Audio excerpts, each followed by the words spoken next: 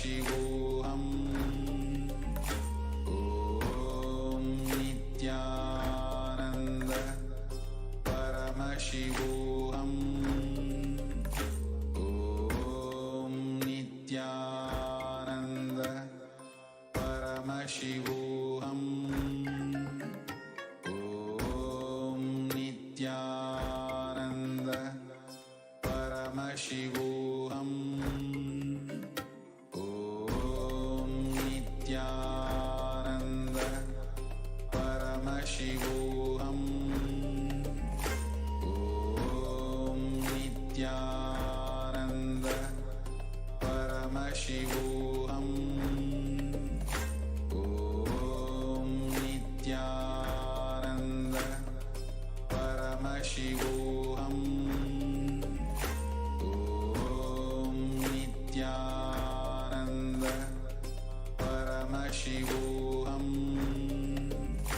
Om Nithyananda Paramashivoham. Om Nithyananda Paramashivoham. Om Nithyananda Paramashivoham. Om Nithyananda Paramashivoham.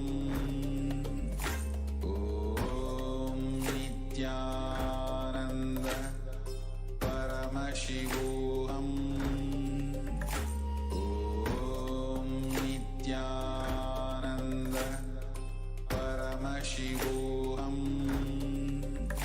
Om Nithyananda Paramashivoham.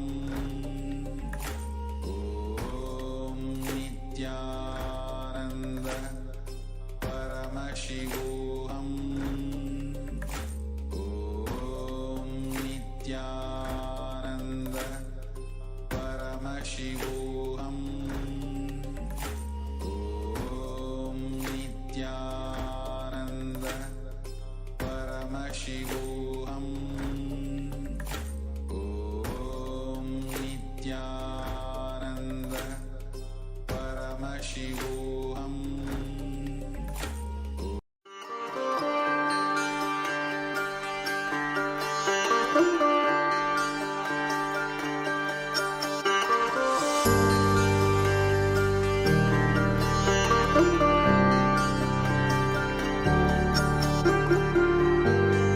KAILASA, the good God country.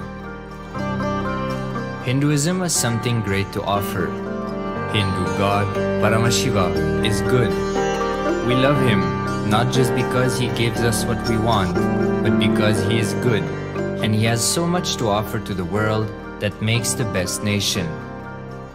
Hindu God has life positive, all-inclusive, good, spiritual, social, political, and moral principles.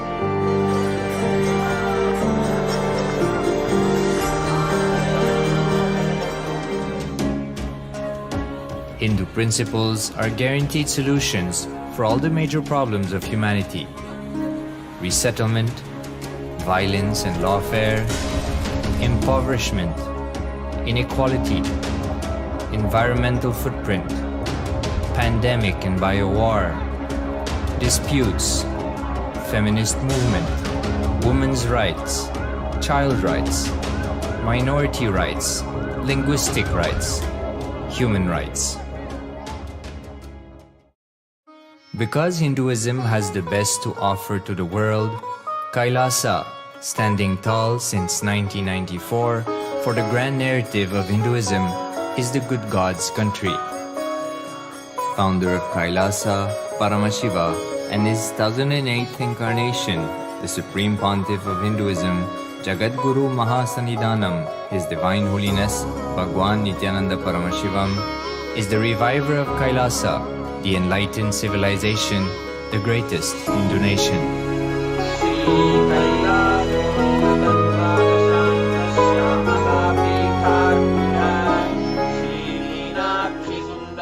His Divine Holiness was birthed by his predecessors of enlightened masters,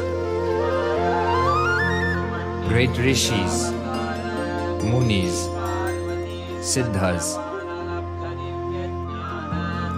who predicted and recognized His Divine Holiness Bhagwan Nithyananda Paramashivam as an incarnation of Paramashiva as per the science of incarnation described in Hinduism.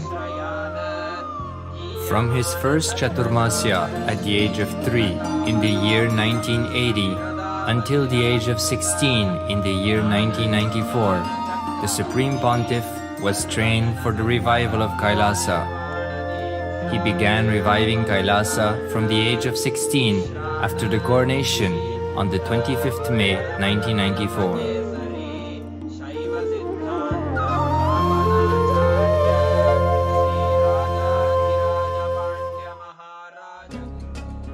KAILASA that we see today is 26 years of sincere hard work of the reviver and Hindu diaspora all over the world.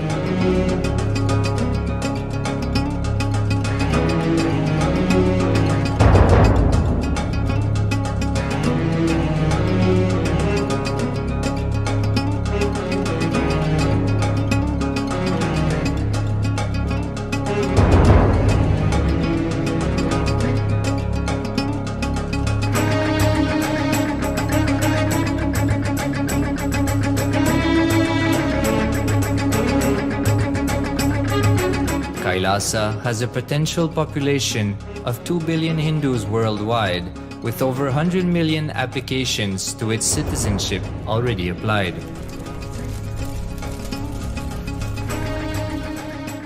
Hinduism has stood over 10,000 years as an enlightened civilization, has been a global beacon of spiritual and timeless wisdom,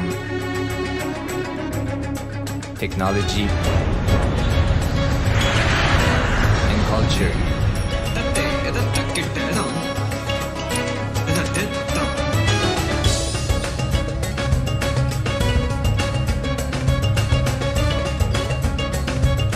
He's wearing a grey jacket. His name is Boris.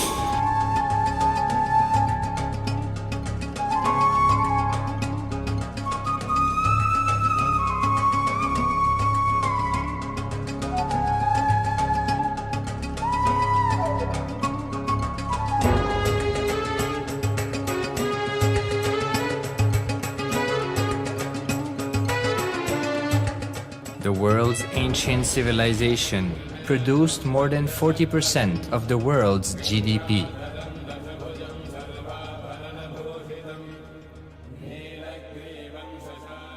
Purpose of life is to experience oneness with the ultimate reality, Paramashiva. Life exists on the planet Earth for last 40 billion years, and 5 times life faced complete extinction on the planet Earth. But somewhere one DNA, one cell, living organism is thrown out of planet Earth, preserved inside a volcano rock. After millions of years comes back to Earth due to gravity or whatever reason, gets into the ocean and starts the life again. Sanatana Hindu Dharma is the conscious science to give breakthrough to your DNA through natural selection process and to your consciousness through the conscious decision process.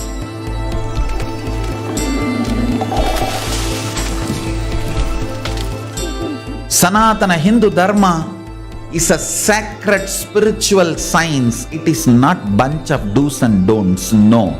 Please understand, it is the revelations of sacred truths, cosmic truths, powerful cognition. It is still alive, that science is available, time-tested, foolproof. This science of living enlightenment is the complete solution for all the problems individual or society our modern day humanity is facing, then you will understand all the problems of the modern day humanity. Sanatana Hindu Dharma is solution. Whether the terrorism or climate change, natural calamities or man-made calamities, for all the problems humanity is facing, the only solution is science of living enlightenment, revealed by Paramashiva from the Vedagamas in the modern day through this body. I am a Hindu revivalist, not by any revolution, but by evolution and setting model communities. Understand? KAILASA is reviving the ancient Hindu enlightened civilization. Paramashiva manifested this KAILASA mandala, the enlightenment ecosystem and the lifestyle. I am going to revive this whole enlightenment ecosystem, KAILASA, by creating a model KAILASAs all over the world. I will work sincerely and revive this spiritual science, which is the core for enlightenment ecosystem, making you all manifest the state, space, powers, being, superconsciousness and KAILASA of Paramashiva, and making all of us manifest Paramashiva. In a world ravaged by war, ecological destruction, hatred and division, KAILASA stands as a bold vision of human potential, coexistence, organic living, and alignment with nature.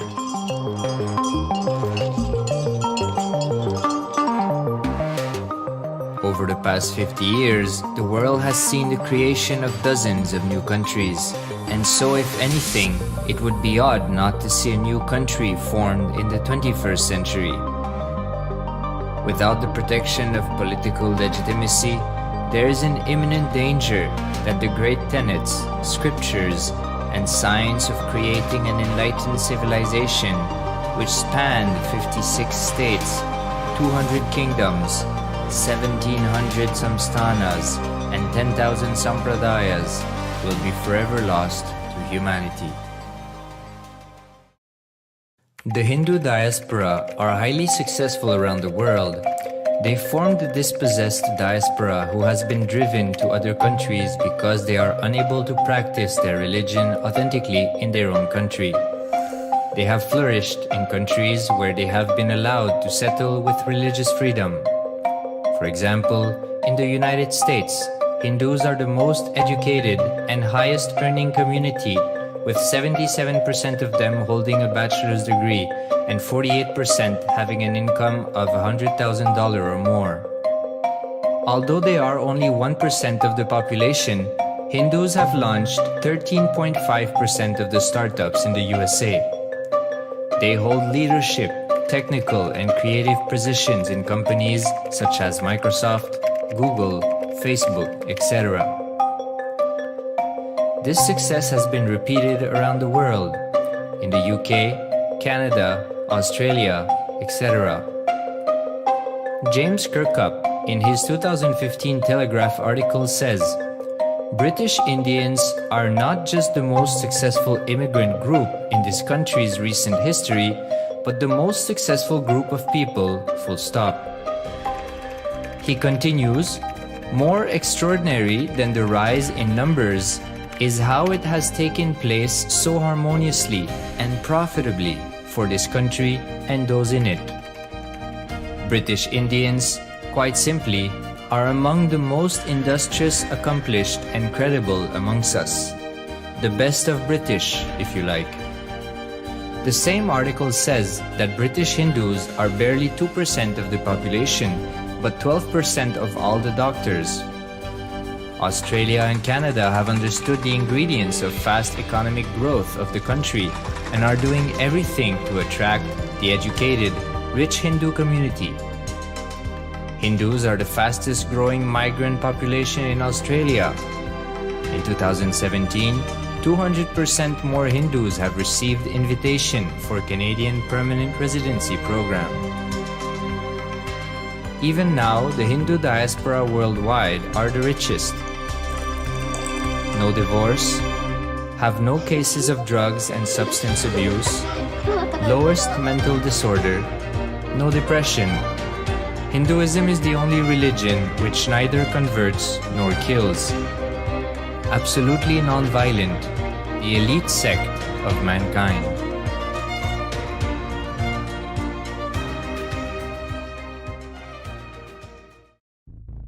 Because the Hindu diaspora worldwide and the Supreme Pontiff are successful in spreading their spiritual Hindu message of openness and inclusiveness against the forces of hatred and exclusivity, they have become the victims of relentless attacks by multi-armed apparatus of state power.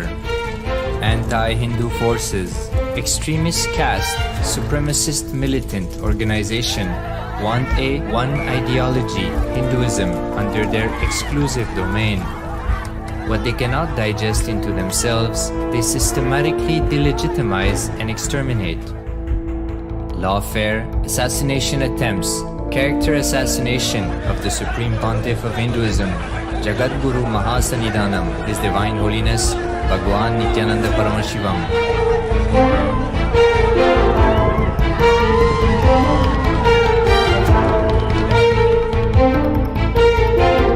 Attempted assassination and assassinated Kailasians.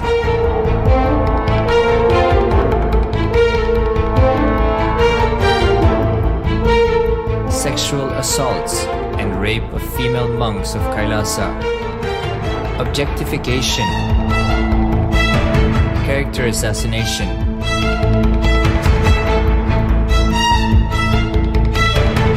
State-funded child abuse and sexual abuse on the children of Kailasa. Then I told I don't want to see a picture. Then I told I don't want to see a picture. Then they showed him a picture.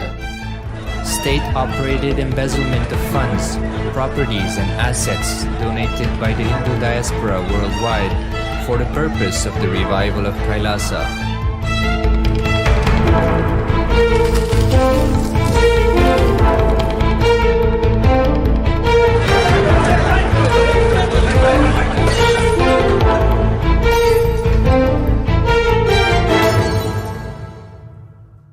Since 1994 up to until now.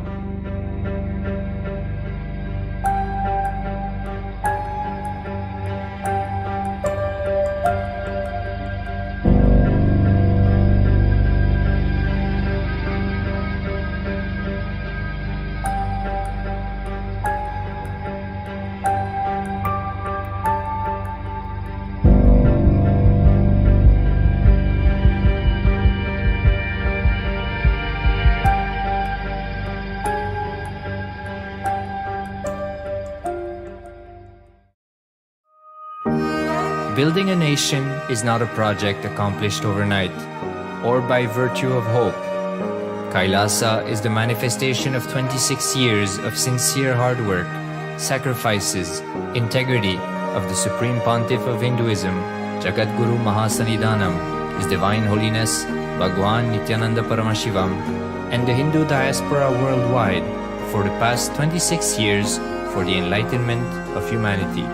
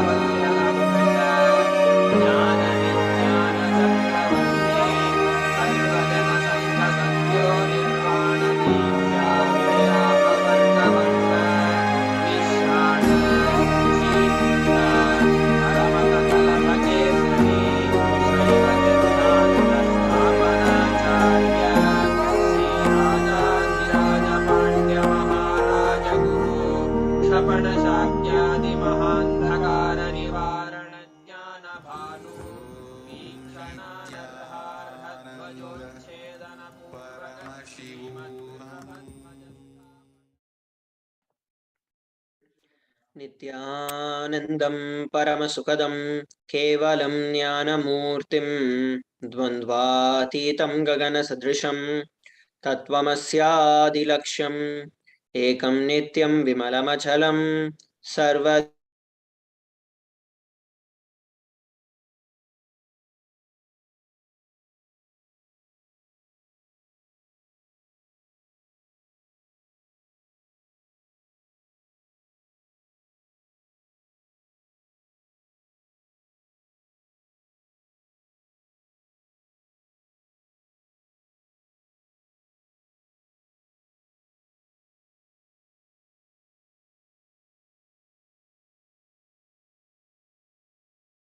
and if you have to step out due to some unavoidable situation, please inform the digital security officer.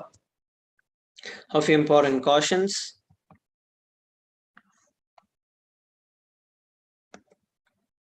We welcome all the Kailasavasis attending from Kailasa's monasteries, gurukuls, temples, ashrams, and centers from around the world. We welcome all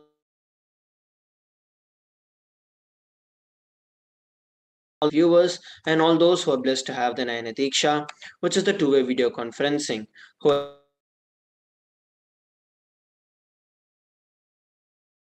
Let us now learn about Devi Parashakti, the Divine Cosmic Mother. Devi is the ultimate pure feminine consciousness, the Cosmic Mother. She is the source Shakti, and it is her cosmic womb, the Brahmanda Yoni, from which billions and billions of universes comes out and goes in. She is the source of the entire Big Bang and the black holes. Devi Parashakti is the divine consort of Paramashiva, who is the primordial god of Hinduism. The Supreme Pontiff of Hinduism reveals the first and foremost relationship is mother. Ability to learn, even the idea to relate, starts with mother. Mother is an important way to connect with what you think as life. In the Vedic tradition, it is used to describe the moment when we behold deity. Our Vedic rishis were aware your ability to connect with the mother should be directed to the cosmos. It should inspire, it should awaken your higher consciousness. It should inspire your higher consciousness to express through you. Connecting with life as mother is the most sweetest, most beautiful, and most easiest form to ever connect with. And today, out of his extreme love and compassion, the Supreme Pontiff of Hinduism is manifesting Devi Parashakti herself and gracing us, answering all our questions, attending to our prayers, giving boons, healing us, revealing our past, present, and future, and delivering profound spiritual truths, ultimately giving us the experience of Paramashivoham itself. So, what is Bhava Samadhi Darshan? The very word samadhi comes from the Sanskrit root words sama and adi. Sama means oneness and adi means source. So samadhi means one with the source, and bhava means attitude or aspect. Bhava samadhi means being one with the source through this aspect. Darshan. It means to have a glimpse of. In the Vedic tradition, it is used to describe the moment when we behold a deity, an avatar, a saint, or an enlightened being, as just seeing such a being can cleanse karmas of lifetimes and create a deep and a lasting transformation in the receiver. Darshan is the powerful superconscious vibration that is present around an avatar at all times. He simply radiates darshan just as the sun continuously radiates light. The auspicious moment when you're able to catch it becomes the moment of darshan for you, raising you to the next level of superconscious breakthrough, like hitting the reset button on your being.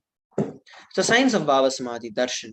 Divine cosmic beings are real and they manifest from Kailasa, the enlightened time space zone, through the deities and incarnations. The divine cosmic beings manifest through the Archavataras, which are the deities in the temples, and through the Bhava Samadhi Darshans, the Nijavatars, the incarnations. The Bhava Samadhi Darshan is the science of Nijavatar, manifesting Paramashiva, the supreme consciousness. Devi Parashakti expresses through the being of Rajarajeshwari and manifests as the Nijavatar, the physical form of Devi Meenakshi. The Archavatar, which is the deity, reflects the consciousness and the manifestation of the superconscious energy. But human beings are not mature enough to receive this higher level experiences from the Archavatar directly. And that is the reason the Avatar, who is the physical embodied form, comes down to bridge the gap and create an experience of the superconscious energy in all of us. The Bhava Samadhi Darshan awakens your Kundalini Shakti, which is the latent potential energy in every human being. During the darshan, the whole brain comes alive, turning into a superconductor of conscious energies that heal, empower, and transform our lives. During the Bhava Samadhi darshan, our neurons mirror that of the incarnation. Mirror neurons activate and process all the observed movements or the information of the avatar just by seeing. What are Akashik readings? Akashik readings are not just predictions, they are readings from the cosmic archives. Beyond the time dimension, creation and destruction happen simultaneously. In the dimension of time starts the past, present, and future. Because the Akashic records are stored in Akasha, which is the space dimension, there is no past, present, or future. That is why whatever you call as happened, happening, and yet to happen is clearly recorded in the Akashic records. Let us now learn about the Supreme Pontiff of Hinduism. The Supreme Pontiff of Hinduism, Jagadguru Mahasannidhanam, His Divine Holiness Bhagavan Nithyananda Paramashivam, is the reviver of KAILASA, a macrocosmic, ancient, enlightened Hindu civilization and nation. The Supreme Pontiff of Hinduism is the 1008th incarnation of Paramashiva as per Hinduism, and he has been recognized by his predecessors who are enlightened masters and adepts. Supreme Pontiff of Hinduism has made the science of power manifestation, yoga, and temple-based universities a lifestyle for humanity. Before the year 1981, he was identified as the 1008th incarnation of Paramashiva by spiritual adepts and enlightened masters of Hinduism. In the year 1981, he was initiated into Balasanyas and Chaturmasya at the age of 3. In the year 1988, he was coronated as the future Guru Mahasannidhanam of the Tundai Mandala Adinam, the oldest monastic university. In the year 1994, he was coronated as the successor of the Arunachala Sarvanya Peetham by the Guru Parampara. In the year 1999, he founded the mission Nithyananda Sangha to revive Kailasa internationally. The same year, he was also coronated as the successor of Kashi Sarvanya Peetham. Here, we are looking at the photographs of the lineage of gurus of the Adi Arunachala Sarvanya Peetham. It was founded by Paramashiva as Arunagiri Yogeshwara, following whom various gurus such as Yogi Yogananda Puri, Isakki Swamigal, Mata Vibhudananda Puri, and then the Supreme Pontiff of Hinduism. And these are the photographs taken when the Supreme Pontiff of Hinduism founded the mission Nithyananda Sangha to revive Kailasa internationally. And here we're looking at the photographs that were taken when the Supreme Pontiff of Hinduism was coronated as the successor of the Kashi Sarvanya Peetham. Next, we're going to be looking at a few more timelines of the various coronations of the Supreme Pontiff of Hinduism after a short break. We request all the participants and viewers from around the world to stay tuned.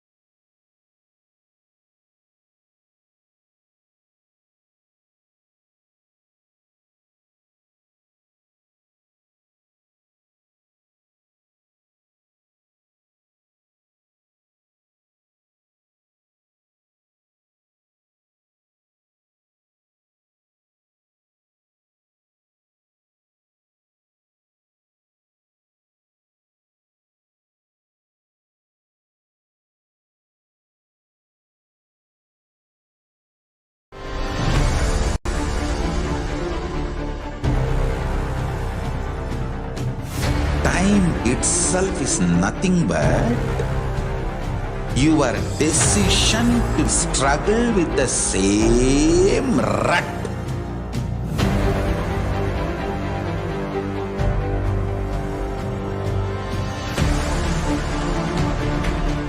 Your decision to struggle with the same rut is time, Kala.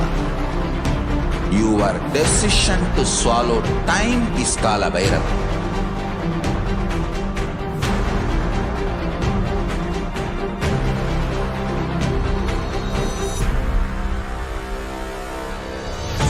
Stand. Be a conscious woman or man. Be conscious being.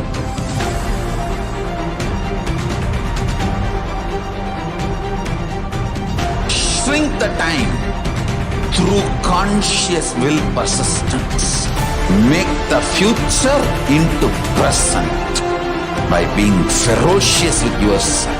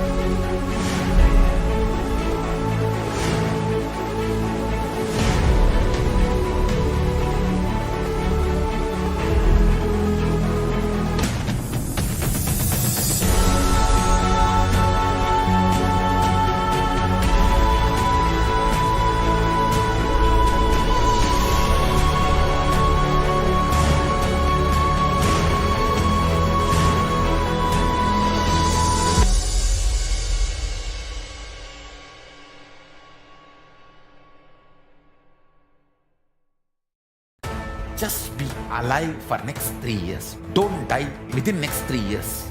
I guarantee you, I will reach you.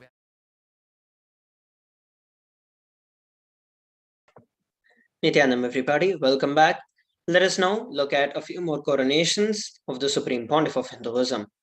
In the year 2002, the Supreme Pontiff of Hinduism founded the Adi KAILASA Sarvanya Peetham on 4th of November. In the year 2004, on 1st of January, he was declared as the successor of Bhagyanagara, the Sripura Sarvanya Peetham.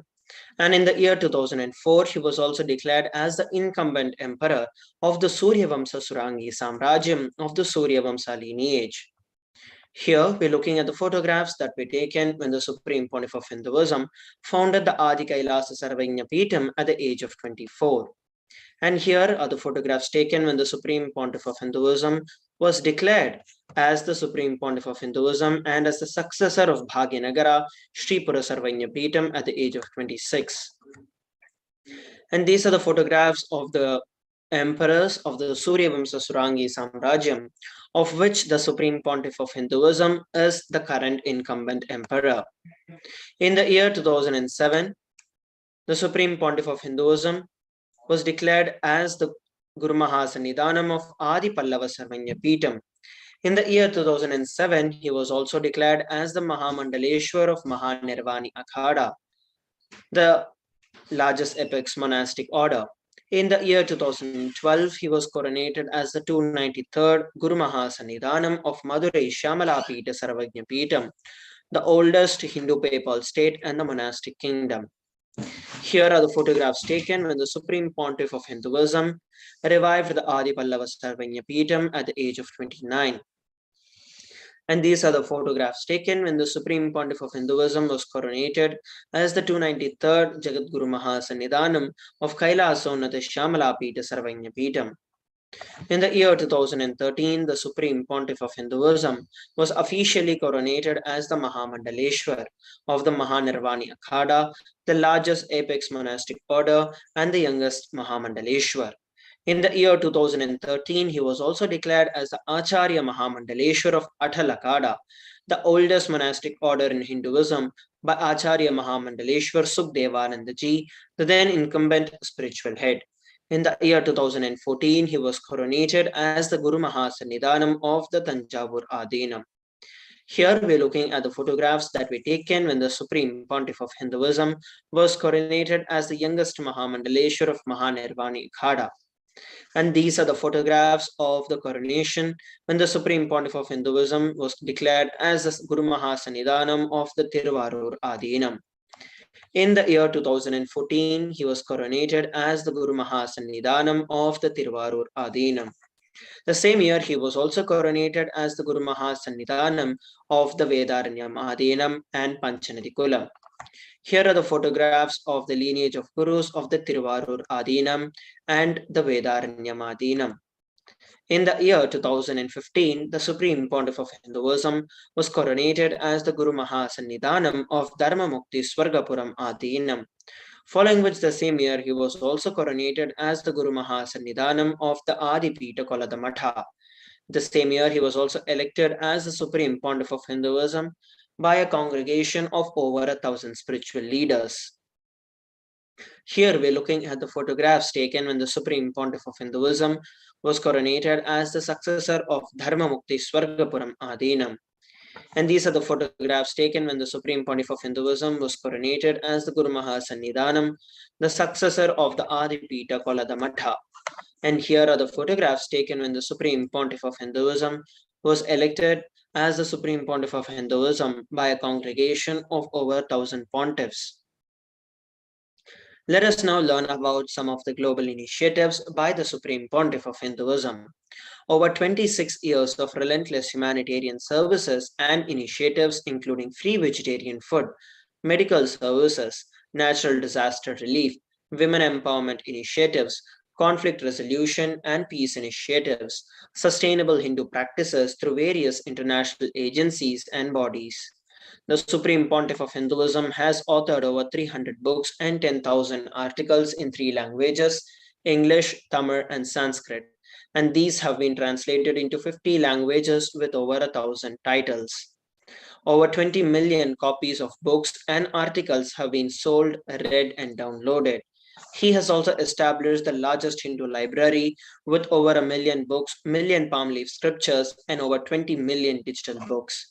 The Supreme Pontiff of Hinduism has been revered as the most prolific and the most viewed guru in the digital world, read and watched by 1 billion followers. Over 10,000 hours of discourses with over 1 billion views on social media. The Supreme Pontiff of Hinduism has been respected as the commentator of all the sacred scriptures of Hinduism, such as the Upanishads, Bhagavad Gita, Shiva Sutras, Yoga Sutras, Ashtavakra Gita, Jain Sutras, etc. He has also been honored as the leader of Hinduism, the most awarded internationally recognized Hindu leader. He has been acclaimed as one of the top 100 spiritually influential living personalities by Watkins Mind, Body, Spirit magazine. The Sovereign Order of KAILASA, that is led by the Supreme Pontiff of Hinduism, and the Nithyananda Order of Monks, Nuns, and Hindu Diaspora are working for global peace and to give a superconscious breakthrough to the humanity. He is also the establisher of the largest Hindu university with satellite campuses in 150 countries. He is also the establisher of 1,000 plus Kailasa Enlightenment ecosystems and the founder and reviver of over 100 Sarvanyapitams. Now, we are going to move on to the next segment of today's Bhava Samadhi Darshan, which is the manifestation of the extraordinary Shaktis after a short break. Today, we are going to be manifesting the power of body scanning. Those of you who would like to experience this power of body scanning can put a message in our social media. Let us come back together after a short break. Please stay tuned.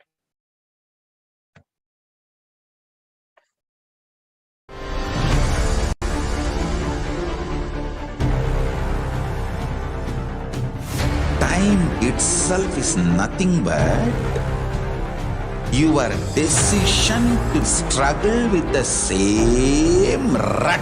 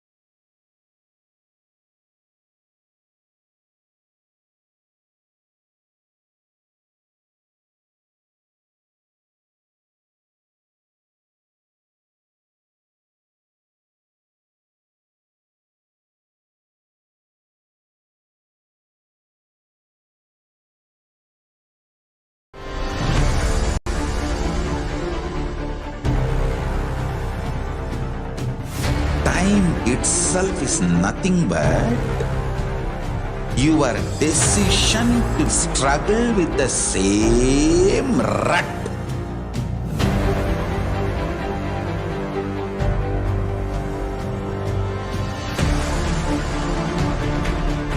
Your decision to struggle with the same rut is time, Kala. Your decision to swallow time is Kala Bhairava.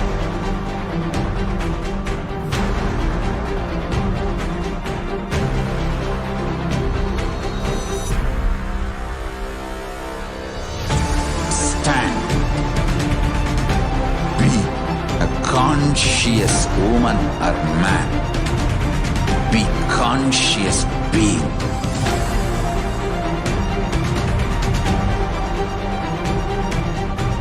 Shrink the time through conscious will persistence. Make the future into present by being ferocious with yourself.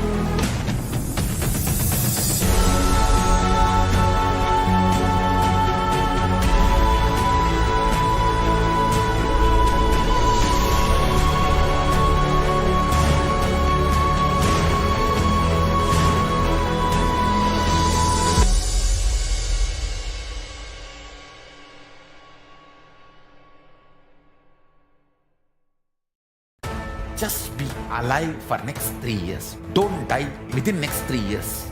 I guarantee you, I will reach you wherever you are.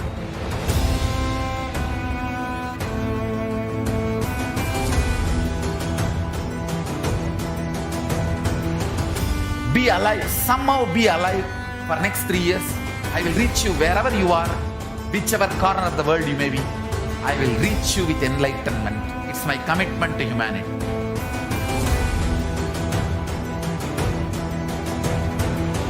I'm going to empower, enlighten each and every one of you with the fuel and energy of the parallel universe.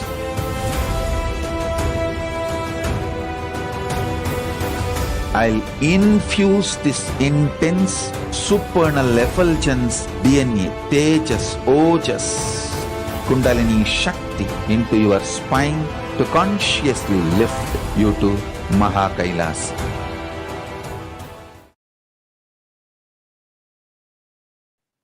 Nithyanam everybody, welcome back. Let us now enter into the next session, which is the manifestation of the extraordinary Shaktis. The Balasans, Nithyananda yogis, and the initiated disciples of the Supreme Pontiff of Hinduism will now be demonstrating the powers of third eye, sharing with all the experiences and the results of these power manifestations awaken in us through the Diksha or the initiation. In today's Bhava Samadhi Darshan, all of us will be receiving the initiation into third eye and various other powers with the blessings and the grace of the Supreme Pontiff of Hinduism. And we will be manifesting the powers of third eye, which is seeing with the eyes blindfolded.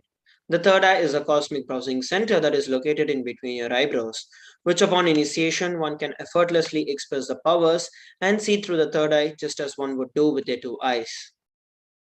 So what are Shaktis? In the Vedagamas, which are the source scriptures of Hinduism, Paramashiva reveals in elaborate detail that every human being is hardwired to manifest 463 plus extraordinary Shaktis or the divine powers. Manifesting powers are described as a system, a method, and a science for human beings to explore the various powers and possibilities and have access to various states of consciousness. Shakti is manifest from the fundamental cognition that you are a divine and that you need to manifest divine, not that you are a man and that you need to reach divine. Let us look at the differences between Shaktis and Siddhis. Shakti is expressed from the space of enlightenment as a side effect of feeling connection with the divine and high integrity with the Guru. Shaktis are the source of enlightenment, whereas Siddhis are powers that manifest from tapas or penance for enlightenment. The Shaktis of Paramashiva manifest through ordinary human beings in an extraordinary way after the initiation from the avatar. Shaktis are permanent, whereas Siddhis are not, and Siddhis may divert you from enlightenment. The Shaktis of Paramashiva is from Paramashiva, who is the source of these Shaktis. Paramashiva is the primordial divinity in Hinduism, the ultimate reality and cause which is self-effulgent, Swayam Prakasha, all-pervading, unchanging beyond time, space, form and causality. As a fundamental base of Avyakta, the unmanifest, and the Vyakta, the manifest existence, he performs the Panchakritya, or the 5 cosmic acts of Srishti, Sthiti, Samhara, Trobhava and Anugraha: creation, sustenance, rejuvenation, pulling out of delusion and liberation. The Supreme Pontiff of Hinduism is the 1008th incarnation of Paramashiva and the representative of Paramashiva. He is also the reviver of Kailasa, the ancient enlightened Hindu civilizational nation, the great cosmic borderless Hindu nation.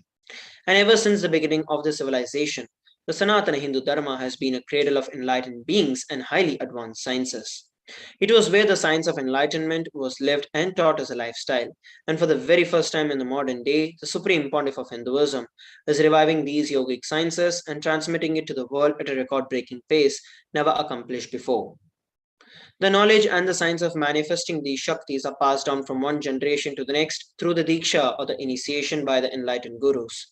The Supreme Pontiff of Hinduism, being recognized as an incarnation at a very young age, was trained and taught these sciences to revive the initiations and the knowledge repositories for billions to manifest the science of power manifestation from the disciplines of Vedanta, Tantra, Sri Vidya, Yoga and Yogic powers, Mantra Shastra, Siddha Vidya, science of Aushadha, Advaita and Bhakti Yoga, Paramashiva Jnana and Paramashiva Vijnana.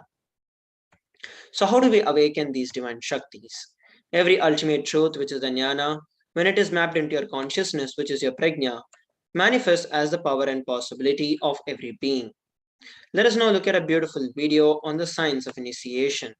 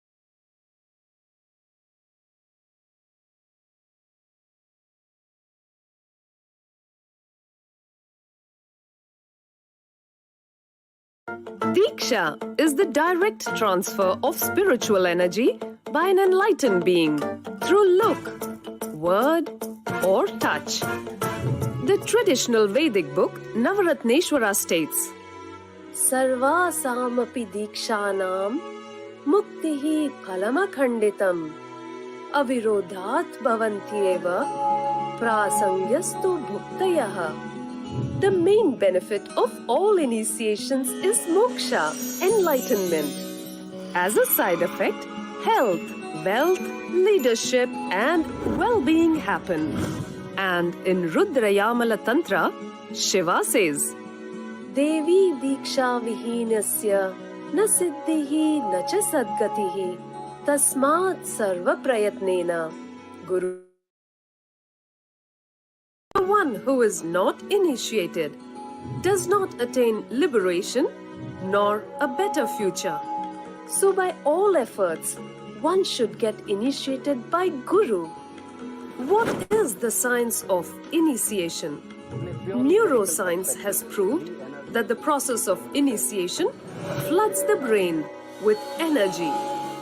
This is the superconscious energy of Kundalini, our own highest inner potential energy. as the Kundalini flows from the thalamus to the cortex. It sets up a powerful energy loop within the brain, which awakens the latent non-mechanical parts which we have never used before. With increasing levels of coherence, the whole brain comes alive, turning into a superconductor of conscious energies that heal, empower, transform our lives, bliss and fulfillment. Initiation creates high awareness, visualization, creativity. It also slows the aging process and improves the immune system. Kundalini awakening, healing experience, levitation, teleportation, materialization. Experience the power of initiation. We saw a beautiful video on the science of initiation.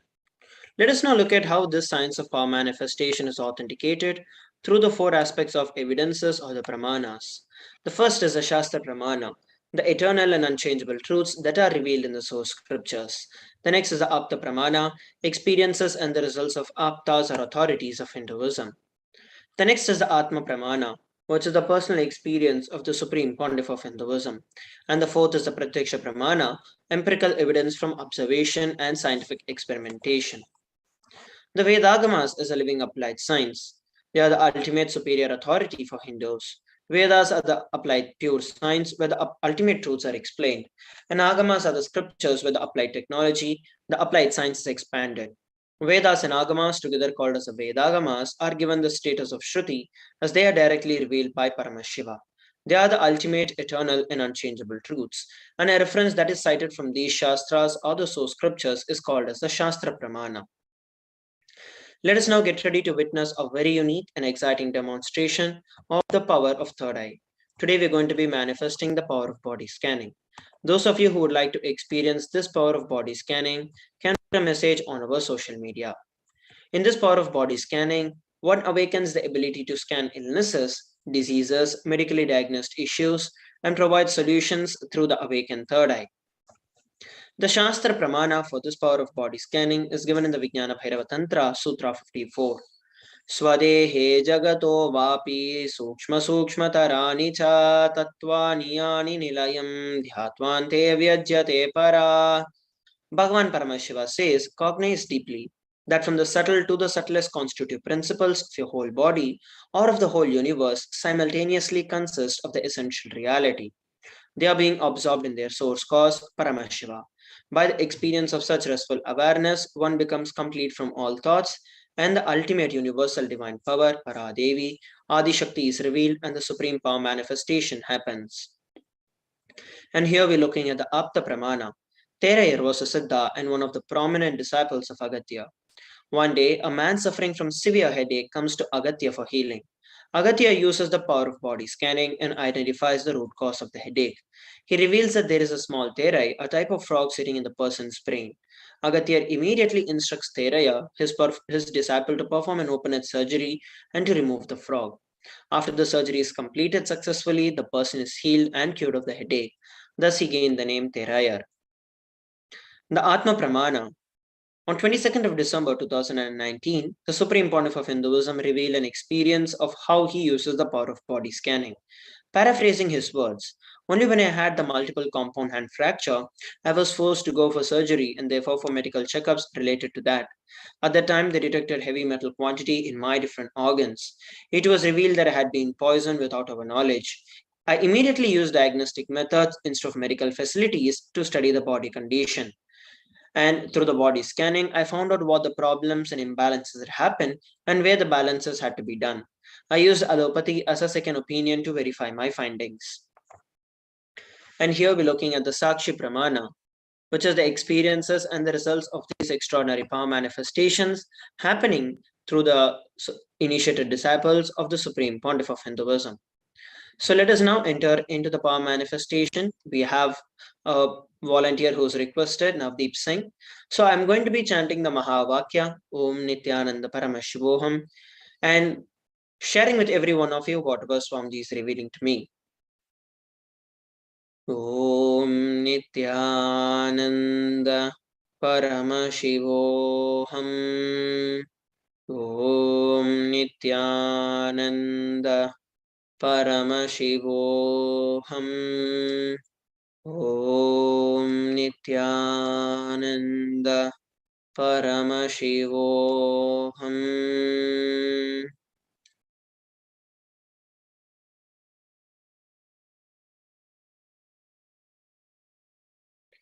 What Swamiji revealed is that you do not have to worry.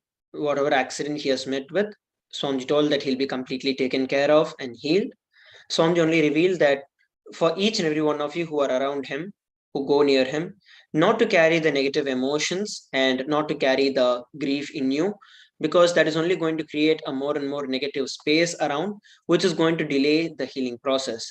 Instead, with this word that are being revealed by Swamiji, be very clear. Swamiji is taking care of him. You do not have to worry. Give all the medical conditions that is needed and drop any kind of powerlessness that you're having and chant the Mahavakya more and more and more so that the healing happens in a very fast pace. So you can share with all of us how you're able to relate with what was revealed. So with that, we are coming to the conclusion of this particular segment of the power manifestation. Let us now move on to the next segment of today's Bhava Samadhi Darshan after a short break. Please stay tuned.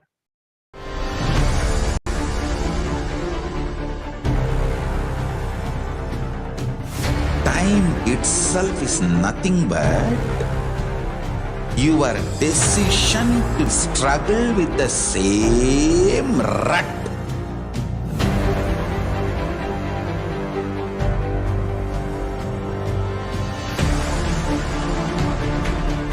Your decision to struggle with the same rut is time, Kala.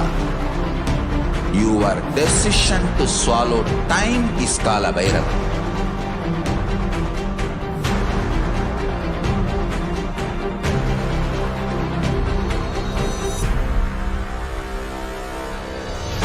Stand. Be a conscious woman or man. Be conscious being.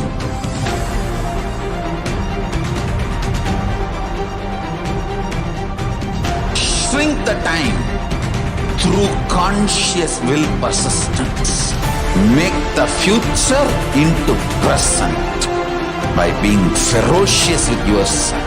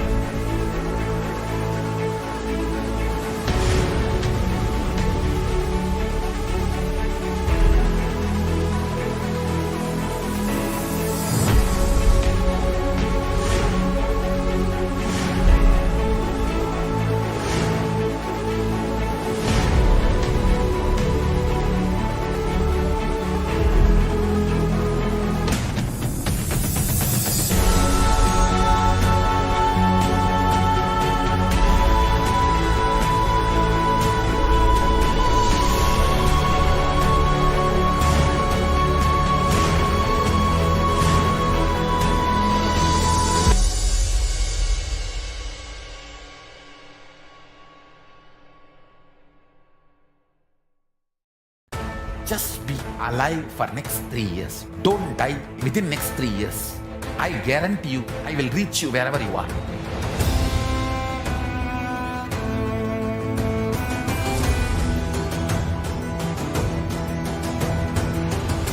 Be alive, somehow be alive for next 3 years.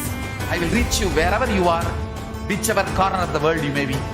I will reach you with enlightenment. It's my commitment to humanity.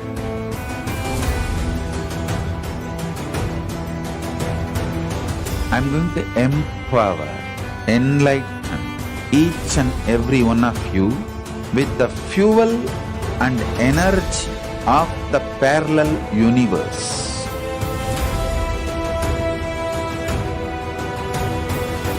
I'll infuse this intense supernal effulgence DNA, Tejas, Ojas, Kundalini Shakti into your spine to consciously lift you to KAILASA.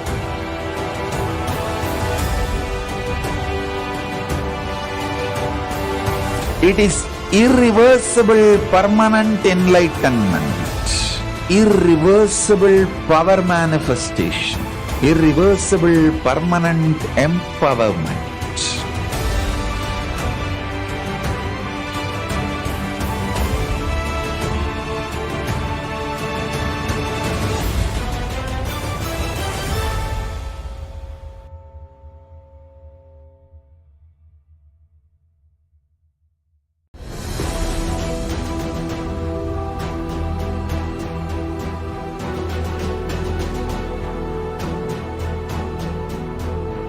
Your consciousness as power at this moment to swallow, digest, clean up all negativity and all toxins.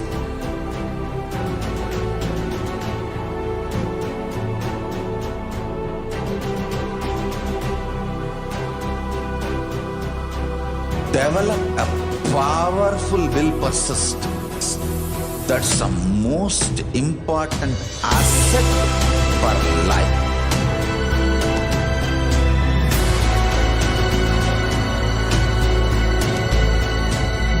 I am not giving you some life positive blah blah. I am giving you the facts of life. I am triggering your consciousness.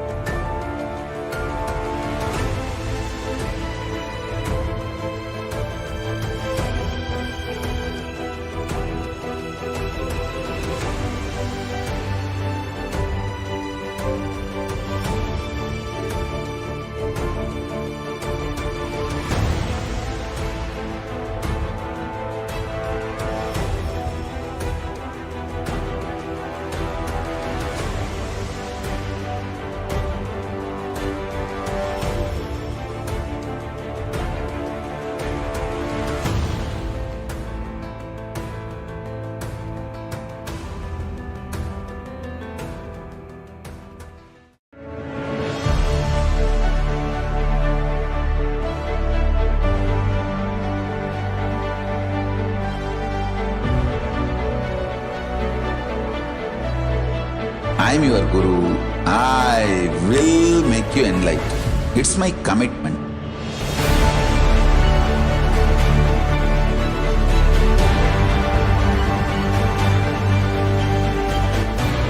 Till you become Paramashiva, I won't rest. Don't worry at all.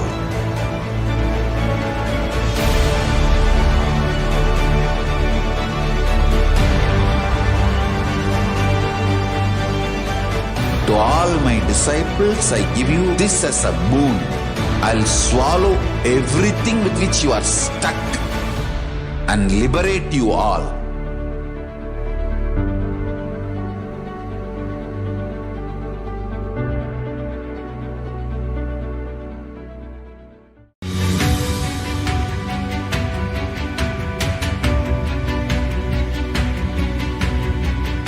The moment you decide, your consciousness is the supreme identity you have. You will not empower your depression, your frustration,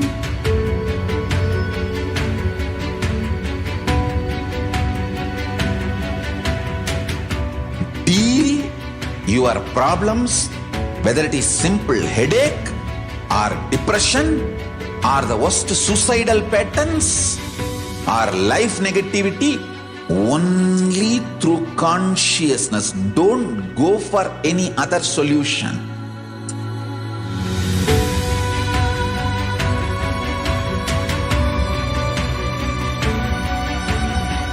Don't keep stupid, toxic, life negative struggles inside.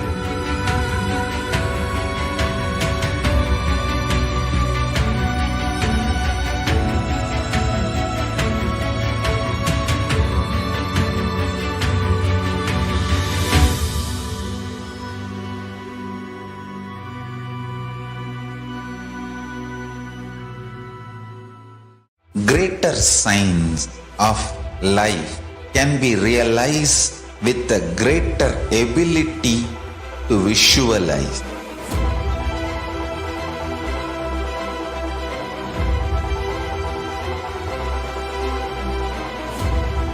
Greater signs is the equivalent word for Hinduism.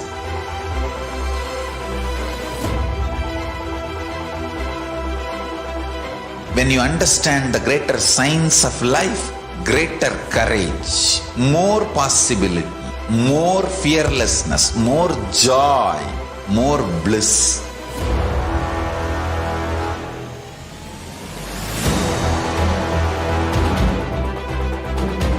When you visualize Paramashiva with 25 heads, 75 eyes, 50 hands, your consciousness becomes ferocious, and that ability to visualize, you will get involved in everything deeply.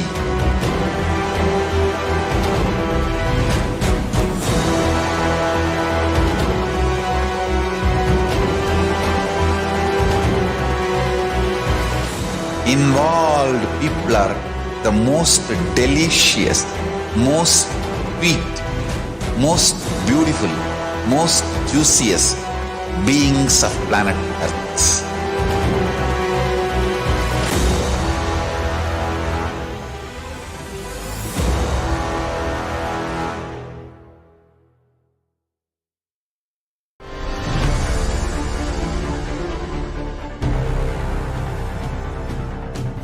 Time itself is nothing but your decision to struggle with the same rut.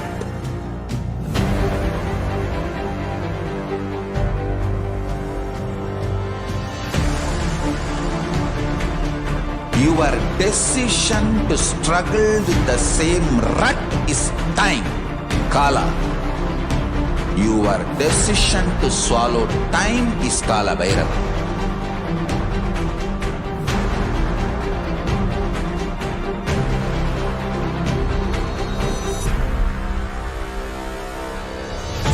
Stand. Be a conscious woman or man. Be conscious being.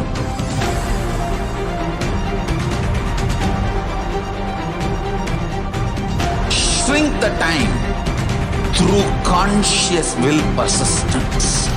Make the future into present by being ferocious with yourself.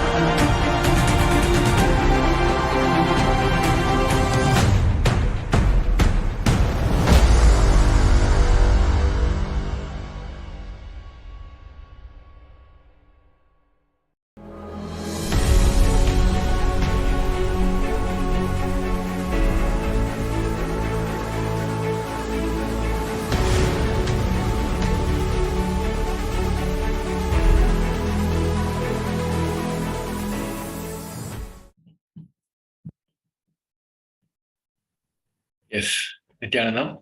Welcome back to the Parashakti Akashik reading segment. So in this segment, we're going to see the very manifestation of Devi Parashakti as the Nija avatar of the embodied form, the Nija avatar of Supreme Pontiff of Hinduism. And we're going to see how we can prepare ourselves to receive the grace and blessings of Devi Parashakti. And we're going to have a wonderful revelations given by the Devi Parashakti also. So let us enter into the segment now. So first, let us understand why this divine feminine consciousness is a unique to the Sanatana Hindu Dharma. Even Supreme Pontiff of Hinduism said that unique contribution to the spiritual consciousness from the Vedic tradition is this sacred feminine worship. Because even if everything from what Vedic tradition gave is lost, then just if the one tradition, the sacred feminine tradition, is there, then the whole thing can be revived because that is a seed. And Hinduism has at least 10,000 sampradayas. For some reason, even if we lose all the sampradayas, if we keep this one sampradaya, the Devi worship remains, the whole thing can be brought back because the whole thing is centered on this one, the mother worship. Mother worship carries the blueprint, the hologram of the whole Vedic tradition. And the Supreme Founder of Hinduism also said there is no enlightened being on the planet Earth without worshipping the second feminine, including me. He said, I am basically a Shakta. I myself followed Devi worship. From the beginning, if you look at the autobiography of the Supreme Founder of Hinduism, all the deities he have carved, the darshan he had, the first yantra he have carved, all are mother-based, Devi-based. And also from the life story of Sri Ramakrishna Paramsa, a great avatar who lived in 1836 to 1886, Supreme Founder of Hinduism explained how the Hinduism is the most, the Sanatana Hindu Dharma is the most feminist religion. So let us hear it from the short story of Sri Ramakrishna Paramsa's life. Hinduism is the most feministic religion, I tell you. In Hinduism, not just religion, even the Hindu economy, Hindu social system, everything is feminist. The women-centered, everything is feminist. When time comes, I'll try to reveal more details about it. How the women is the foundation of Hindu civilization. They formed the basis of Hindu civilization. Someone asked Ramakrishna when he was in deathbed. Literally, everyone knows that he is going to leave the body soon. I should not use the word deathbed for the great incarnations like him. They never die, but the time to leave their body. Everyone knows that he is going to leave the body. Close, sincere devotees of him, they come and ask him, Bhagavan, how can you leave the body so soon? Still, you have not trained enough people to continue your mission. Only few boys are trained and they are too young. He smiles and says, one woman is enough to carry my mission. She is already trained, Sharada Devi. She is trained enough. She will be the foundation from which this Ramakrishna Sampradaya, this whole civilization, revival will start. And that's true. It is she, Parashakti, Jagat Janani, Sharada Devi. She formed the foundation for this whole Ramakrishna Sampradaya to flower. I tell you, in Hindu civilization, spirituality, religion, Hindu economy, everything is centered on mother, on women.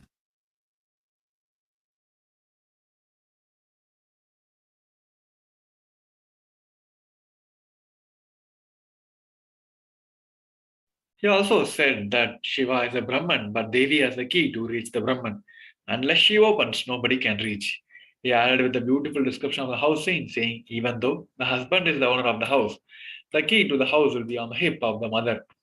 So either we have to fall at the feet of the mother or the small sons of the mother. Only they can touch the place, the hip of the mother, and remove the key. Nobody else can touch. So either surrender to the mother or people who are closer to the mother, only they can reach. The Dhyana Sloka from the Lalita Sahasranamam has described about the very physical manifestation of the Parashakti, the form which we can relate and meditate. The translation of the verse goes on as, the Divine Mother is to be meditated upon as a shining in a vermilion red body, with a triple eye sporting a crown of rubies, studded with a crescent moon, a face of all smiles, a splendid bust, one hand holding a jewel cup brimming with the mead, and the other twirling a red lotus. I meditate on a great empress. She is red in color, and her eyes are full of compassion, and holds the nose, the globe, the bow, and the flowery arrows in her hand. She is surrounded on all sides by the powers such as anima for race, and she is self within me. So this Dhyana Sloka from the Lalita Sahasranamam has described about the manifestation of Devi Parashakti. So now let us understand Devi Parashakti in cosmic language. The Devi Parashakti is the ultimate pure feminine consciousness. She is the cosmic mother. It is her cosmic womb from which billions and billions of universe comes out and goes in. She is the source where the Big Bang and the black hole goes on. Parashakti is the source Shakti, source energy, source power from which all of us are came, in which all of us are even now, in which all of us are going to merge. And out of her extreme love and compassion, Devi Parashakti herself is manifesting as an Nijavatara to the embodied form as an Nijavatara of Supreme Pantu of Hinduism. And she is continuously gracing us, answering all our questions, attending to each one of our prayers, giving boons, healings, revealing our past, present, and future, delivering the profound spiritual truths. And ultimately, she is giving us the experience of very Paramashivoham itself. Now we're going to watch a short video clip where Devi Parashakti herself is giving her very own introduction in her very own words. So let us hear it from the Devi's words. Om, Om, Om. Om, Om, Om. ஓமெனும் ஓங்காரத்து உட்பொருளாய் மலர்ந்து உயிர்த்தெழுந்து இறையனார் இடப்பாகத்திருந்து குமரிக்கண்டம் ஆளும் மீனாட்சி மலர்ந்தேன் இங்கு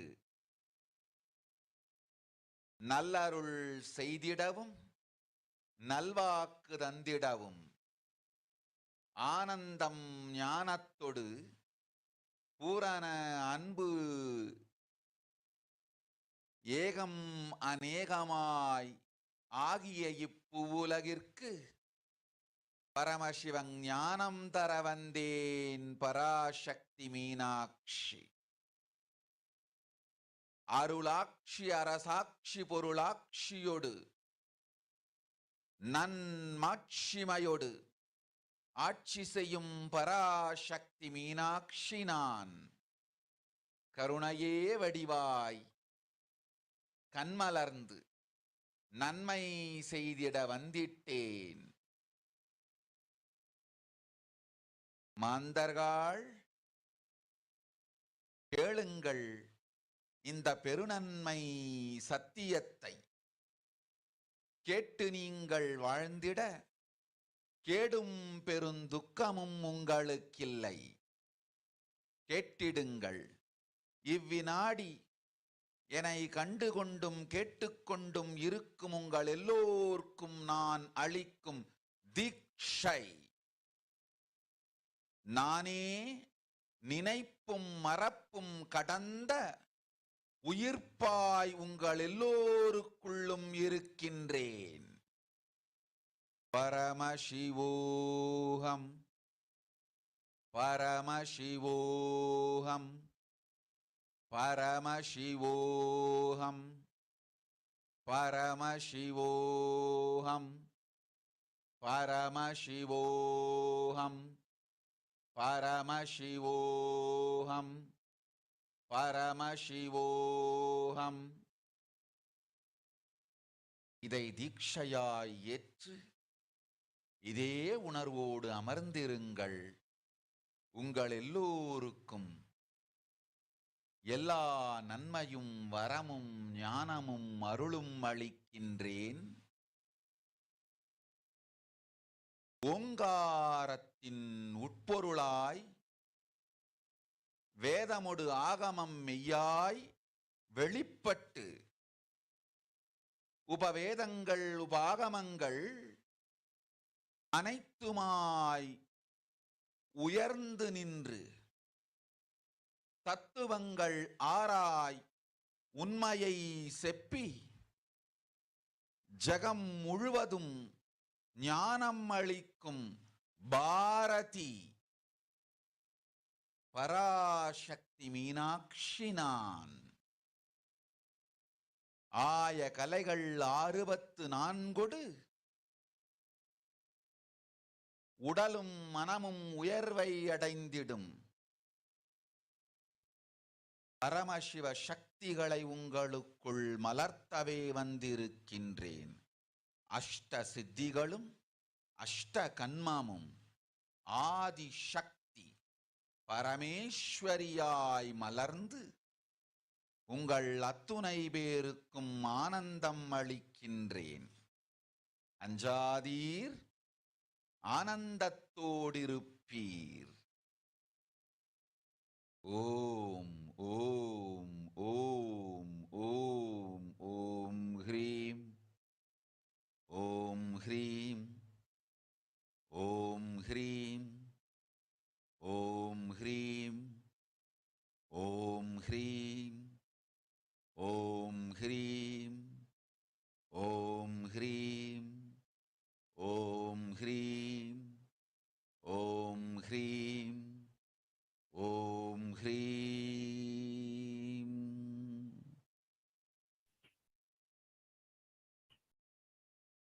ஓம் ஓம் ஓம்.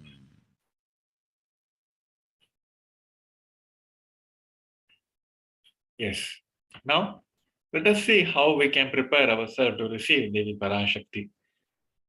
Supreme Point of Hinduism said, literally, you are seeing Paramashiva and Parashakti at that moment. She is there in your screen, so always receive her traditionally. Keep 2 betel leaf, 1 banana, 1 betel nut, 1 coin in front of the screen and watch Devi Parashakti. This coin is considered traditional dakshina in the Hindu tradition. It can be any value. In India, it can be even 1 paise. In US, it can be even 1 cent also. So offer everything to Devi Parashakti. When the darshan is over, do the namaskar and eat the banana, betel leaf, betel nut immediately as a prasadam. Collect all the coins which you offered and send it to Los Angeles temple. This betel leaf, betel nut, it may look too small, but in few days you will see how much it adds value to your sentiment. You literally start feeling she is there, so you will not take Devi Baba Samaj darshan for granted. All these rituals will break your monotonous unconscious mentality and lifestyle and remind you, raise you to the powerful cognitions. It will break your unconscious behaviors. Here, Supreme Point of Hinduism also gave a wonderful process as Mahapanchabhuta Yoga to prepare our body to receive the grace and blessings of Devi Parashakti. So let us hear it from the Supreme Point of Hinduism.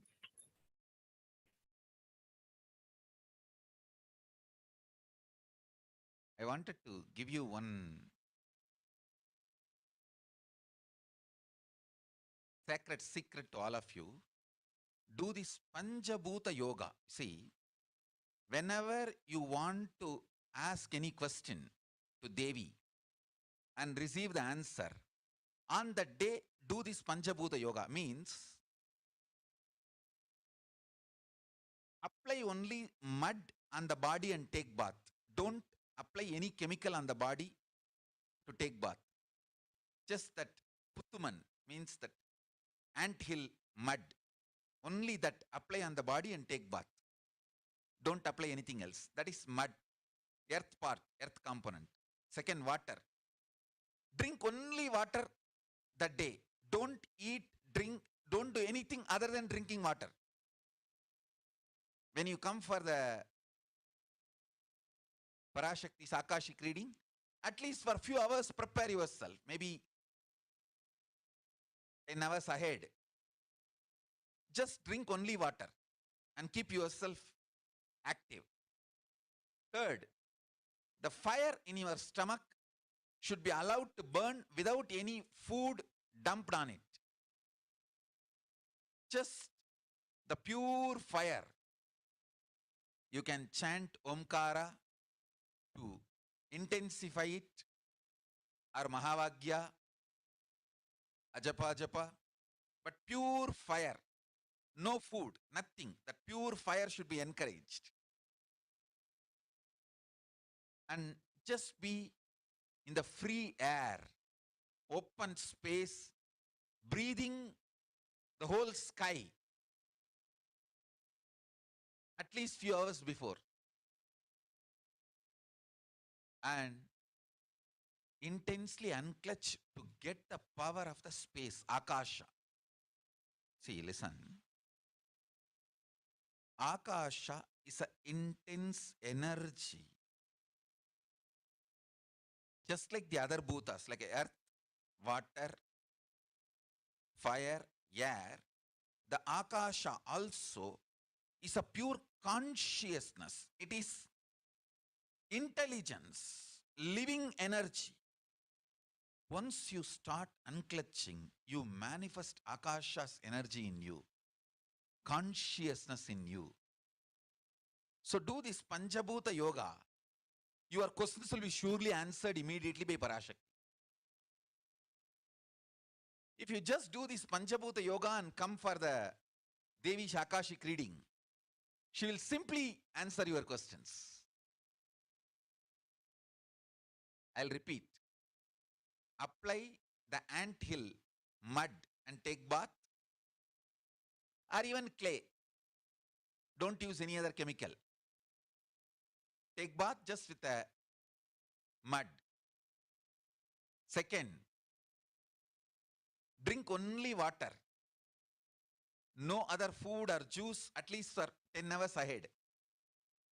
If possible, that whole day.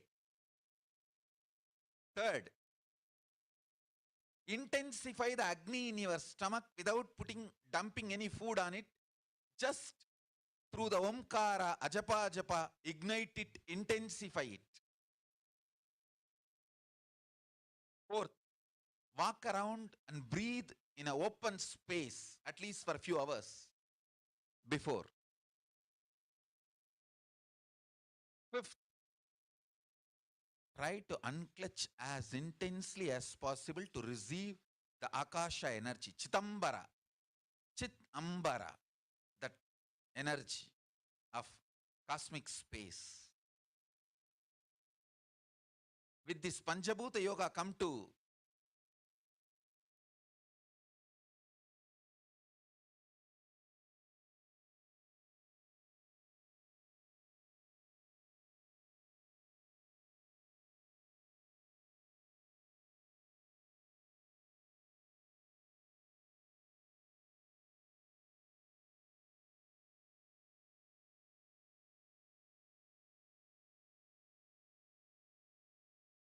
Parashakti's Akashic reading. Surely she will answer your questions.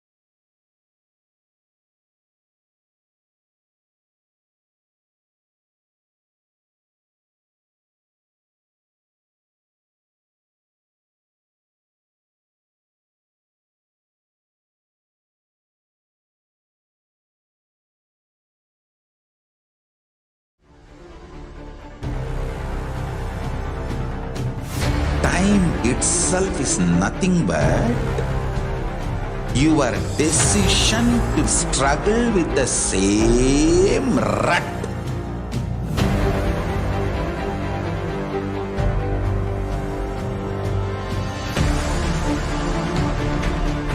Your decision to struggle with the same rut is time, Kala.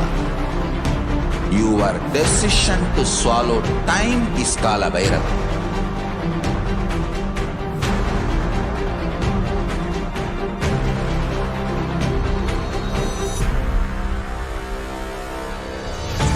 Stand. Be a conscious woman or man. Be conscious being.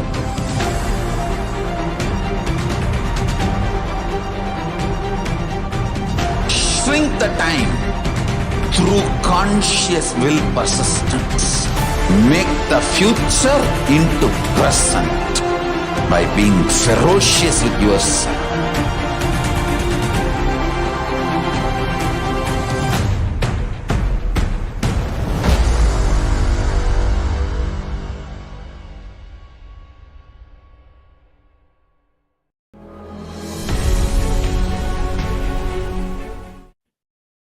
Yes, welcome back.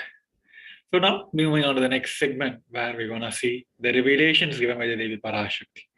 As we all know, since the start of this pandemic, Devi is continuously revealing to the world about the impact that this COVID world is going to be get rid, and how Devi's solution is going to be the one and only solution for this humanity.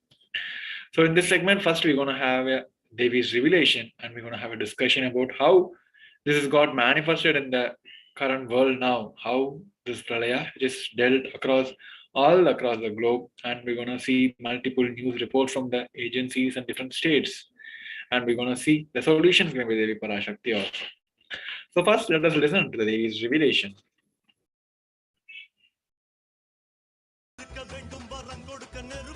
Om, Om, Om, Om, Om, Om, ஓங்காரத்துயர்ந்து பாங்காய் வேதமொடு ஆகமமாய் வெளிப்பட்டு ரீங்காரமாய் மலர்ந்து பரஷோடசியாய் நிறைந்து 40 முக்கோணம் வாழும்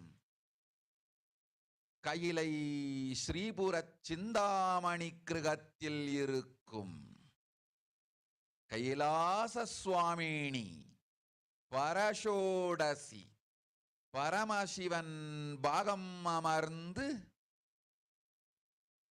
பாராளும் பரமேஸ்வரி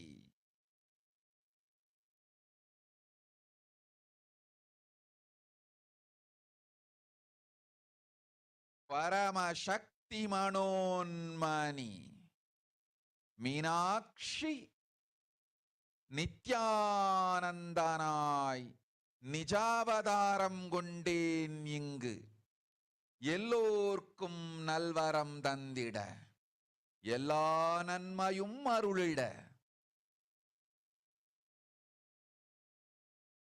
ஹிரண்ய கர்ப்பஸ்வரூபிணி பிரம்மாண்டயோனி சாம்பவி சந்திரமௌலி ரபலா அபர்ணா உமா பார்வதி சாவித்ரி நவயவனா சாம்ராஜ்யலக்ஷ்மி பரமேஸ்வரி பரஷோடசி மீனாட்சி நித்யானந்தனாய் உருக்கொண்டு இங்கு நிஜாவதாரமாய் வந்தேன். அருட்பெருங்கருணையினால் அருளுகின்றேன் கேளுங்கள். மக்களே, உங்கள் எல்லோருக்கும் நன்மை செய்யவே நாம் இங்கு நித்யானந்தன் வடிவு கொண்டு நிஜாவதாரமாய் இறங்கி வந்தோம். இந்திய நாட்டு மக்களே, கேட்டுக்கொள்ளுங்கள், நன்றாய் கேளுங்கள். காலம் காலமாய் அவதார புருஷர்கள் வந்து மலர்ந்து உலகிற்கு நன்மை செய்யும் மிக பெரும் ஞான பூமி பாரதம். இருக்கின்ற ஒரு பாரதத்தை இழக்க இயலாது மக்களே. ஞான கர்ப்பத்தை மலடாக்க இயலாது. வாழையடி வாழையென ஞானிகளும் அவதார புருஷர்களும் வந்தே தீர வேண்டும், வாழ்ந்தே தீர வேண்டும், மலர்ந்தே தீர வேண்டும். உலகிற்கு அதுவே உத்தம நன்மை. ஒரு சில கயவர்கள் மாயையில் சிக்கி செய்திட்ட சதிகளால் உலகை பலி கொடுக்க ஆகாது. சிருஷ்டி நஷ்டமடைய கூடாது. பிரபஞ்சம் அழிந்துவிடக் கூடாது. பிரளயத்து இருந்து இந்த பிரபஞ்சத்தை காக்கவே பெரும் கப்பல் நானொன்று செய்தேன். அதன் பெயரே ஆதி கைலாசம். ஆதி கைலாசம் இந்த பிரபஞ்சத்தில் இருக்கும் ஞான சக்திகளை ஒன்றாய் திரட்டி பிரளயத்திலிருந்து மக்களை காத்திடவே நாம் செய்த கப்பல். துரோகிகள் சூழ்ச்சியாலும் விரோதிகள் ஆட்சியாலும் வழியின்றி கப்பலை விட்டு மாலுமியே ஒதுங்க வேண்டிய காலம் வந்ததையா. அதனால்தான் ககனம் கொந்தளித்து பேரழிவை நோக்கி சென்று கொண்டிருக்கின்றது. மக்களே, அறியாத தனத்தினால் மாயையில் சிக்கி குழந்தைகள் தவறு செய்தாலும் பிரபஞ்சம் அழியாது காக்க வேண்டியது பராசக்தி. பரமசக்தி பரஷோடசி மனோன்மணியன் பொறுப்பென்பதால் சத்தியங்கள் சிலவற்றை சொல்லுகின்றேன், நன்றாய் கேட்டுக்கொள்ளுங்கள். அடுத்த சில மாதங்களில் 1000 அல்ல, லட்சம் அல்ல, கோடியில் உயிர்கள் பலியாகும். இந்திய நாட்டினில் கோடியில் உயிர்கள் பலியாகும். உண்மையை சொல்லுகின்றேன், நன்மையை சொல்லுகின்றேன். தேடிக்கொள்ளுங்கள் உங்கள் வாழ்க்கைக்கு பாதுகாப்பை. ஆதி கைலாசத்தை நிர்வகிக்கும் அன்பர்களே, நன்றாய் கேளுங்கள். 12 ஆண்டுகளுக்கு முன்பாக வரப்போகும் இந்த மாபெரும் பிரளயத்தை தெரிந்து கொண்டு உலகில் இருக்கும் எல்லா ஔஷத சக்திகளையும் ஒன்றாய் திரட்டி நவபாஷாணத்து நிறுத்தி ஆனந்த லிங்கமாய் வைத்திய சரோவரத்தில் ஸ்தாபித்து வைத்தேன். வருகின்ற குரு பூர்ணிமையோடு 12 ஆண்டுகள் அந்த ஞான ரசவாதம் பழுத்து முதிர்ந்து முழுமையான நவபாஷாண லிங்கமாய் மலர்ந்து விடுகின்றது. வருகின்ற குரு பௌர்ணமியில் இருந்து வருகின்ற எல்லோரும் அங்கு வந்து நவபாஷாண தீர்த்தத்தில் தீர்த்தமாடி செல்ல அனுமதியுங்கள். அதற்கு வகை செய்யும் விதத்திலே நல்ல முறையிலே எல்லா நன்மையும் செய்து வையுங்கள். இந்த தீர்த்தத்தில் தீர்த்தமாடியோர்க்கும் அந்த தீர்த்தத்தை அருந்தியோர்க்கும் கொரோனா கொடுந்தொற்று வராது, மரணம் இல்லை, துக்கம் இல்லை. இது அறிவியல் பூர்வமாய் அனுபவபூர்வமாய் நிரூபிக்கப்படும். அதனால் கோடிக்கணக்கில் மக்கள் வரிசையில் நின்று தினந்தோறும் வந்து நவபாஷாணத்தாலான ஆனந்த லிங்கத்தில் நித்யானந்த லிங்கத்தில் நீராடி வணங்கி நன்மை பெற்று செல்வார்கள். நன்றாய் கேளுங்கள் மக்களே. ஆதி கைலாசத்து நிர்வாகிகளே, இந்த ஒரு சேவையை உலகத்திற்கு செய்யுங்கள். நீங்கள் செய்த எல்லா கர்மங்களுக்கும் பிராயஷ்சித்தமாகும். நல் அமைதியும் ஞானமும் யோகமும் உங்களுக்கும் கிட்டும், உலகத்திற்கும் கிட்டும்.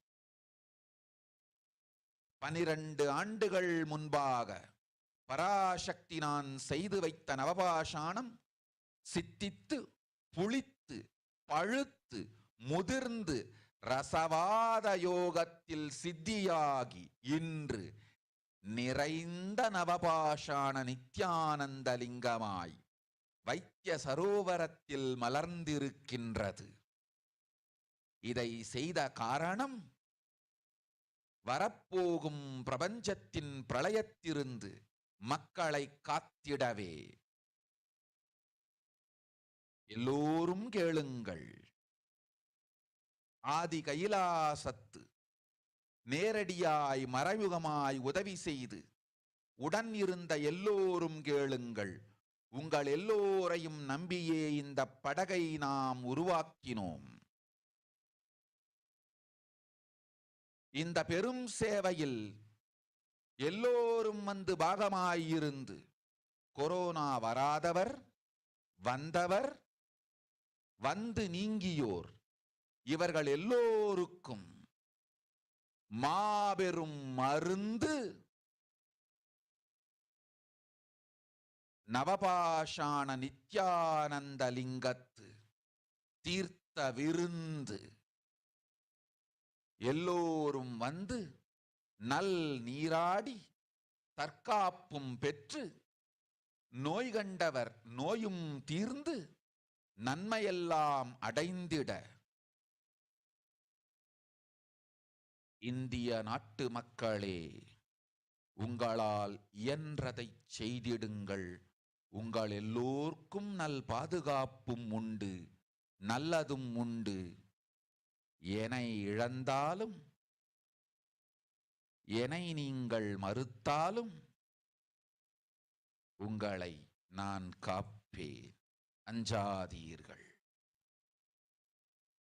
பெருங்கருணை பேரருளால் நான் செய்து வைத்த கப்பலை உபயோகித்து இந்த ஆழிப் பிரளயத்தின் பெருங்கூத்து ஊழிக்கூத்திலிருந்து உங்களை காத்துக் கொள்ளுங்கள்.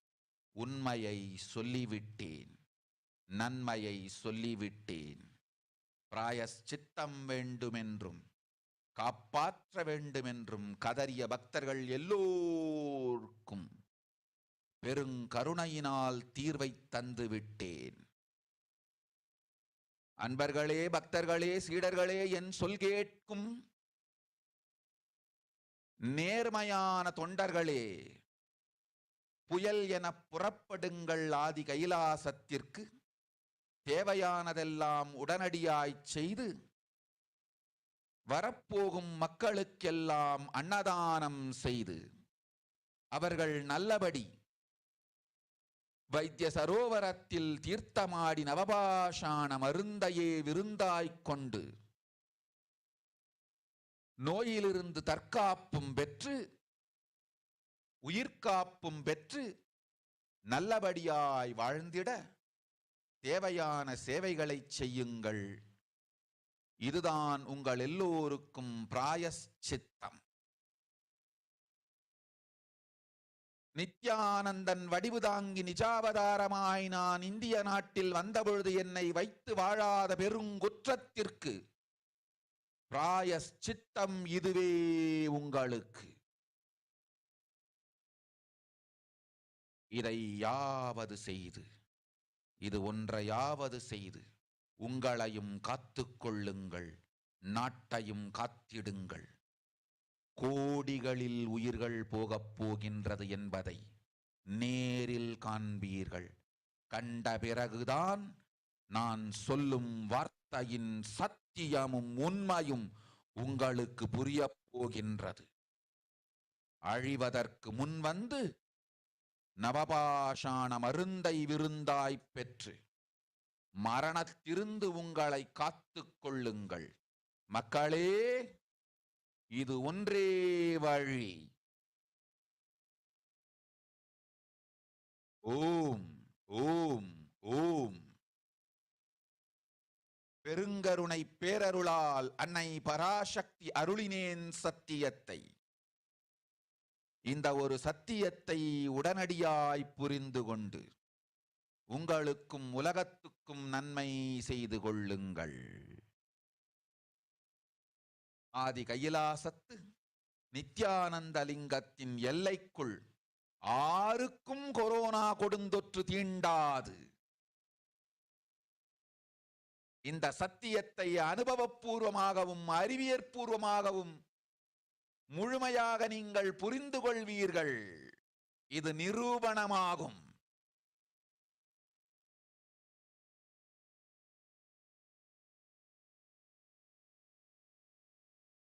அன்னை பராசக்தி 12 ஆண்டுகளுக்கு முன்பாக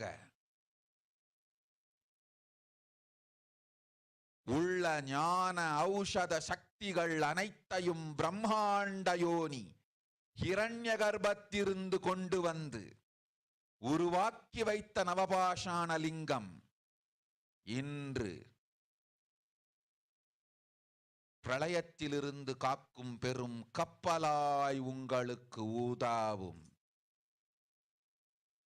என இழந்தாலும் நான் செய்து வைத்த இந்த ரசவாத ஞானத்தின் துணை இழக்காமல் உங்களை நீங்களே காத்துக் கொள்ளுங்கள். இது ஒன்றே வழி மக்களே, இது ஒன்றே வழி. ஓம் ஓம் ஓம் ஓம் ஓம்.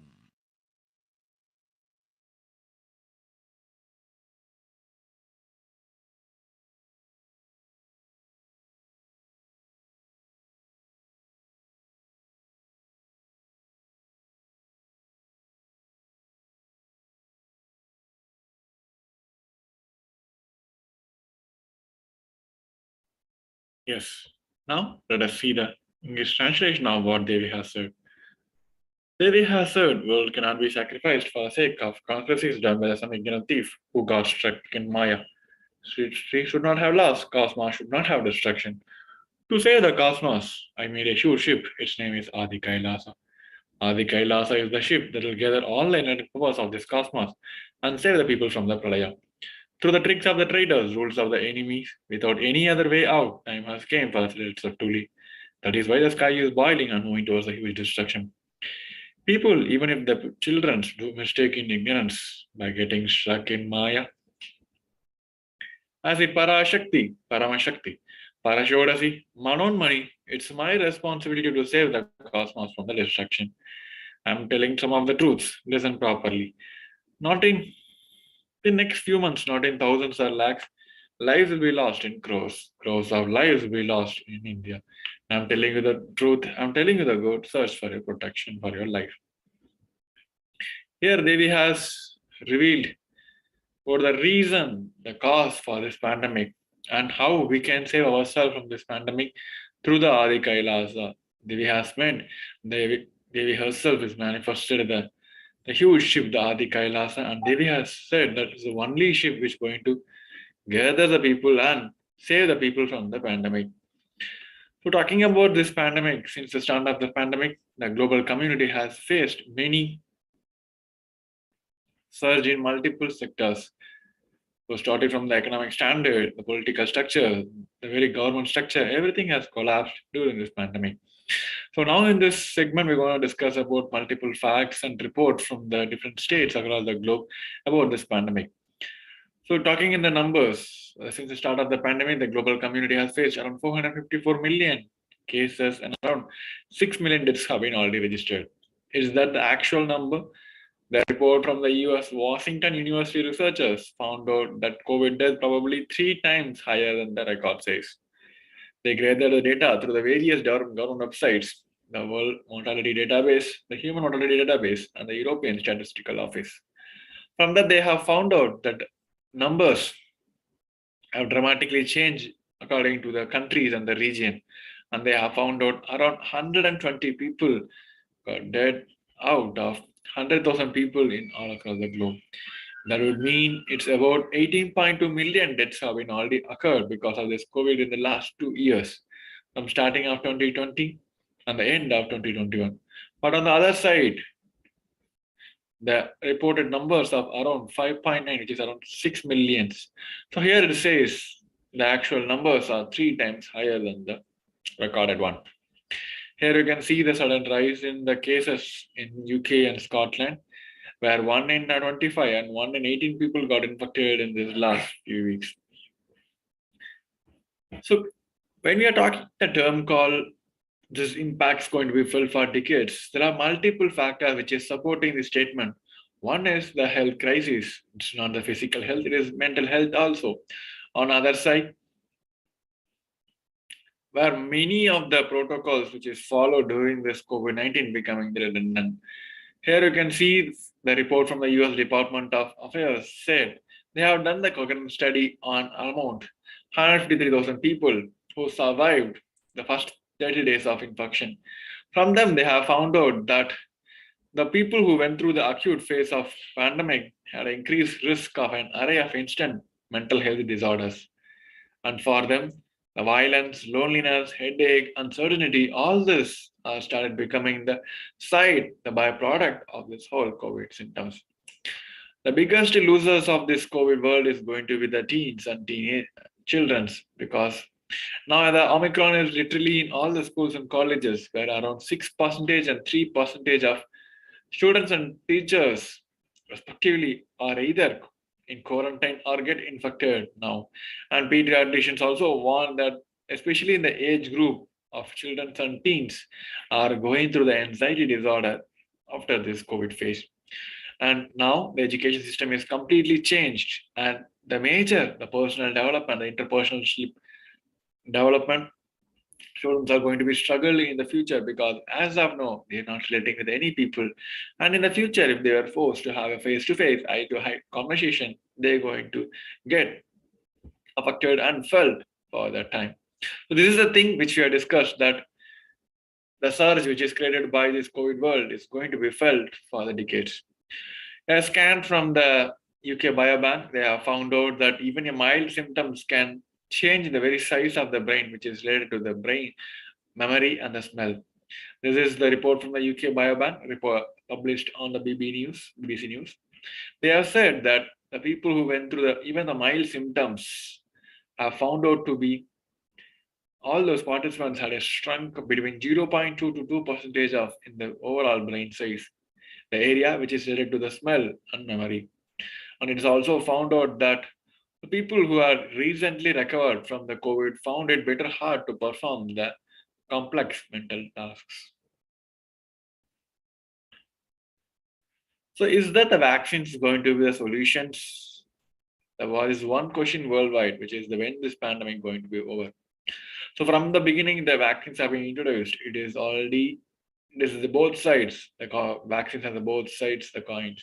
One is it is supporting for a certain level of immunity in humans.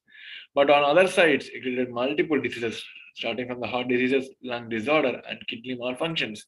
From the beginning, it is already reported to that usage of vaccines are creating.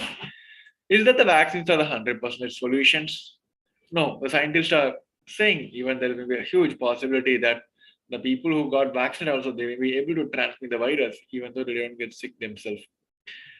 The World Health Organization, from the beginning, they warned the global community that there is no end game of pandemic now, and the conditions are seem to be more and more variants going to emerge, and those variants could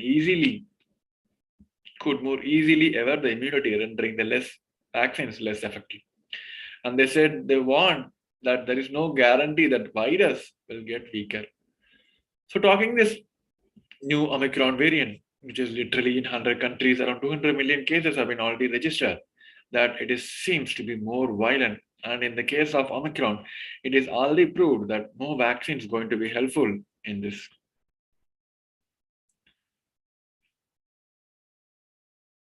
Quarantine, 14 days quarantine is redundant. Wearing a mask is redundant now. 6 feet social distance also is redundant now, because the virus is airborne now, where it can able to transmit for 600 meters. And Now the virus can stay for almost 200 days and easily able to spread the diseases to the people. So all these are redundant now. One side it is creating people to the death. On the other side, it is driving a huge fear among the people. Here, Devi has given the 8 conscious, simple solutions which we can imbibe in a day-to-day lifestyle. By doing this, we will get rid of all the ideas, the fears about the pralaya. So let us go through each and every solution. The first is praying and meditating on Devi Parashakti. Second is surrendering Devi Parashakti to the social media. Wherever Devi is residing, worshipping Devi by doing the fire walking. Fourth is applying turmeric in the chest, drinking neem juice, and meditating on Devi Parashakti every day. Fifth, being in the unclutched state, filling with eternal bliss. Sixth, doing ajapa of the cosmic sound, Shiva, Shiva, and Shiva. Seventh, with the complete mind, applying banana peel and onion in the heels and going to the sleep. Eighth, being in the state beyond any remembrance or the forgetting in the Arunachala Spurna that blossoms as aham in the state of Ananda Spurna. So these are the 8 conscious solutions given by the Devi Parashakti as revealed by Devi Parashakti, and blessed that even if we follow any one of these authentically, we will be saved from this pandemic. So with this, we come to the end of this segment where we have seen the revelations given by the Devi Parashakti and also the 8 simple conscious solutions given by the Devi Parashakti. So with this, moving on to the next segment where we're going to see the multiple offerings to Devi Parashakti where we can show our love and gratitude to Devi Parashakti. So before we heading over, we're going to have a short break. So we request each one of you to stay tuned. Nithyanandam.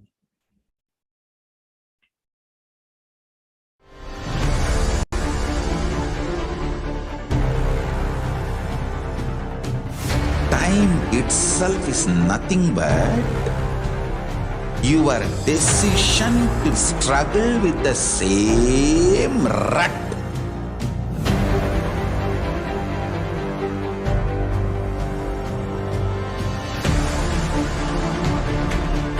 Your decision to struggle with the same rut is time, Kala. Your decision to swallow time is Kala Bhairava.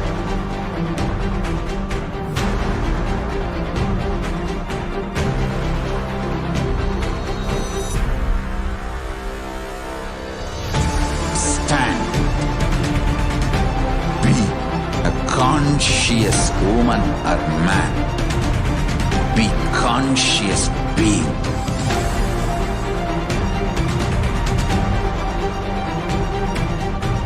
Shrink the time through conscious will persistence. Make the future into present by being ferocious with yourself.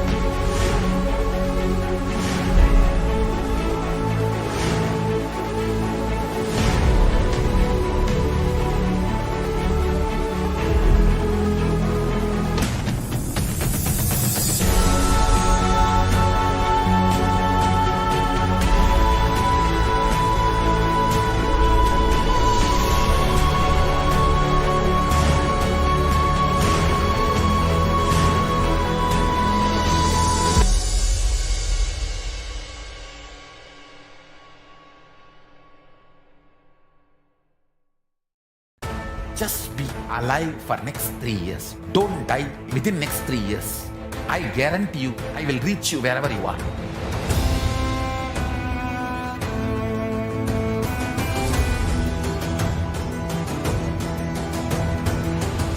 Be alive, somehow be alive for next 3 years. I will reach you wherever you are, whichever corner of the world you may be. I will reach you with enlightenment. It's my commitment to humanity.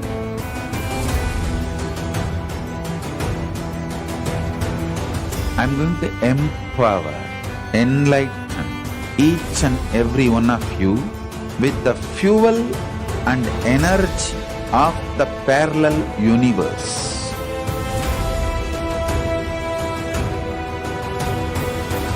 I'll infuse this intense supernal effulgence DNA, Tejas, Ojas, Kundalini Shakti into your spine to consciously lift you to KAILASA.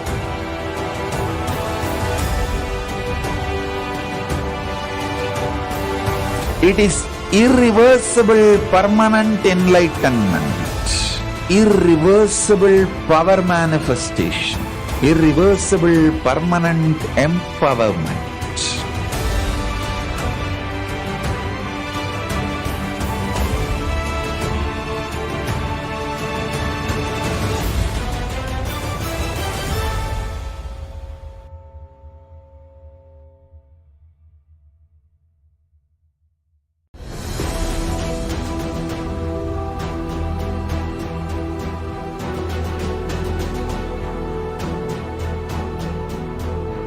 Your consciousness as power at this moment to swallow, digest, clean up all negativity and all toxins.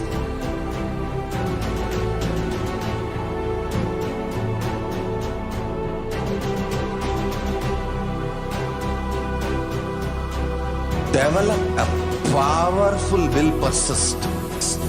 That's the most important asset for life.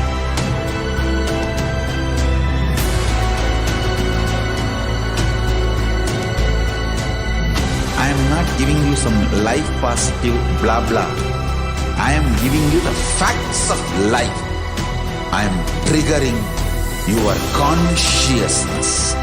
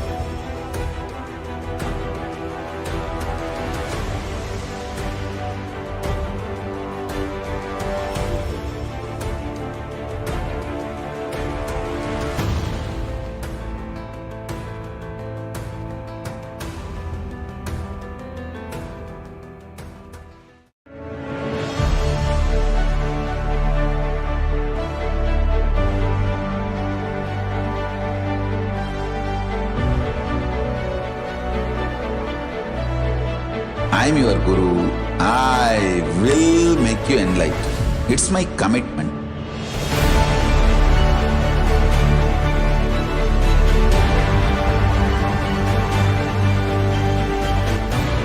Till you become Paramashiva, I won't rest.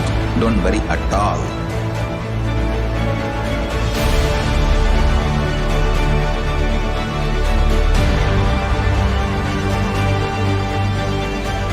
To all my disciples, I give you this as a boon. I'll swallow everything with which you are stuck and liberate you all.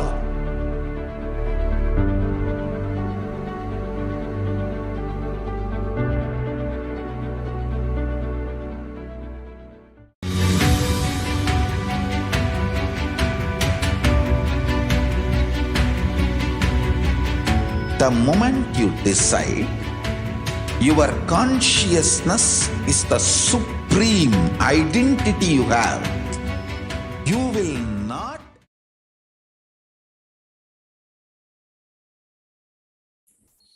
Dhyanam, everyone. Let's now enter into the next segment, which is the offerings to Devi Parashakti. The verse from the Bhagavad Purana goes, Dharmaya yashase dhaya kamaya svajanaya cha panchadha vibhajan vittam ihamutra cha modate. One part should be used for dharma, dana, etc. And second for yasha, public works, which brings fame to oneself.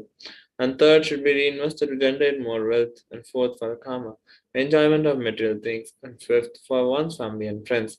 And 20% should be donated for dharma. गृहे दशगुणं दानं गोष्ठे चैव शताधिकं पुण्यतीर्थेषु साहस्रम् अनन्तं शिवसन्निधौ. Dana given at home yields 10 times as much merit as when made elsewhere, 100 times when made in a Goshala cowpen, 1,000 times when made in sacred places Tirthas, and an infinite number of times when made in the premises of Shivalinga, such as the Shiva temples.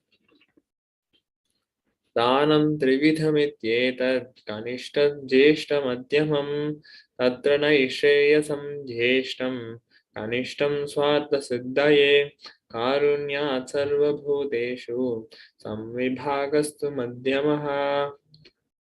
Dana given in order to achieve moksha, Nishreyas, is considered the most valuable form.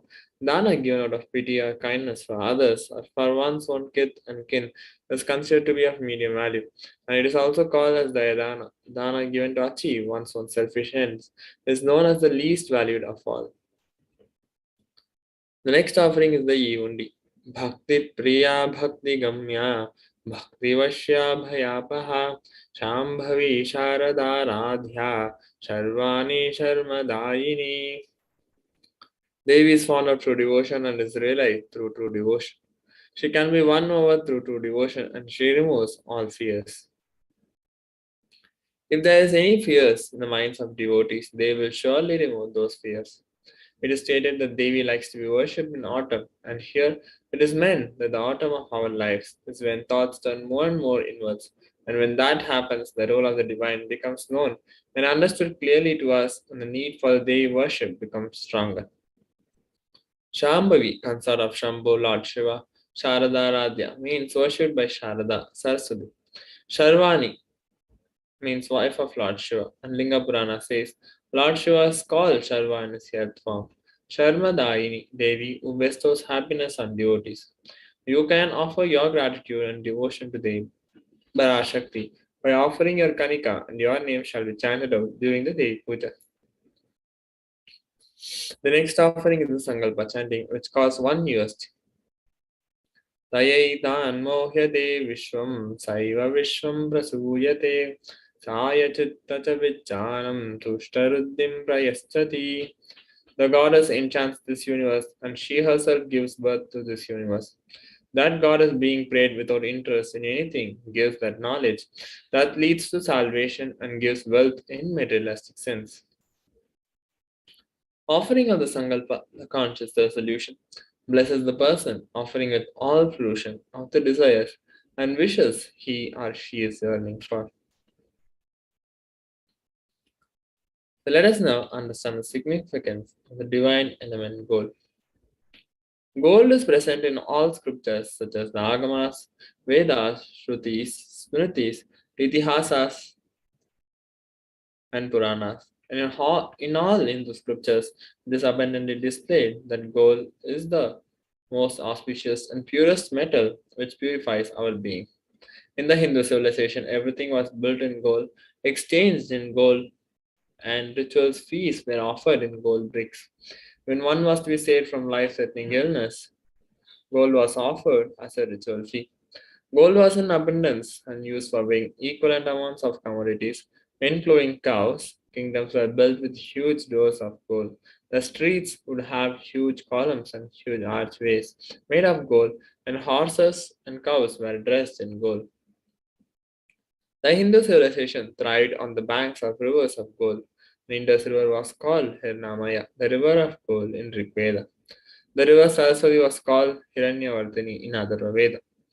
Gold is the supreme element for offering gifts to the ones you love and revere. Temples are constructed and paved in gold. Deities are made in gold and decked and adorned in gold because it preserves the enlightened energy for thousands of years and it lasts forever. The next offering is the Sahasranama Swarnakasa, which costs 75, 151, 251 USD. Namaparayana Prita. Shiva likes the repetition of various names. This is the offering of 1008 names of Devi Parashakti, and it's a very special and unique archana offered to the Mahameru of Devi Parashakti. Offer gold coin to Devi Parashakti to manifest any dimension or attribute of hers that you always wanted to imbibe within you. The next offering is the Muktanguti, the finger ring with the pearl, which costs 251, 501, 750 USD.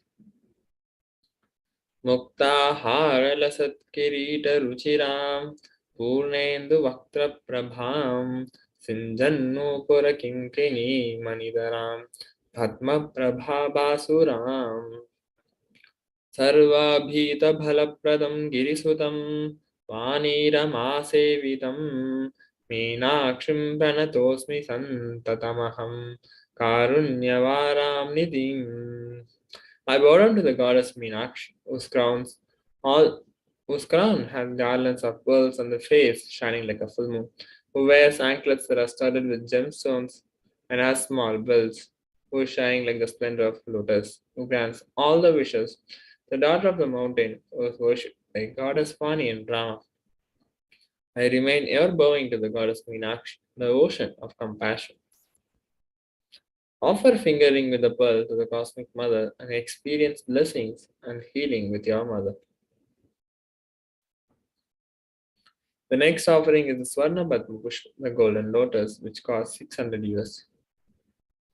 Ashta Vidyeshwaro Peta Kumbhavarna Samayutam Sarve Sasutra Vastradhya Yema Pankaja Bhushita Sapidhanascha Akvabhalva Bhalaprabha Snapanadhyaya Samsiddha Pramanena Swanvitaha. All the kalashas should be wound around with suitable thread and covered with new cloth. They should be adorned with a lotus flower made of gold. There are hundreds of scriptural references for using the lotus in the worship of the ultimate Parama. Almost everything in the worship of the ultimate involves the lotus flower. Lotus leaf, lotus pericarp, or the lotus flower. Whether it is a consecration of deities or of worship, or the object of meditation, or the mudras and asanas used during the worship. In every dimension, the lotus is involved and offered. The Shakti of Paramashiva is also called as lotus. The base of the Paramashiva linga is a lotus. The disciple of Paramashiva is also considered as a lotus about to bloom. Offer the golden lotus in any size you wish to and express gratitude to the Tyaga and sacrifice of your mother. The next offering is the Swarnameti, the gold touring, which costs 750 US. Nakadi diti samchanna namajanatamo guna padadvaya prabhajala parakrita saroruha. You, whose brightness from toenails destroy the darkness of ignorance from the minds of your devotees, who prostrate at your feet. You, whose brightness from your 2 feet overpowers that of the lotus flower. The sloka number 83 of Saundarya Lahari, which states that the nails of Devi Parashakti have been sharpened by constantly being touched by the crowns of celestial beings who always prostrate before Devi Parashakti. And Tamoguna is darkness. In this stotram, tamas is indicative of ignorance in the minds of devotees, and by constantly prostrating before Devi Parashakti, their ignorance is removed and they attain knowledge. Offer touring to Devi Parashakti, adorning her sacred feet to be in constant gratitude for receiving her blessings in even the most difficult aspects of our life. The next offering is the Swarna Mangtika, the gold hairline jewelry, which costs 750 USD. Shuddha Sharavi Varshini. Shiva makes nectar flow in all our nose from Sahasrara. Shiva gives the very pleasant experience of the ultimate. The Mangtika represents the nectar flowing from Sahasrara Chakra, which is fully open and blossom. Offer the Mangtika to the Parashakti and receive blessings of achieving the blissful state of overflowing gratitude and the space of complete completion.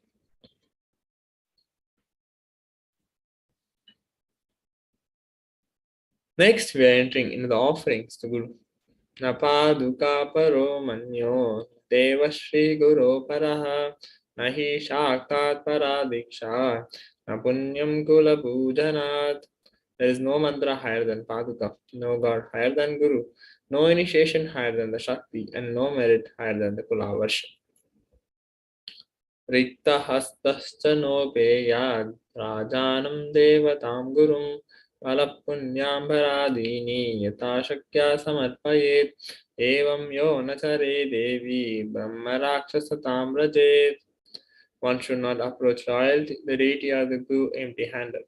We should offer fruit, flower, cloth, and the like according to his capacity. One who does not do so becomes a Brahma Rakshasa. The next offering is the Pratyaksha Pada Puja, which costs 1,008 USD. Koti koti mantra japad, koti tirtavagahanat, koti devachana devi, parakshi paduka smriti. O Devi, remember this Paduka which yields infinitely greater merit than billions and billions of mantra japa, billions and billions of pilgrimages, and billions of worship. The next offering is the Vastra Seva, which costs 1,008 USD. So with that, we come to the conclusion of the offerings today, Parashakti. So let's take a few moments to register for the offerings or the sevas which you would like to offer to the Parashakti. And in the registration form, there are two options. First is the ready to offer today or the intention to offer specific sevas. Both the links are given below and you can choose anyone and offer. And even submitting the details for puja, their names will be chanted during the Sankalpa to Devi Parashakti. While we take a few moments to register, let's have a short break and get back to the next segment.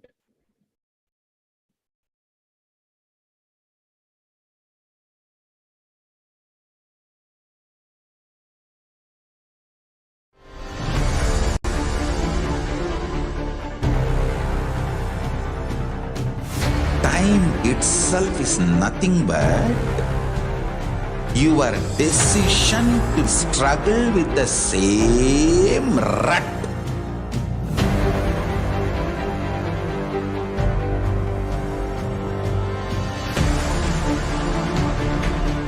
Your decision to struggle with the same rut is time, Kala. Your decision to swallow time is Kala Bhairava.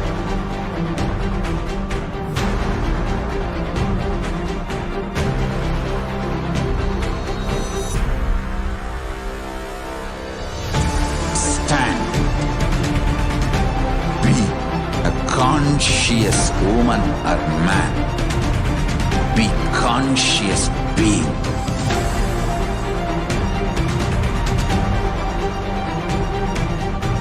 Shrink the time through conscious will persistence. Make the future into present by being ferocious with yourself.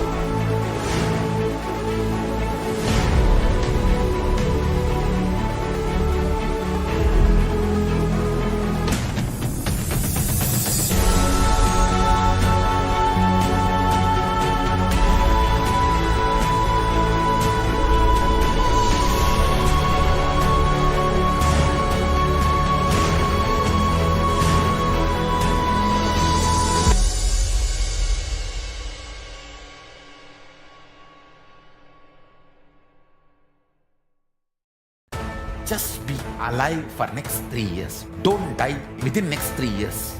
I guarantee you, I will reach you wherever you are.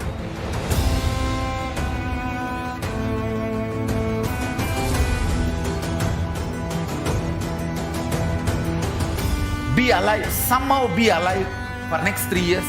I will reach you wherever you are, whichever corner of the world you may be. I will reach you with enlightenment. It's my commitment to humanity.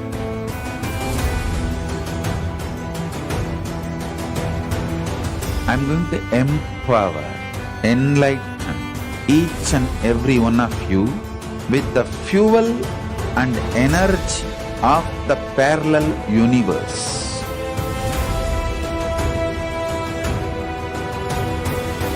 I'll infuse this intense supernal effulgence DNA, Tejas, Ojas, Kundalini Shakti into your spine to consciously lift you to KAILASA.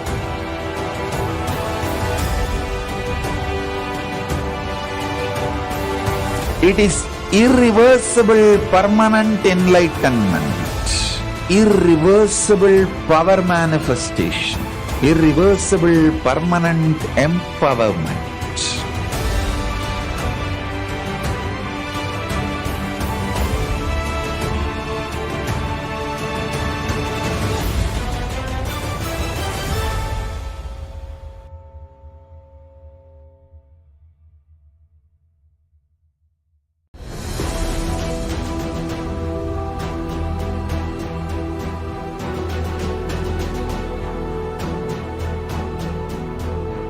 Your consciousness as power at this moment to swallow, digest, clean up all negativity and all toxins.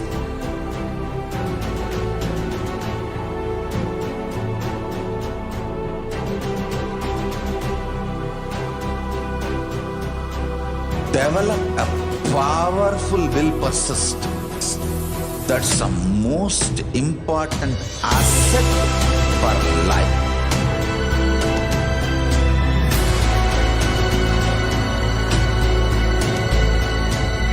I am not giving you some life positive blah blah.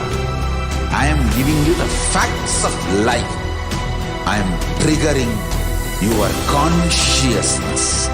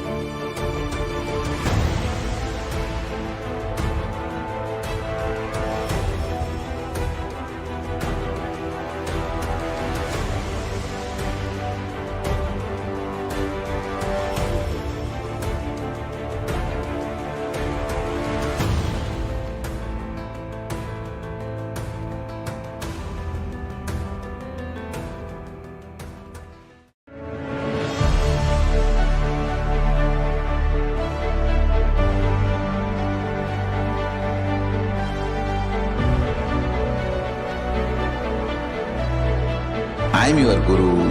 I will make you enlightened. It's my commitment.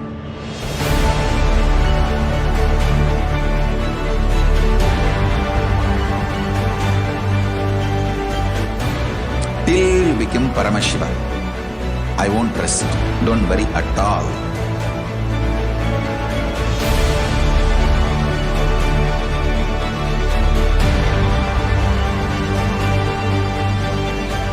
To all my disciples, I give you this as a boon. I'll swallow everything with which you are stuck and liberate you all.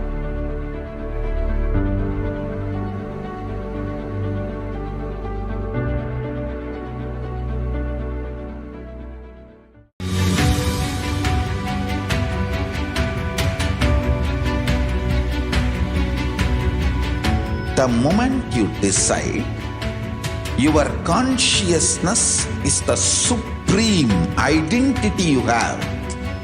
You will not empower your depression, your frustration,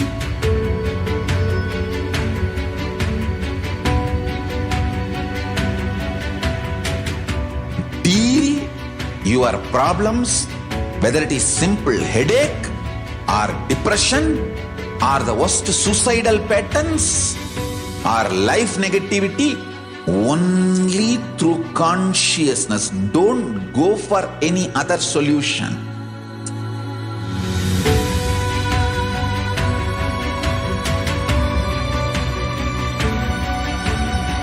Don't keep stupid, toxic, life negative struggles inside.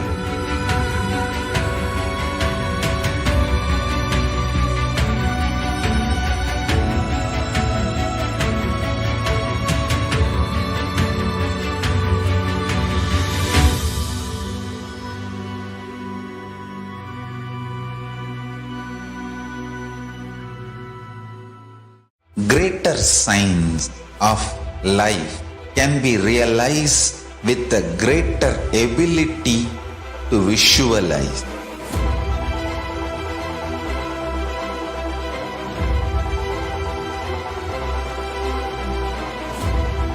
Greater science is the equivalent word for Hinduism.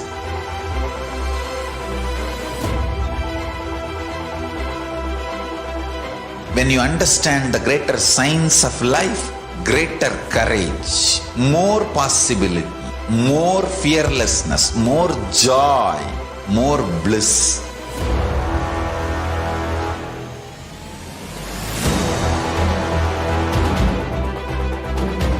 When you visualize Paramashiva with 25 heads, 75 eyes, 50 hands, your consciousness becomes ferocious, and that ability to visualize, you will get involved in everything deeply.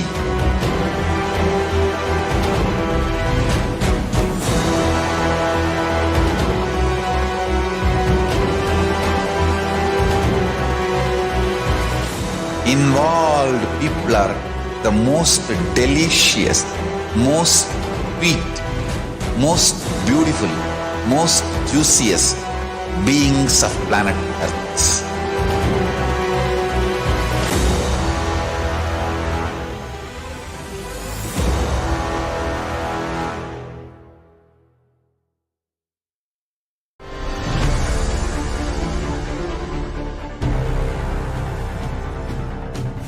Time itself is nothing but your decision to struggle with the same rut.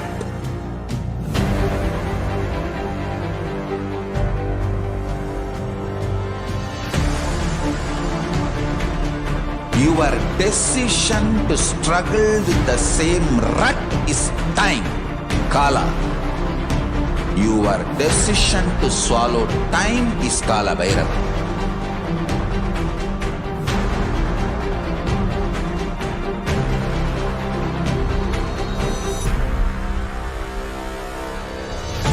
Stand. Be a conscious woman or man. Be conscious being.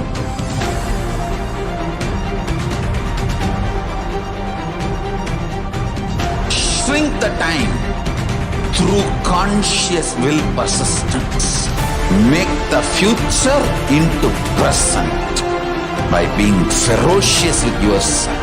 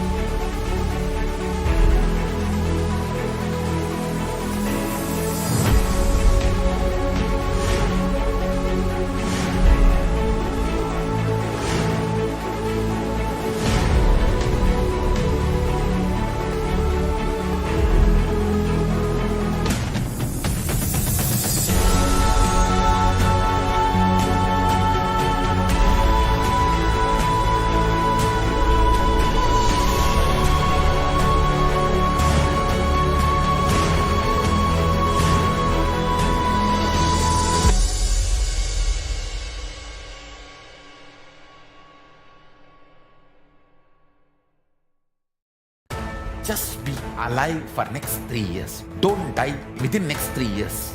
I guarantee you, I will reach you wherever you are.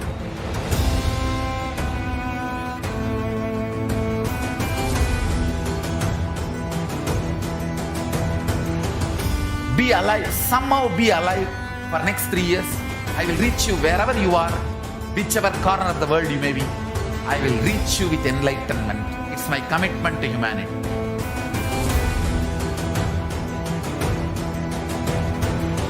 I'm going to empower, enlighten each and every one of you with the fuel and energy of the parallel universe.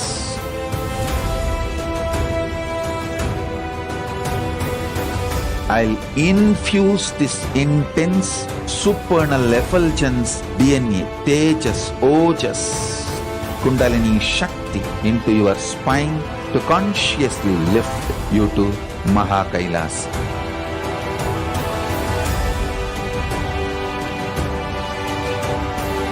It is irreversible permanent enlightenment, irreversible power manifestation, irreversible permanent empowerment.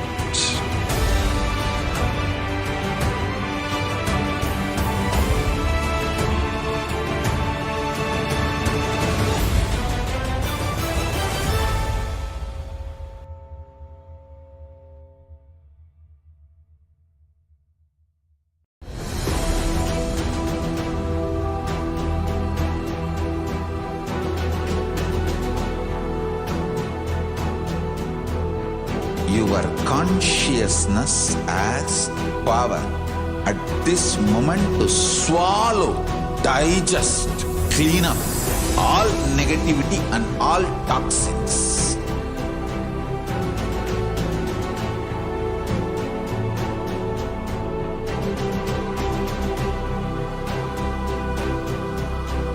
Develop a powerful will persistence. That's the most important asset for life.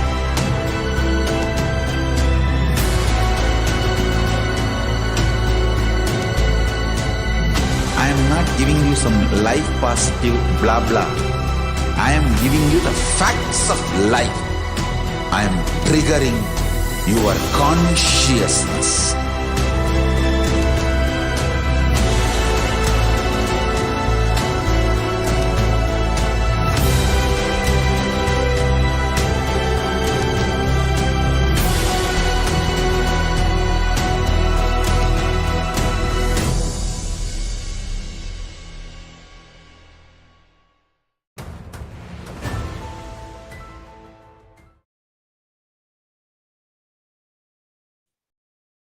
Welcome back, everyone.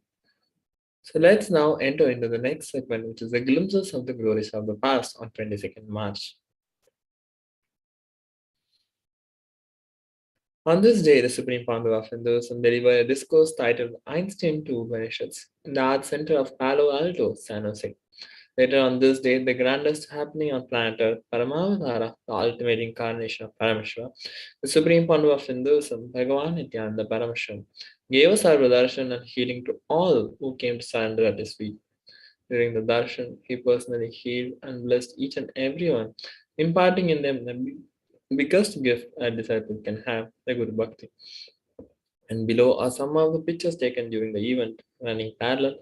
On that day, and under the directions of Supreme Founder of Hinduism, the first Pradosham celebrations were offered under the banyan tree at Bangalore Adinam, Bidadi.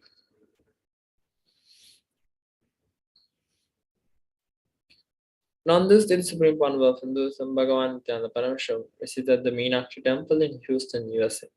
There, he was received by the temple priests with all the traditional honors, especially the Purna Kumbha, the highest royal honorary offering given to a guest in a Hindu tradition.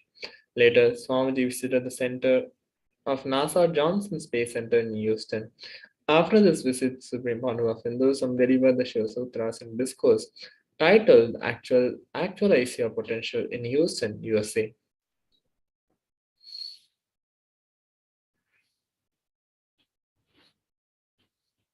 On 23rd March 2007, Supreme Founder of Hinduism, expanded on the series of addresses and initiations from the Shiva Sutras. Let's now watch a few minute video clip of that.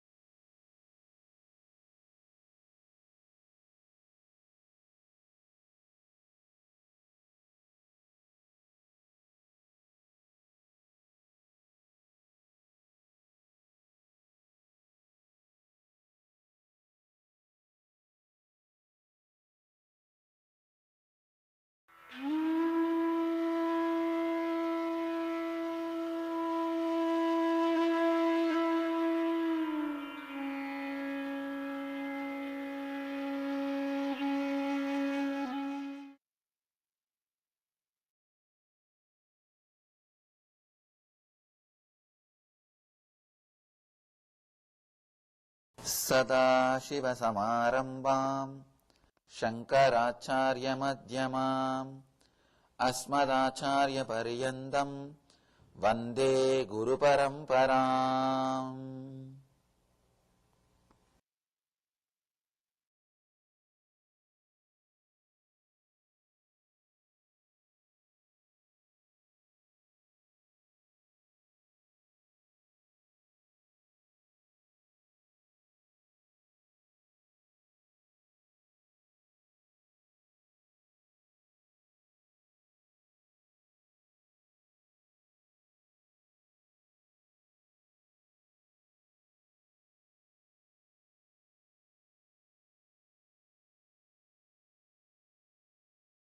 I welcome you all with my love and respects. Let's enter into today's subject. Capitalize on your energy. Today's subject. And today, Shiva is giving us beautiful sutra. Very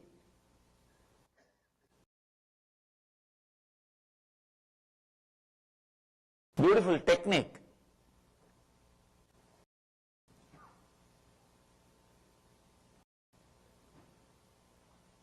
Before entering into this technique, just I wanted to say a few words.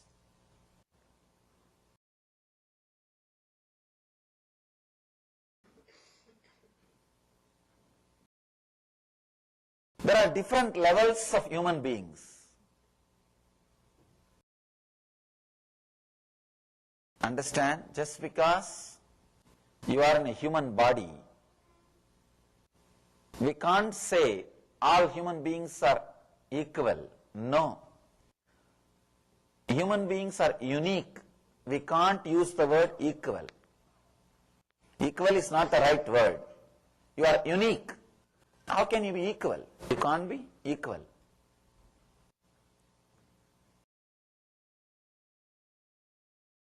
Different levels, different beings, different techniques.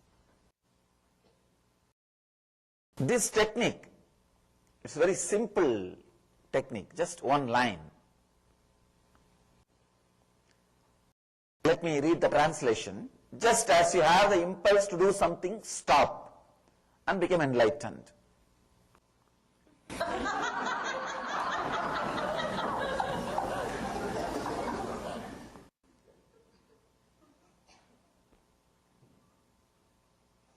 Just like you laugh, I think Devi also would have laughed.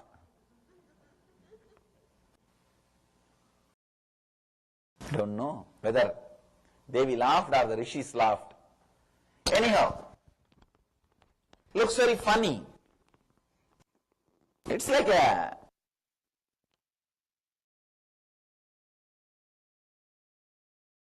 very simple thing. The further, there are some techniques. You will be surprised. He says, feel one with universe and become enlightened. You may think, what is he talking? Actually, the other day, I was talking on a Upanishad. The Upanishad, there is a beautiful Mahavagya. Mahavagya means the ultimate word which gives you enlightenment. There is a Mahavagya, the Svetaswara Upanishad. There is a Mahavagya, Tattvamasi. The master says, Tattvamasi Svedaketo, Tattvamasi. Tattvamasi Svedaketo, Tattvamasi. You are that. Svedaketu is the disciple's name. You are that. And the story says the disciple became enlightened. What is going on? When I was speaking on this, one devotee asked me, Swamiji, maybe these techniques are for highly evolved souls. These techniques are for the people who are highly evolved in the spirituality. I told them, no, it is for innocent people. Understand, it's not for the highly evolved people. Highly evolved people doesn't need technique. They don't need technique. Just like the other day I was telling, if you achieve yama and niyama, then why do you need meditation? Why do you need yoga? You don't need asana. You don't need pranayama. No. I always tell people, Ashtanga Yoga means not 8 steps, no, 8 parts. All 8 parts should be practiced at a time. It's not like a step by step, you will do one and next and third and no. These techniques are given for innocent people who are tired of being cunning. Understand this one more word. Tired of being cunning.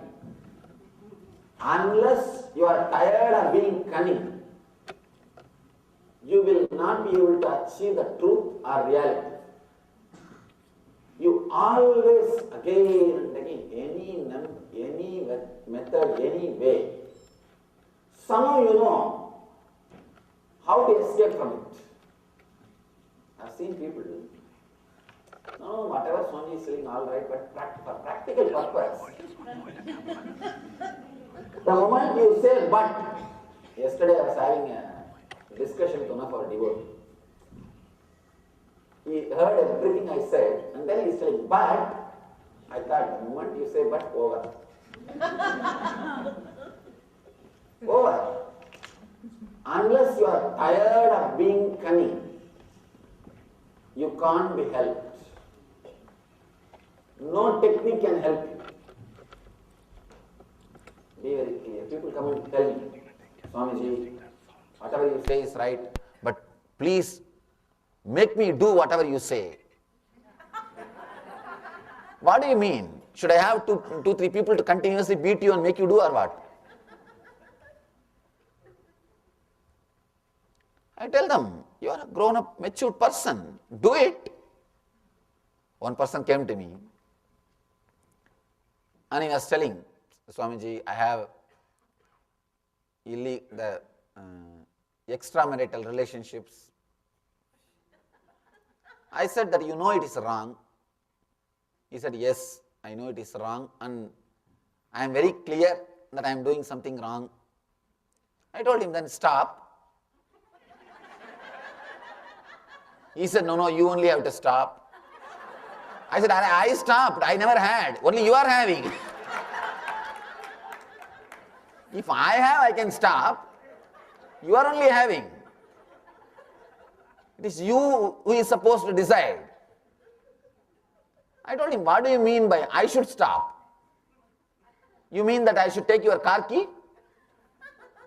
and not allow you to go there? What do you mean by I should stop? It is such a cunningness. And he told me, no, I surrendered me to you. You should take care. I told him, this is a nice story. Then I told him, then don't eat. You told that you have surrendered everything to me, then stop eating.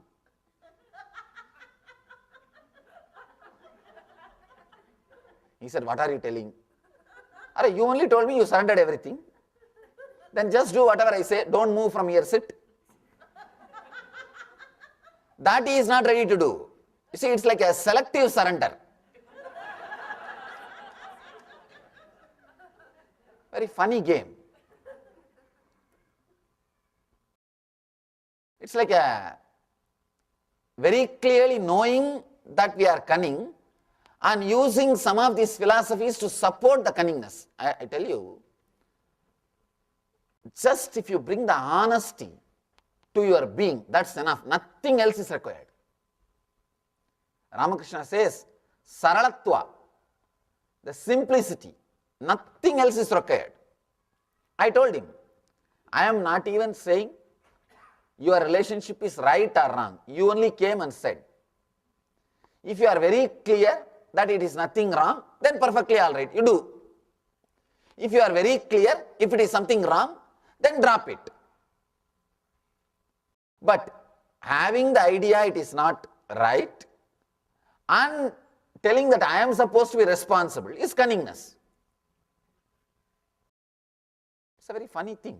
See, I asked him, either you should be very clear that you are not doing anything wrong. Then there is no, I am not here to judge you.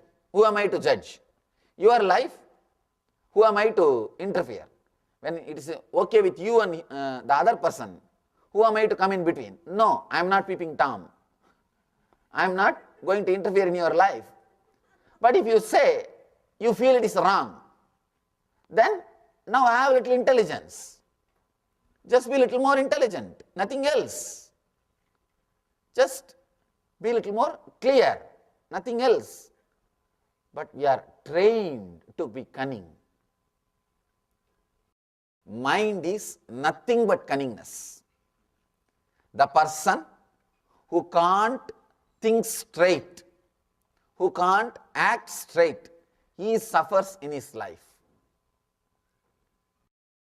Let me tell you a beautiful story.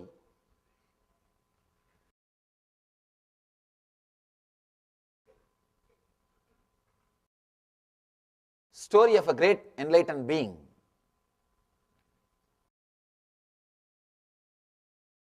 How dedicated he was to the idea which he believed as truth.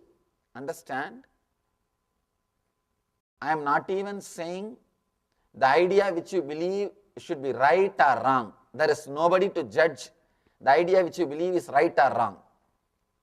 How much you are dedicated to the idea is the main thing. How much you are dedicated to that idea is the main thing. One more thing, your dedication itself will be so powerful that will purify the idea which you are carrying, if at all there is some corruption in it. If at all there is some missing part in it. Your desire is powerful enough to lead you to the goal. Your dedication is powerful enough to lead you to enlightenment.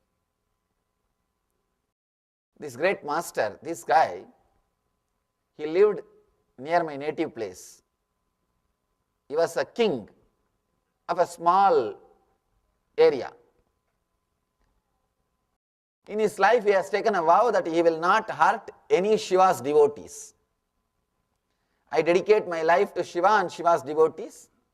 I will not hurt anybody who wears all these symbols of Shiva, Rudraksha and this Basma, the ash and all those things. Whoever comes wearing all these things, he will give them food and take care of them.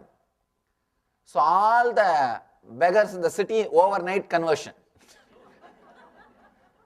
They know that they will get food. But the beauty of all these things is, after wearing all these things, you can't do anything wrong in the public. People will catch you. No, that is true. It's like you are practically arrested for a whole day. You can't do anything wrong, at least in the public. You can't be open criminal. Even if you do something wrong, you can do only secretly. You can't do it publicly. So it's a big bargain, you see. You just give him food and whole day he decides that he will not do anything wrong. It's a big bargain. Even socially, that is why in India we created a system of the sannyasis. We are not afraid of homeless people. I was surprised here when we drive in the car, if a homeless person comes near and stands and asks for $1, people raise their windows. They say, no, no, Swamiji, don't give, you don't know. They may be having weapons. People are afraid of homeless people. But in India, either we give or we are not, we don't care. That's all. We are not afraid. We are not afraid. The fear does not exist. Homeless means not criminals. In India, when they take up the role of a sadhu, sannyasi, they are given everything. All the basic needs are fulfilled. And they also decide that we will not be anti-social elements. We will support if at all we can, otherwise we will keep quiet and eat and sleep. Anyhow, this king has decided, whoever comes with these symbols, we will respect. And the whole city came to know. The whole city, all beggars, overnight conversion. All of them have become Shiva Bhaktas.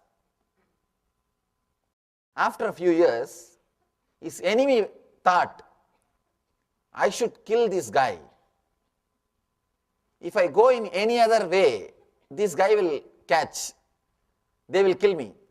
If I go with all this Rudraksha and all this Basma, like a Shiva Bhakta, he will not kill me. And let me see his dedication for his ideology. The story says, it is not even story, it is a history. It happened. The guy came, the enemy came with all that dress of a devotee and asked the king that I should speak to you alone. I want to teach you something. King said, sure. He told all the assistants, guardians to leave, security to leave. Then he stabbed, put the knife on the king's stomach. The king was about to die. He called the security and told, see that he is taken care and nobody punishes him. Escort him till our territory is over, because people may kill him, people may disturb him. He is wearing all these things of Shiva, means he is wearing all the things related to Shiva, the Basma and Rudraksha. As long as he wears all these things, it's my vow to respect. So see that he is respected inside our territory. So escort him till our territory. See, understand? He is dying. He is dying. And he understood it's his enemy. But dedication to the ideology. Understand? At least 1,000 kings ruled that province, that territory. His name is still alive. All South Indian Hindu temples will have his statue. Still they have his statue. He is one of the 63 great Saiva saints. All South Indian temple. No other king would have had so many statues. Still his murtis are there. People worship him, remember him. The day he was killed, still they remember him. Big celebration means the puja and offerings are conducted. Just to understand and give respect to his commitment to the ideology, his commitment to the truth. Understand, you are also going to die and I am also going to die. All of us are going to die. But a person who is committed to one ideology dies gracefully. Even if he dies, he lives forever. He lives forever. Still we remember him. I remembered him. That's why I am able to tell this story. There are so many other kings. It's not that they have not died. They all have died, but nobody is remembered. He is remembered. Understand? Having the clarity, putting the ideology as the main theme of the life, giving respect to the ideology much more than your fear or death. If the ideology or the honesty penetrates your being more than your fear or greed, more than your life, your greed for life, then the truth will start descending on you. You are ready for the truth. People talk all nonsense. I have seen people coming and trying to argue with me. Some big words. Initial itself I stop them. You are wasting your time. Just I stop them. Two things. Either you know or you don't know. People come and try to ask me big question. And I tell them, you see, let us have the first clarity. If you think you know, I am ready to listen. Please teach me. Or if you think you don't know, then listen. I'll teach you. But you can't say you know something and you want me to add something more on that. No. That is just foolishness. Either you know completely or you don't know completely. Be very clear about the truth. No, I know something, but I want you to teach a little more. Or just trying to show that I know. That's where the problem starts. Then nothing can be done. Nobody can help you. I always avoid this kind of arguments or this kind of talk. The problem is, always this kind of talk will lead to very bitter experience. Because these guys have decided very clearly that there are few things which they know. Or they want to prove, at least in the group, that they don't want to tell that they don't know. Now what to do? And if you take the truth core to the, if you take the step by step deeper and deeper, they will lose their grounds. Now either they have to show that they are ignorant, or they have to use some violent word to protect them. That's where it will end. Some sharp word. I always tell people, this kind of arguments will end in bitter experience. Please let us not entertain. The difficulty is, honesty to the ideology does not exist. We have too many big words, theories, but never true to the core, true to what we know.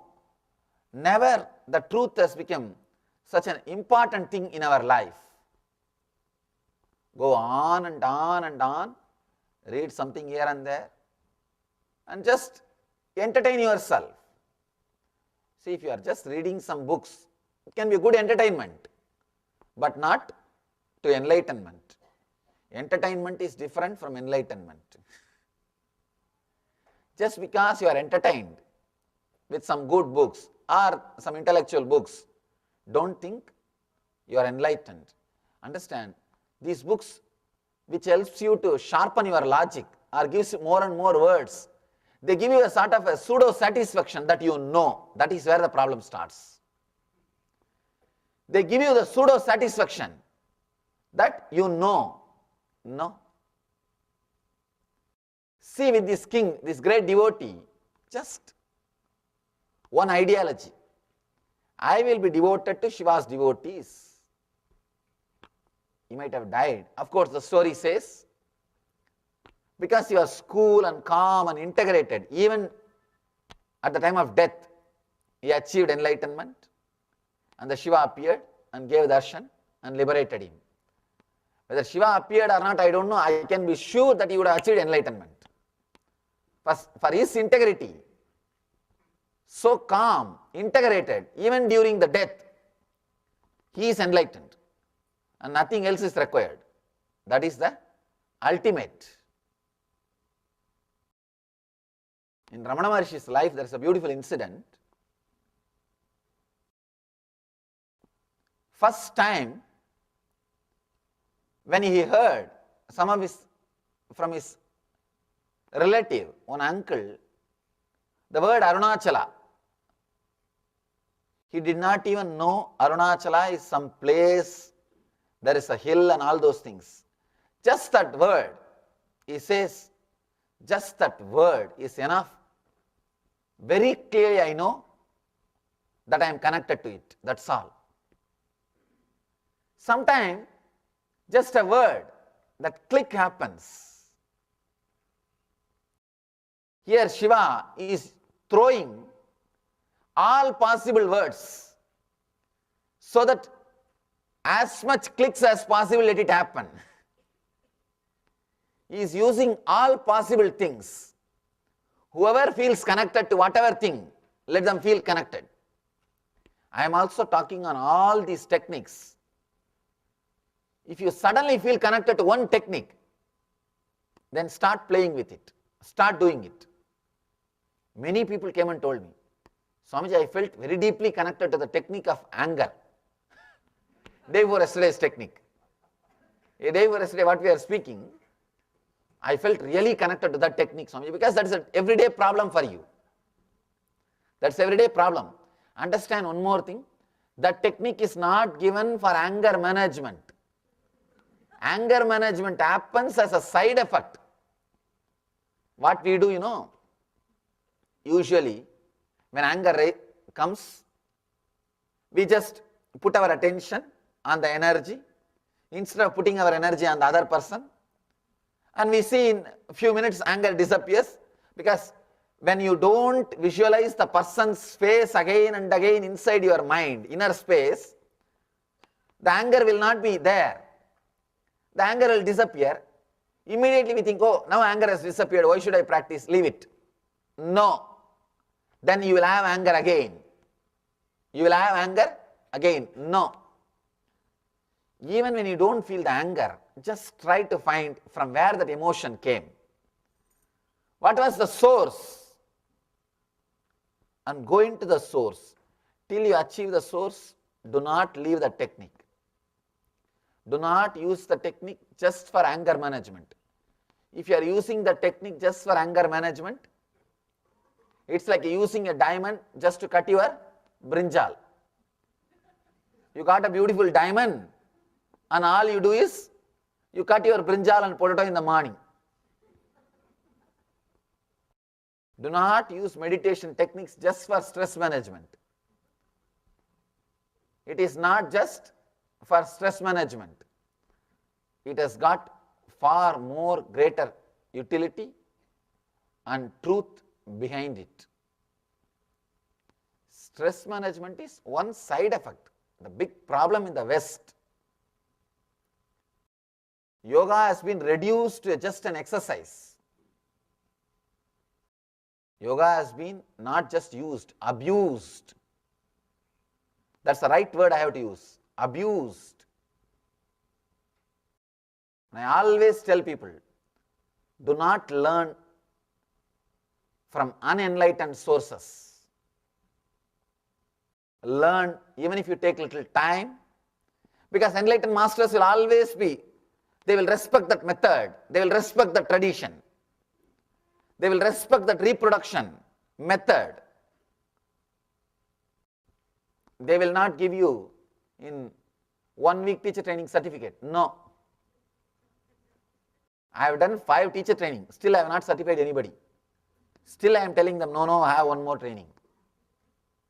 For our 2-day workshop, 5 teachers training we did. Still I am telling, no, read little more. Reproduce authentically the words. Because more experience oriented, not just certificate oriented. I was surprised when this, I was really surprised that just 100 hours training and you can become a teacher. And what these guys will do? Yoga is reduced just to physical exercise, and meditation is reduced just as a mental exercise. No. One utility of yoga is health, but not health alone. Ramana Maharshi says, just that one word, I felt so deeply connected. I know I am connected to it. Same way, Shiva is using all possible words, all possible techniques so that you may feel connected to someone. Some one word, one technique, you may suddenly feel connected. One more thing, you are not 100% cunning. Even in cunningness, you are not 100% true. That is the problem. So there is some part where you are innocent. He is trying to touch that part by throwing so many words. You see, cunningness means not complete. That's the meaning of the cunningness. If you are complete in any one ideology, you will be innocent. Because you are not complete, that's why you are cunning. It means you are not cunning even 100%. Even in that, there is a patch of innocence in you. Shiva is trying to touch that patch. At some point, you are tired. By evening, you are tired of your cunningness. And you want to be innocent. See, sitting with kids and playing is nothing but your thirst, your quest to be innocent. Why do you feel so happy when you sit and play with your grandkids? Because again, few moments you are innocent. Your quest, your thirst for to be innocent is fulfilled. With kids, you don't have to play all your big games. They can't judge you. They can't find out you are intelligent or not. They don't care whether you know all the philosophies or not. You can easily relate with them. Your thirst for innocence only expresses as a joy when you play with the kids. All of us have got deep thirst, quest to be innocent. So naturally, some moment you spend, you try to be innocent. When you are tired of cunningness, your innocence opens. This kind of great words, great techniques suddenly helps at those moments. Understand, these techniques are given for innocent people who can simply relate. In one sutra, Shiva says, just feel connected to the cosmic energy, universe, and become enlightened. You can understand this experientially when you feel connected to your grandchild, grandson or granddaughter, grandkid. When you are really sitting, completely melting, you can understand this word. If you sat with a master and melted at least once in your life, then you know how to feel connected to the universe. Some point, if you really felt the overflowing gratitude to something, the tantric traditions, before teaching the tantra, means the techniques related to physical relationship, they will ask you to practice celibacy for 12 years. Understand? You may think, why a person who is going to get married should practice celibacy for 12 years? According to the Western logic, he is supposed to practice something else, not celibacy. But here, the tradition of Tantra, they are requested to practice 12 years of celibacy. You may think, why? The whole system will become sensitive to relate, to connect.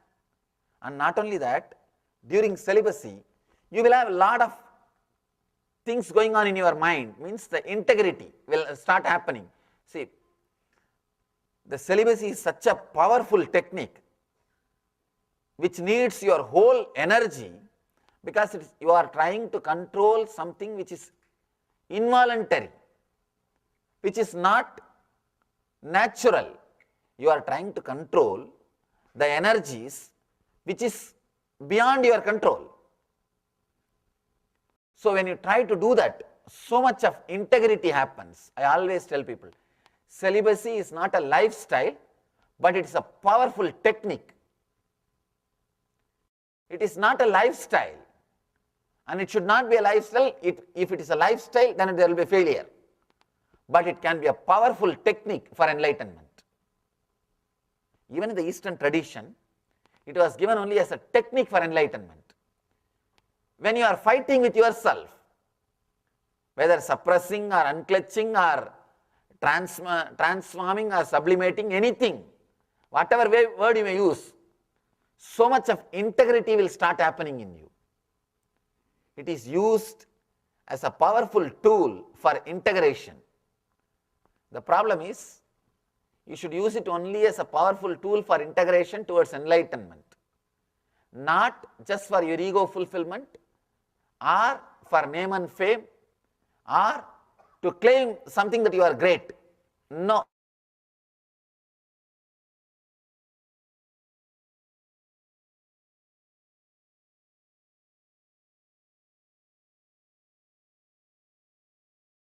Should be your private spiritual decision. Yes, that was a very beautiful video clip. And let's move on to the next year, which is the 2008 23rd March. On this day, the Supreme Panava of Hinduism, Bhagavan Nithyananda Paramashivam, presided over the flag hoisting for the Guru Purnima at KAILASA, Bangalore, India. After the flag hoisting, Supreme Panava of Hinduism offered a Sarvadarshan providing free healing to the ailing and also blessed everyone at Adi Kailasa. And additionally, that day Supreme Panava of Hinduism met with the various cities organizer at Adi Kailasa. And later that day, Supreme Panava of Hinduism also continued on the series of addresses and initiations from the Shiva Sutras. On 2011, 23rd March, the Supreme Panava of Hinduism delivered a discourse titled Vedic Way to Weight Loss. In this satsang, Swamiji explained how actually the hunger and thirst actually originate from the Vishuddhi Chakra and not from the Manipuraka. So if you want to watch the entire satsang, you can go ahead to Nithyanandapedia and enjoy watching the entire satsang on this day. On 23rd March 2012, the Supreme Panava of Hinduism, Bhagavan Sri Nithyananda Paramashivam conducted a question and answer session, answering the questions of each and everyone who were attending that day's presidential address. In this discourse, he explained that the whole thought process of not being centered on ourselves, but being centered on others is tyaga, sacrifice, and Supreme Panava of Hinduism encouraged everyone to constantly remember that our body is a temple of consciousness and that we should continuously live with this awareness on the topic of prayer wheel. And when Swamiji was asked by a disciple if they should rotate the prayer wheel clockwise or anti-clockwise, Swamiji replied, "Do any wise, but just be wise."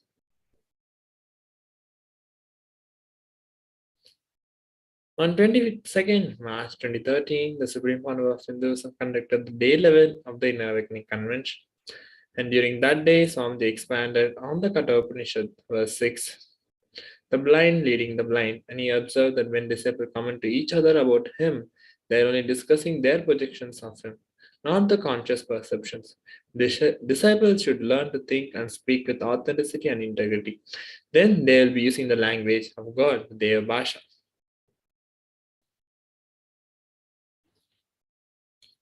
On 23rd March 2014, the Supreme Panava of Hinduism conducted the day 18 of the Inner Awakening Convention at Haridwar.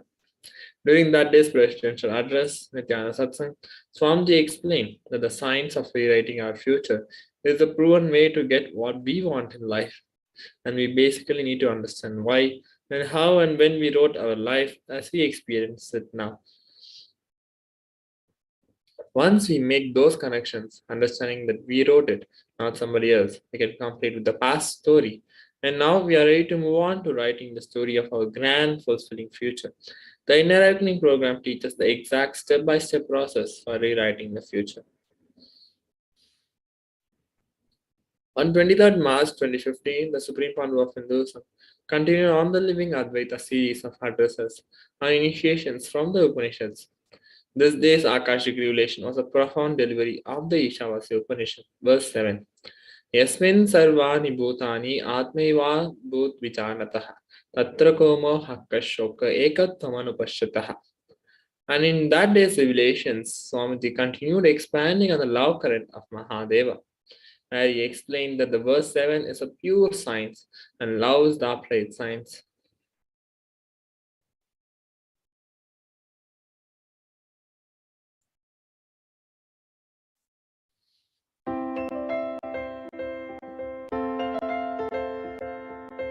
See, I can expand on this verse word by word.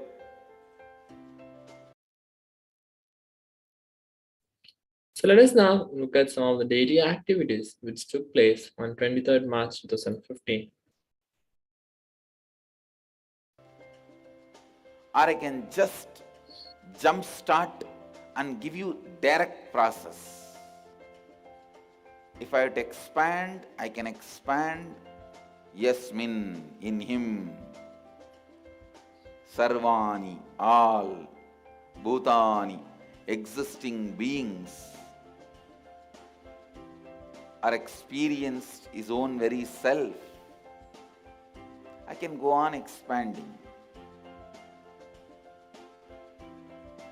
See, when you see everything exists in your consciousness, very soul, very self,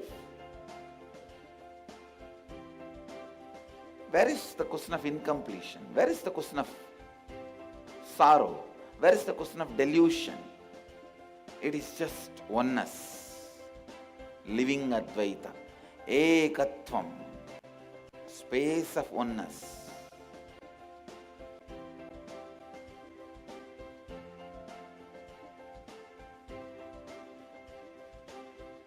But I am not going to stop with giving you intellectual understanding. Please understand. I am going to give you the exact jump start process. It is as simple as your breathing. Just love. 23 plus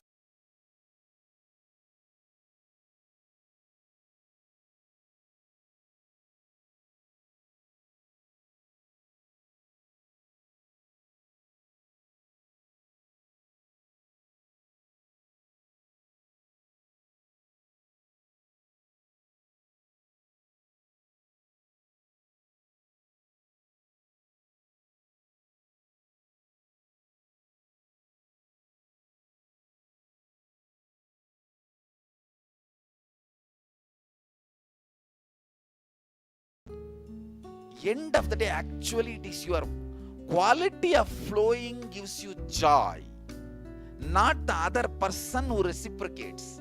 The other person's reciprocation may be an initial enthusiasm for you to flow more, but at one point any person will feel suffocated by your flow, because your flow is going to only go more and more and more if that person reciprocates, responds. So any one day it is going to go above his nose, he is going to feel suffocated, and then he is going to say no, and if you are waiting for his no, you are going to get hurt, and your expression will stop getting controlled. So be very clear, any dependency on the other person's response is going to be suffering. At any point, at any level.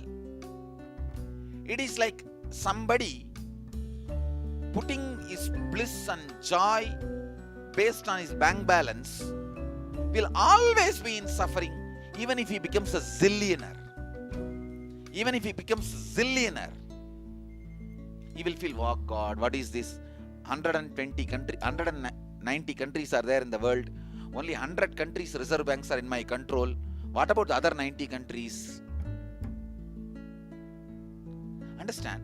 See, there are some eternal truths.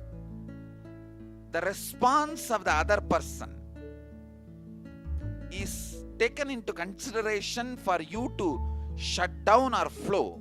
You are planning for suffering. Your flow, because you are enjoying it, if you start flowing that way, you are planning for eternal bliss. basically now, even without experiencing love within, when we start acting, we'll start flowing in love. Is it so? Meaning acting in sense creating. Yes. Or No. Always it starts only as acting. Only then it becomes experiencing. Unless you are an incarnation from the beginning, you don't allow the corruption inside. it's like you try out and it happens. Fake and make it. I don't even want to use the word fake. It looks too wrong. The context is too wrong. Make and make it.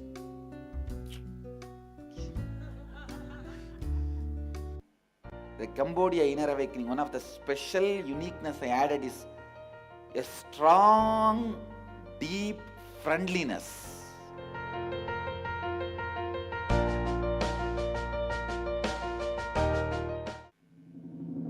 Varanasi आइए, a strong, deep Mahadeva's love current. So Varanasi में the uniqueness will be Mahadeva's love current. So prepare yourself to experience that and come. So whether it is a small or big, go on operating from love. Let this be your homework, preparation homework, preparatory homework for Varanasi आइए.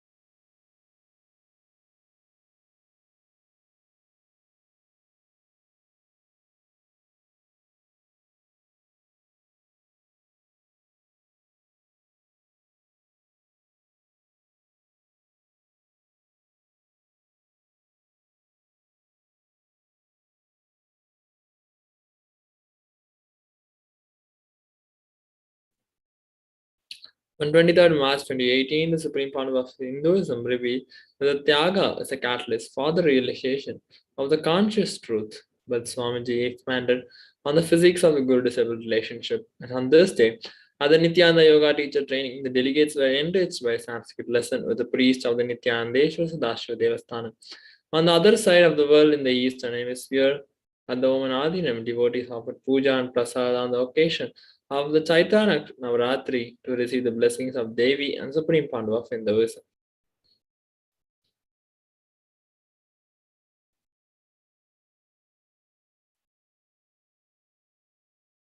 So let us look at some of the events which took place on 23rd March 2018.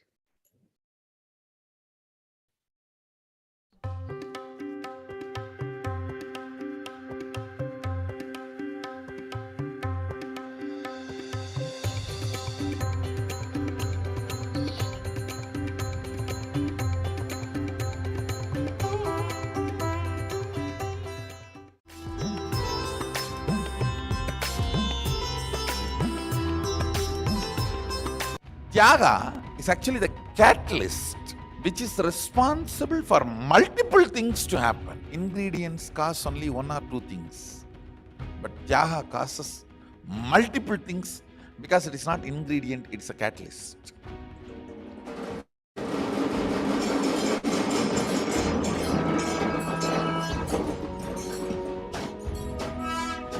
Tyaga is the catalyst for realization.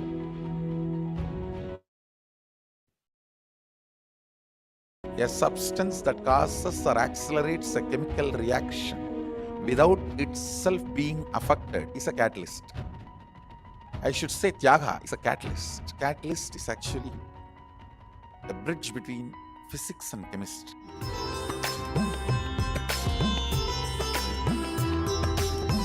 Participants of the Nithyananda Yoga Teachers Training Program enjoyed a Sanskrit lesson with the priest of Nithyanandeshwara Sadashiva Devasthanam. Nithyananda Yoga continues to set the trend of learning yoga asanas along with their original Sanskrit verses as described in the scripture references.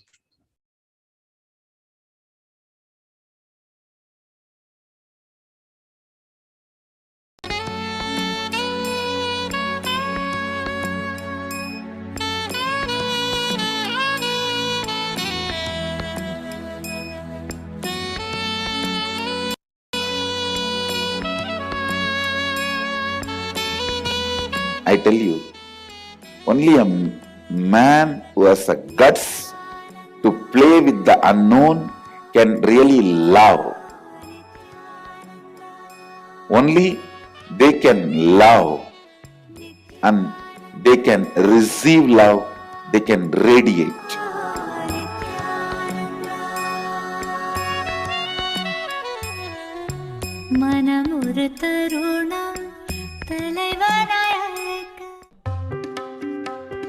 Upcoming program.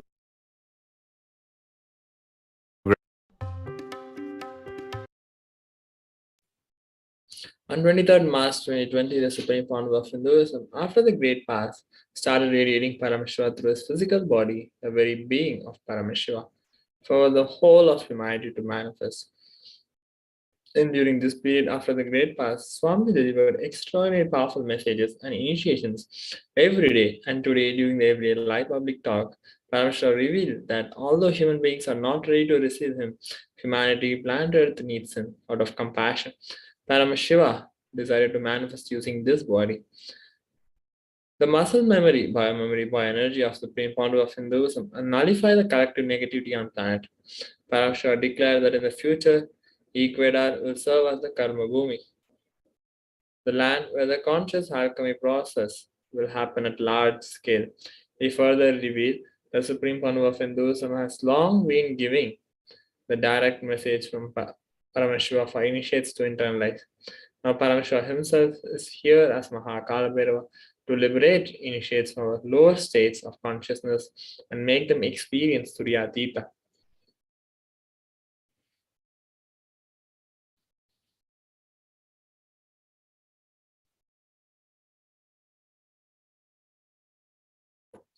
On 23rd March 2021, the Supreme Founder of Hinduism delivered the most auspicious Mahakala Bhairava Bhava Samadhi Darshan. What is Kala? Kala is the dimension of the universe in which the vibration component, the Parashakti component of Paramashiva is manifesting. Just zoom out, see the space where big bangs and black holes are happening. Billions of planets, suns, moons, stars moving, taking birth, living for millions of years and disappearing simultaneously. That space is Kala. Mahakala Bhairava is the Lord of time and space. As the Lord of time and integrity, he holds the key to cosmic archives, the Akashik records which contain the past, present, and future. And Kala Bhairava is the source of the causal body, the source from which rejuvenation for manifestation happens. It's time that now we get ready to receive the darshan of Devi Parashakti. Now we'll be entering into the meditation. I request everyone to sit their eyes closed and be in the deep meditative state to receive the grace and blessings of Supreme Founder of Hinduism.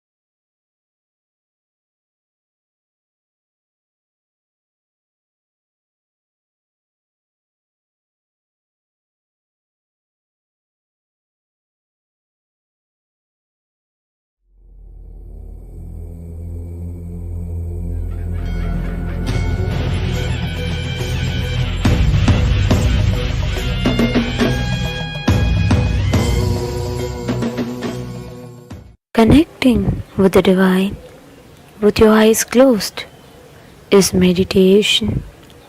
Connecting with the divine with your eyes open is darshan. Come, let us all now move from meditation to darshan. Slowly, very slowly, please open your eyes.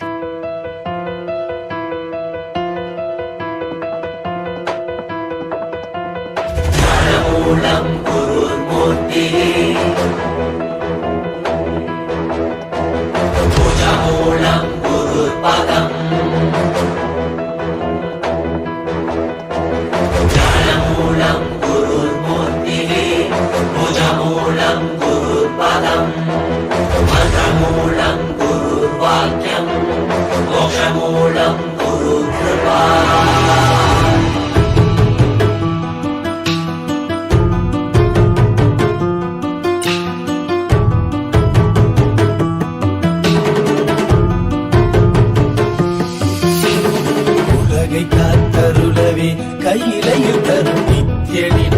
தரிசனம் தன்னை தான் அறியவே இவை அசைவிடும் தீட்சை தரும் தரிசனம் மறைபொருளாயிருந்து திரை விலகி திருவடி தொழும் தரிசனம் வீரை சூடிய சடை நாரணி திருவுரு தரிசனமே மறைபொருளாயிருந்து திரை விலகி திருவடி தொழும் தரிசனம் வீரை சூடிய சடை நாரணி திருவுரு தரிசனமே அருள் வேண்டி வேண்டி திரளான கூட்டமுவை தேடி வரும் அல்லவா மறை நான்கின் பொருள் உணர்த்த நாமும் கண்டருள கையிலை உதித்ததல்லவா பொருளெல்லாம் தேடி உலகெல்லாம் போடி உரையனுள் உணர்ந்தனல்லவா பொருளெல்லாம் தேடி உலகெல்லாம் போடி உரையனுள் உணர்ந்தனல்லவா உலகை காத்தருளவே கையிலையில் தரும் என் தரிசனம் தன்னை தான் அறியவே இவை அசைவிடும் தீட்சை தரும் தரிசனம்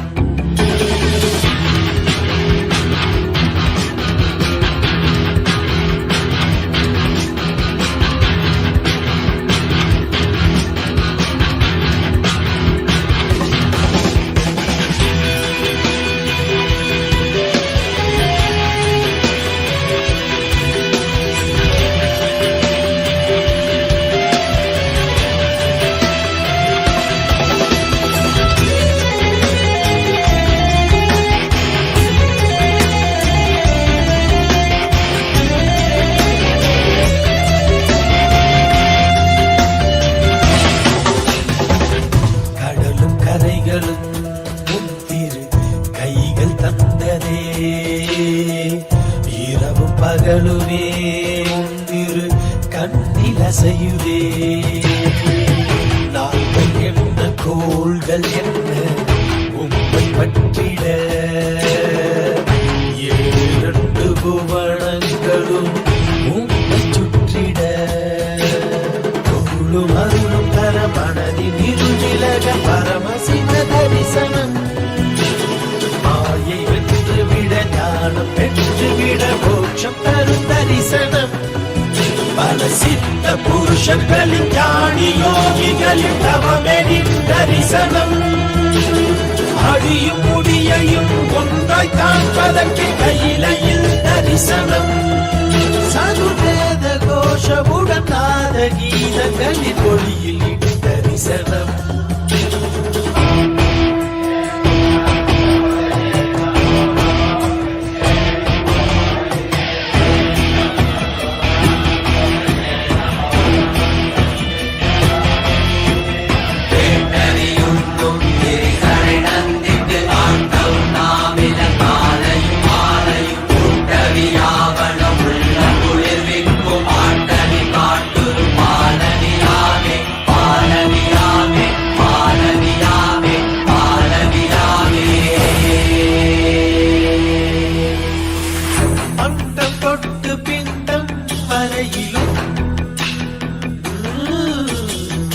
சாட்சியாகும் ஐயம் தரிசனம்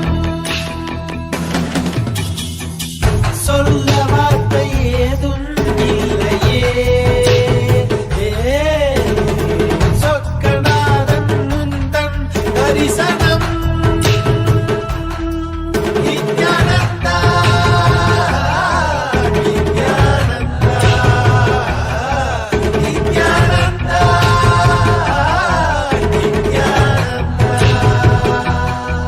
ஸ்ரீ அருணகிரீஸ்வர ஈசா மூத்த தமிழ் குடி மக்களின் ஈசா குமரி கண்டமாலும் பரமேசா சங்க தமிழை காக்கும் கைலாசா புட்டு நிறைந்த சிவம் என்று கவர்ந்திடவே என்று கடந்து உள்விருந்த கனவுளி தரிசனம் உலகை காத்தருளவே கையிலையில் தரும் நித்யன் தரிசனம் தன்னை தான் அறியவே இவை அசைவிடும் தீட்சை தரும் தரிசனம் உலகை காத்தருளவே கையிலையில் தரும் நித்யன் தரிசனம் தன்னை தான் அறியவே இவை அசைவிடும் தீட்சை தரும் தரிசனம்.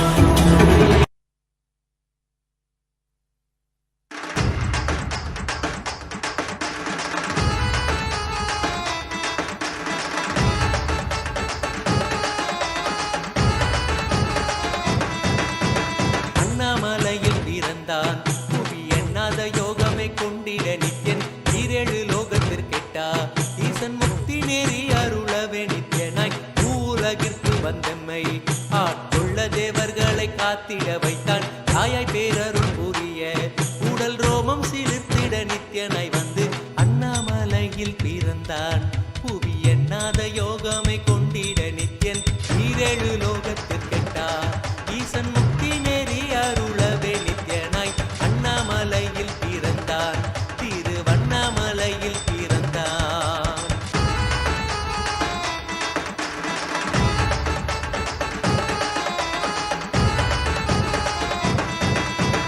சித்தை கிளப்பி விட்டேனில் பர தத்துவம் கற்பித்த பாரமஞானியாய் ஞானக்கண் கொடுத்த தமக்கே ரூபம் காட்டிய மாய வித்தை செய்யும் நித்யன் சித்தை கிளப்பி விட்டேனில் பர தத்துவம் கற்பித்த பாரமஞானியாய் ஞானக்கண் கொடுத்த தமக்கே ரூபம் காட்டிய மாய வித்தை செய்யும் நித்யன் அண்ணாமலையில் பிறந்தான் புவி எண்ணாத யோகமே கொண்டிட நித்யன் ஈரேழு லோகத்திற்கெட்டா ஈசன் முக்தி நேரி அருளவே நித்யனாய் அண்ணாமலையில் பிறந்தான் நித்யன் அண்ணாமலையில் பிறந்தான்.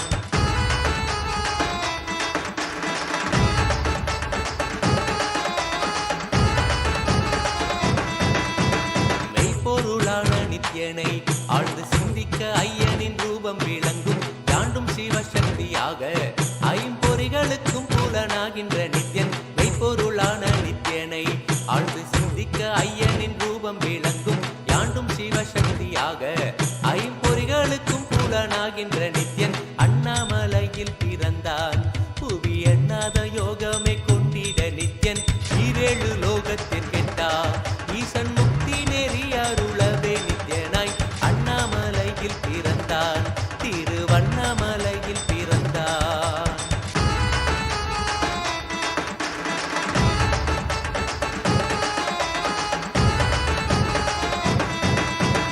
உள்ளும் புறமும் இருந்து உயிர் பக்குவமாக்கிடும் பரமனாம் நித்யன் ஞானப்பாடித்தங்கள் ஏழும் கொண்ட ஞானமும் ஆகியே ஆண்டிடும் நித்யன் உள்ளும் புறமும் இருந்து உயிர் பக்குவமாக்கிடும் பரமனாம் நித்யன் ஞானப்பாடித்தங்கள் ஏழும் கொண்ட ஞானமும் ஆகியே ஆண்டிடும் நித்யன் அண்ணாமலையில் பிறந்தான் புவி எண்ணாத யோகமே கொண்டிட நித்யன் ஈரேழு லோகத்திற்கெட்டா ஈசன் முக்தி நேரி அருளவே நித்யனாய் அண்ணாமலையில் பிறந்தான் நித்யன் அண்ணாமலையில் பிறந்தான்.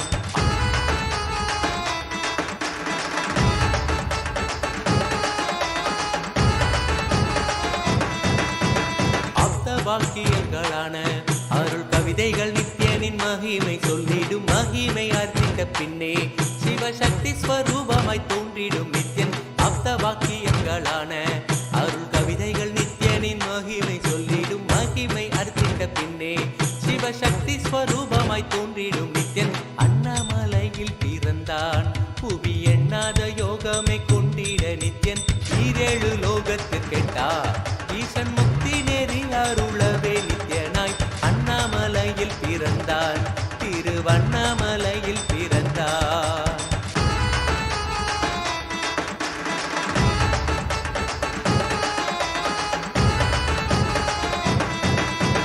புண்ணிய கேத்திரம் தனிலே நித்யன் உன்னத நீலை ஊழத்தில் வருமே விண்ணவர் மன்னவர் ஒப்ப அகிலம் ஆளும் கீர்த்தியுட ஈசன் நித்யானந்தன் புண்ணிய கேத்திரம் தனிலே நித்யன் உன்னத நீலை ஊழத்தில் வருமே விண்ணவர் மன்னவர் ஒப்ப அகிலம் ஆளும் கீர்த்தியுட ஈசன் நித்யானந்தன் அண்ணாமலையில் பிறந்தான் புவி எண்ணாத யோகமே கொண்டிட நித்யன் ஈரேழு லோகத்திற்கெட்டா ஈசன் முக்தி நேரி அருளவே நித்யனாய் அண்ணாமலையில் பிறந்தான் நித்யன் அண்ணாமலையில் பிறந்தான்.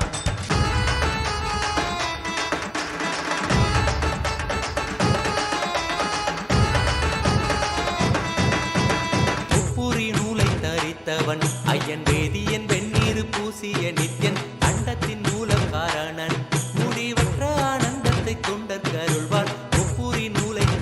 அளித்தவன் ஐயன் வேதியன் வெந்நீர் பூசிய நித்யன் அண்டத்தின் மூலக்காரணன் முடிவற்ற ஆனந்தத்தை தொண்டற்கருள்வான் அண்ணாமலையில் பிறந்தான் புவி எண்ணாத யோகமே கொண்டிட நித்யன் ஈரேழு லோகத்திற்கெட்டார் ஈசன் முக்தி நெறி அருளவே நித்யனாய் அண்ணாமலையில் பிறந்தான் நித்யன் அண்ணாமலையில் பிறந்தான்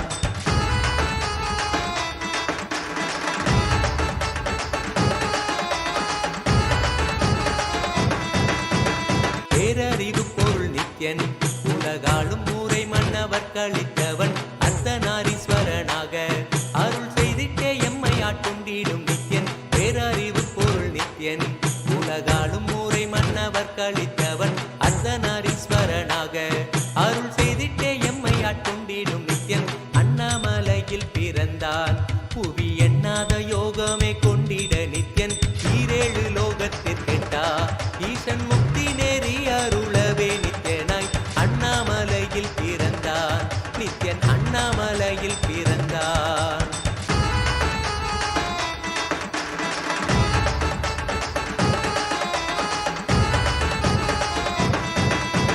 பிறவி பிறவியாய் தேவர்கள் பரம்பொருளான பரமனையை தேட ஈசன் பிறவாமல் ஆட்கொண்டு எம்மை ஒரு தத்துவம் தன்னை உரைத்திட நித்யனாய் பிறவி பிறவியாய் தேவர்கள் பரம்பொருளான பரமனையை தேட ஈசன் பிறவாமல் ஆட்கொண்டு எம்மை ஒரு தத்துவம் தன்னை உரைத்திட நித்யனாய் அண்ணாமலையில் பிறந்தான் புவி எண்ணாத யோகமே கொண்டிட நித்யன் ஈரேழு லோகத்திற்கெட்டா ஈசன் முக்தி நெறி அருளவே நித்யனாய் அண்ணாமலையில் பிறந்தான் திருவண்ணாமலையில் பிறந்தான்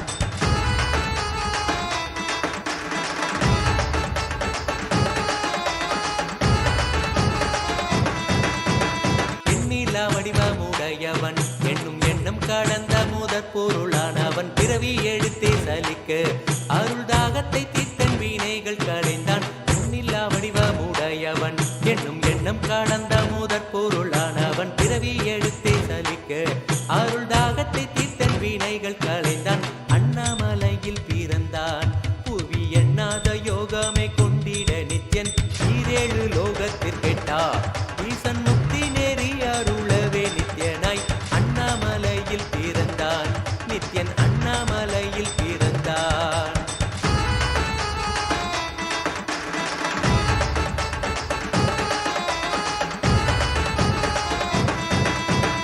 ஆனந்தமாய் என்னுள் நித்யன் முக்தி மார்க்கத்தை காட்டி வீட்டிருந்தருள்வான் மாலையன் காணாத சோதியன் தெளித்தேனாய் நித்திட ஞானம் அருள்வான் ஆனந்தமாய் என்னுள் நித்யன் முக்தி மார்க்கத்தை காட்டி வீட்டிருந்தருள்வான் மாலையன் காணாத சோதியன் தெளித்தேனாய் நித்திட ஞானம் அருள்வான் அண்ணாமலையில் பிறந்தான் புவி எண்ணாத யோகமே கொண்டிட நித்யன் ஈரேழு லோகத்திற்கெட்டா ஈசன் முக்தி நெறி அருளவே நித்யனாய் அண்ணாமலையில் பிறந்தான் நித்யன் அண்ணாமலையில் பிறந்தான்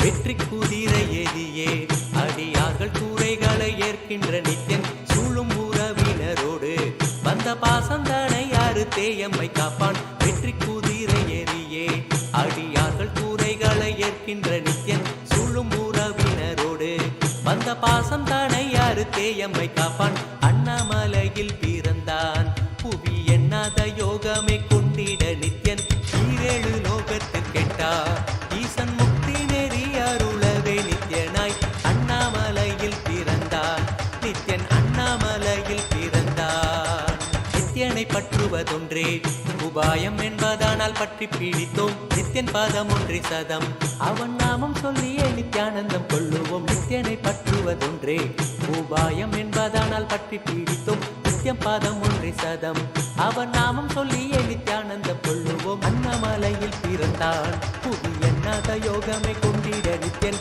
ஈரேழு லோகத்திற்கெட்டா ஈசன் முக்தி நெறி அருளவே நித்யனாய் அண்ணாமலையில் பிறந்தான் திருவண்ணாமலையில் பிறந்தான்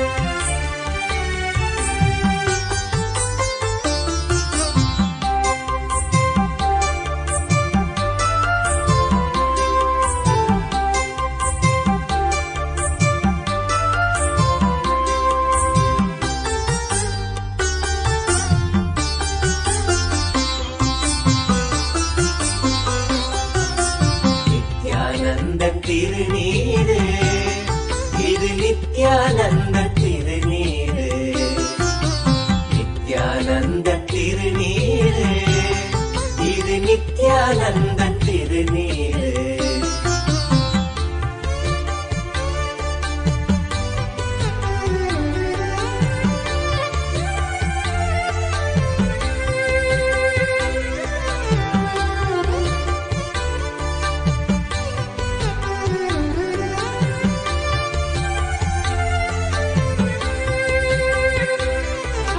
பாசம் தரும் பன்னீர் மனம் வீசும் திருநீரு பாசம் உடன் நித்யன் தரும் பாக்யம் திருநீரு பாசம் தரும் பன்னீர் மனம் வீசும் திருநீரு பாசம் உடன் நித்யன் தரும் பாக்யம் திருநீரு வீரம் தலை வித்தாக்கிடும் தெய்வ திருநீரு வீரம் தலை வித்தாக்கிடும் தெய்வ திருநீரு தீராவினை தீண்டாது உயிர் காக்கும் நித்யன் திருநீரு நித்யானந்த திருநீரு இது நித்யானந்த திருநீரு நித்யானந்த திருநீரு இது நித்யானந்த திருநீரு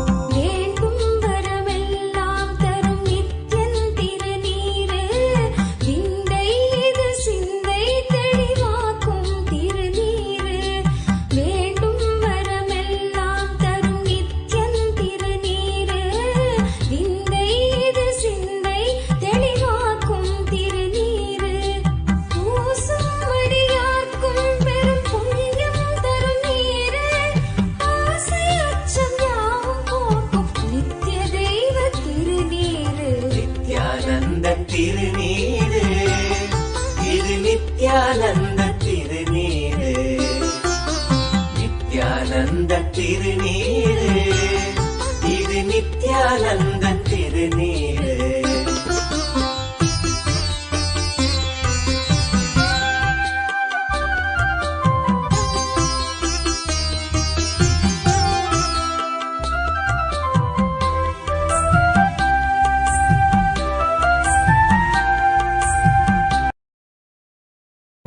ॐ नित्यानन्देश्वर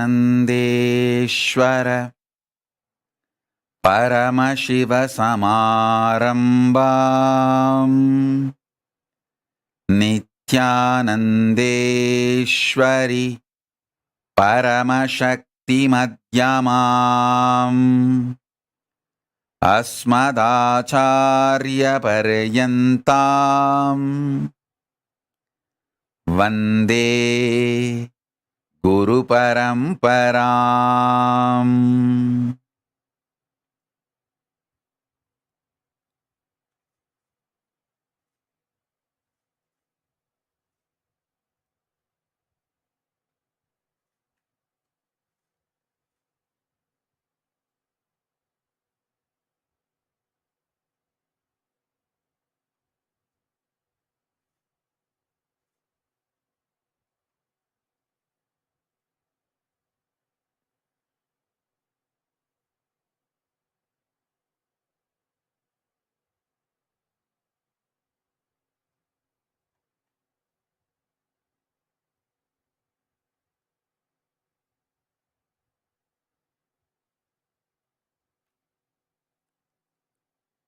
I welcome you all with my love and respects.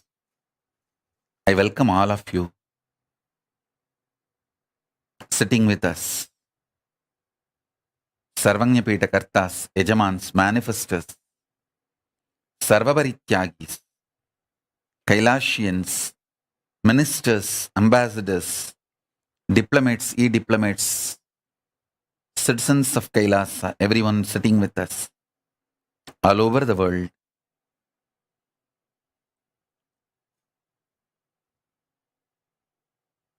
I welcome all of you with my love and blessings.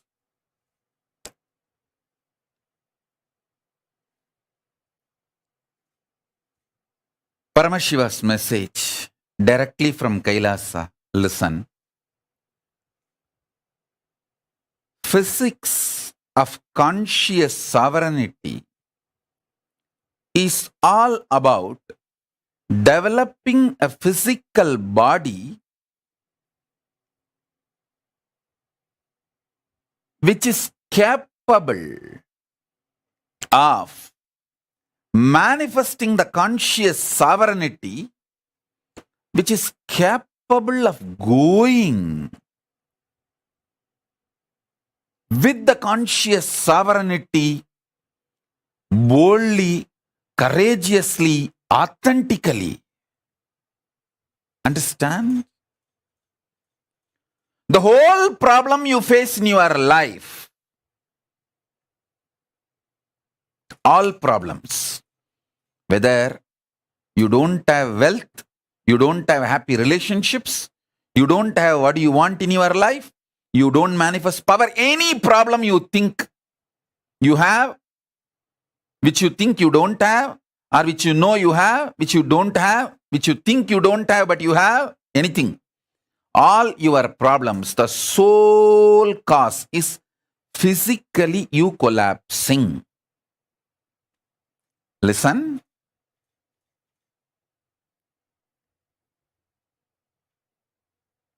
If your stomach is strong, you will never decide to break up a relationship or go for a divorce. If your brain is cool to perceive the inputs of all five senses and process it coolly without friction, you will never be poor.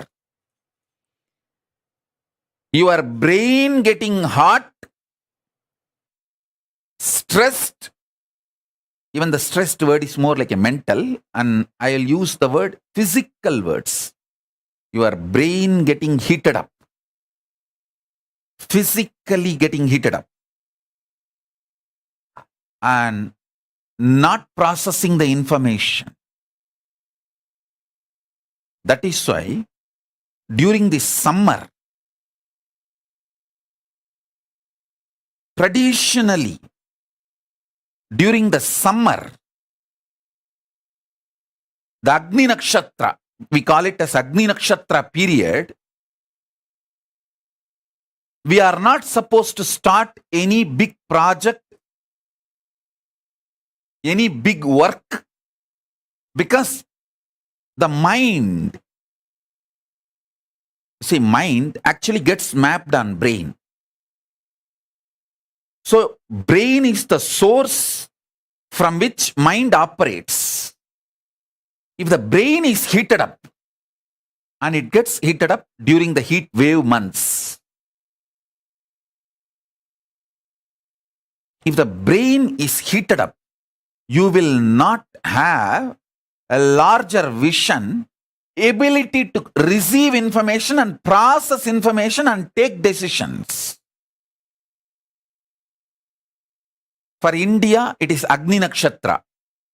I think Canada and US is going through now the heat wave. Canada, US, I think even Australia, in Europe, some parts, that heat wave is happening. Wherever the heat wave is happening, those countries, this is the Agni Nakshatra time for them. See, the intense heat wave is the time called Agni Nakshatra. So listen, all your problems are not because of mental collapse, it is because of brain collapse.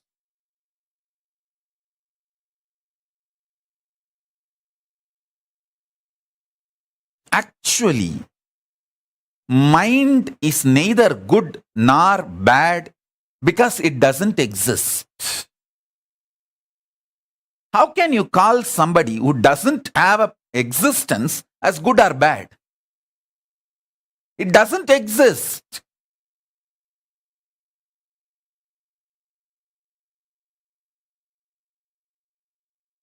How many million times I have shown to people, before coming to energy darshan, they will hate their whole life, themselves, whole world, everything.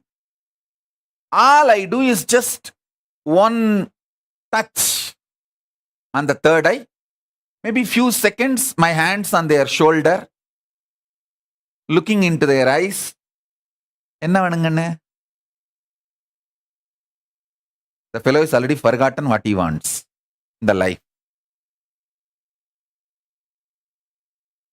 இது போதாதுன்னு ஒரு ஹக் வேற, முடிஞ்சு போச்சு அவன். அடுத்த 3 ஜென்மத்துக்கு அவனுக்கு எதுவும் தேவையும் படாது, என்ன வேணும்னு தோணாது. And the moment he goes from the energy darshan, he loves everything he sees. Himself, others, world, everything.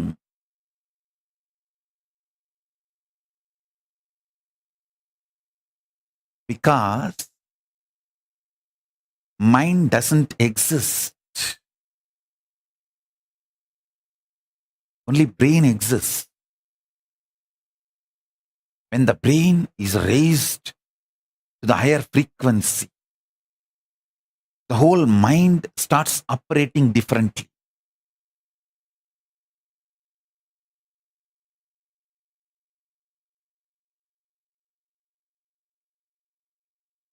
People ask me how we are just transformed with one energy darshan. Because I don't try to work on your mind, I just work on your body.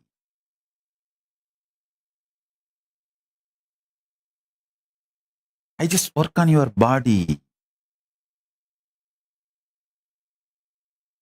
You being told your problems are due to mind is the worst brainwashing done to you. Your problems are actually physical. If you understand, it is all about physical.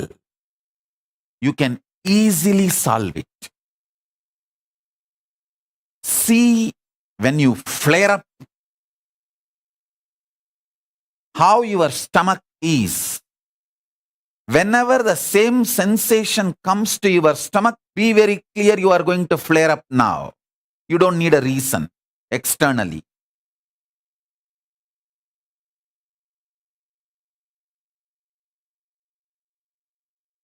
When you get honey, see the feeling your body carries. Whenever that feeling comes back into the body, be very clear. You are going to experience the same honeyness. It's not that you need an external stimulation. So understand, if you find the right problem, if you diagnose the problem rightly, you can solve the problem, you can liberate yourself.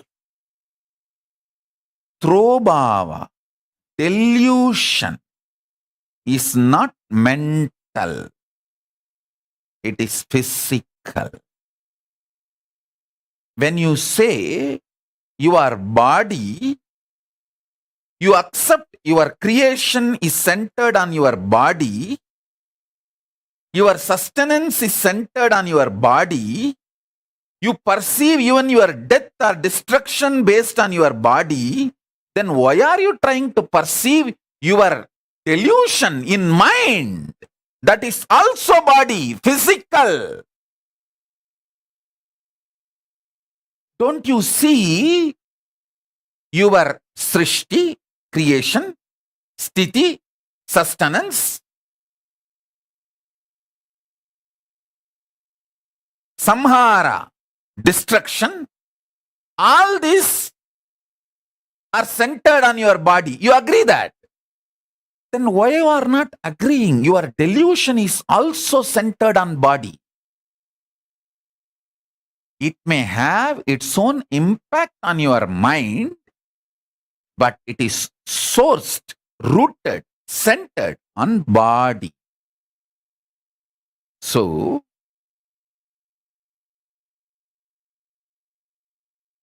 whenever you have a depression, you have mood swings, you have panic attack, you have any problem, attend to the body first.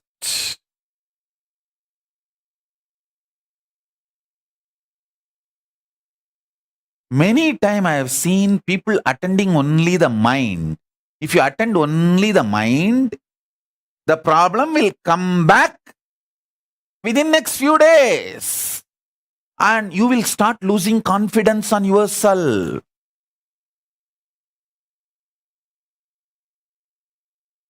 So understand.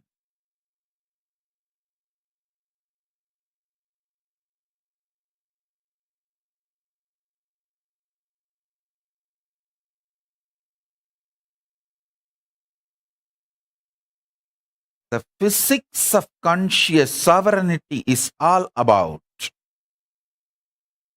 making your body right, perfect for manifesting Paramashiva.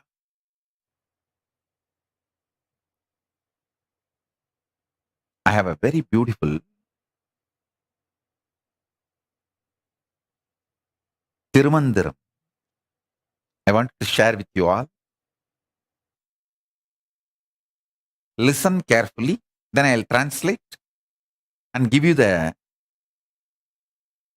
deeper meaning. I first bow down to Paramashiva and Tirumular.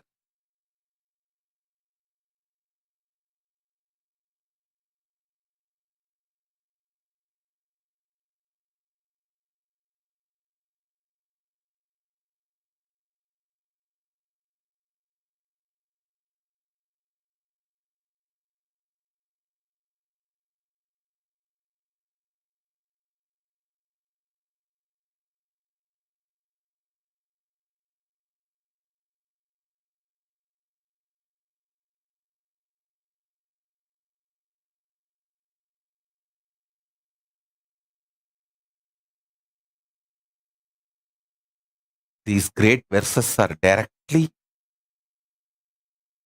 what Tirumular heard from Paramashiva in Kailasa. He gave it in beautiful poetry form.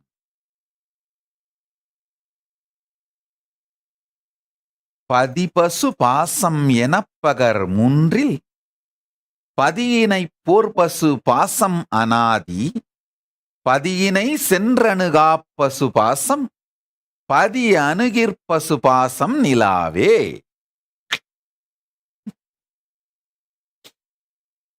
Listen.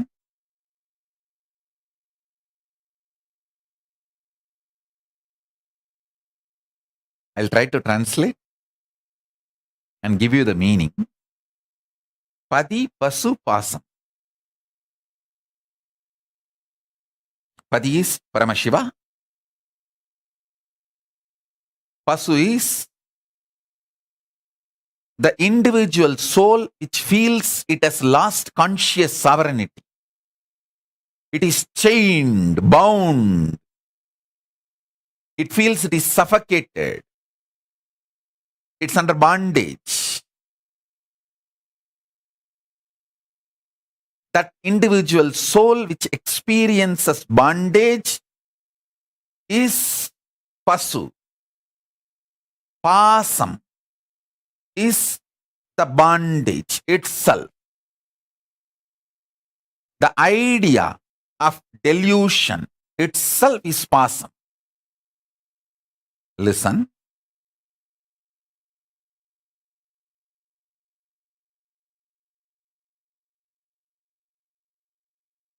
பதி பசு பாசம் எனப்பகர் மூன்றில் பதியினை போர் பசு பாசம் அனாதி. It means padi, pasu, pasam. All three are eternal. He uses one word. Padiyinai pol pasu pasam anadi means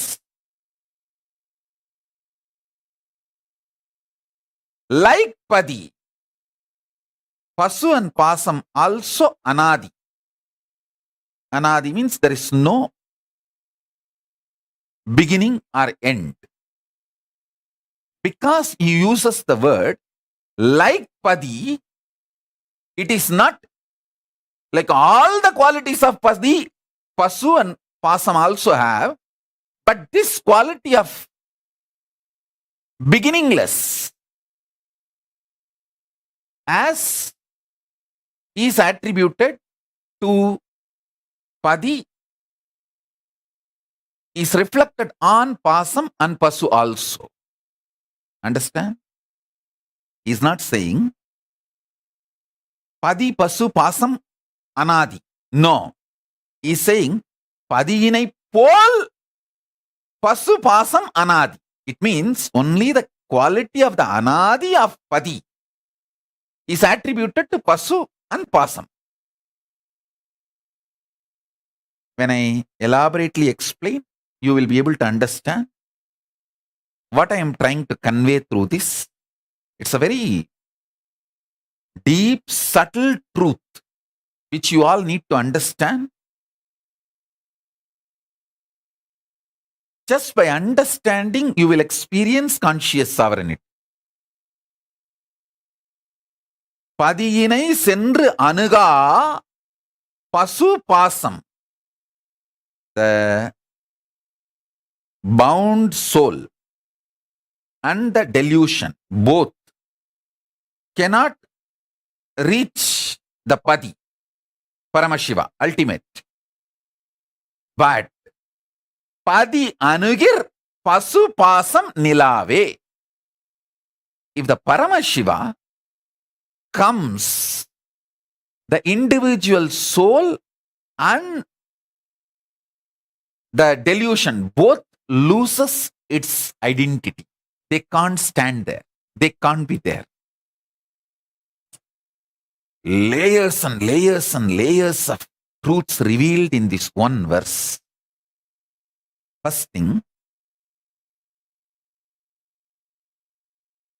you can never win delusion by working on delusion.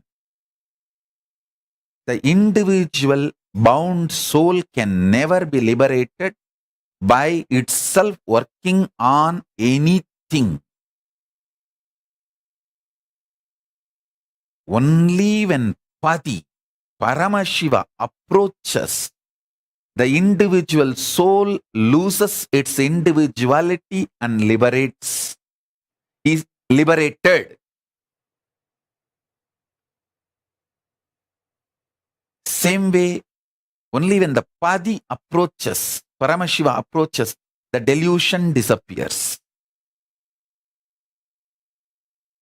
Importance of Shaktinipada and Shaktipada. Importance of Padi, Paramashiva approaching you. That is why the last word beautiful. Padi anugir pasupasam nilave. Padiyinai sendru anuga pasupasam. Neither the individual soul nor the delusion can go near Padi, Paramashiva. Because how do you know what is Paramashiva? Paramashiva has to approach you. Listen, he is approaching you by giving a clear understanding. Shaktipada and Shaktinipada. Padi pasu pasam enapagar munril. Padiyinai pol pasu pasam anadi. பதியினை சென்று அணுகா பசுபாசம் means the pasu, the bound soul and the delusion both can never go to Paramashiva, Padi.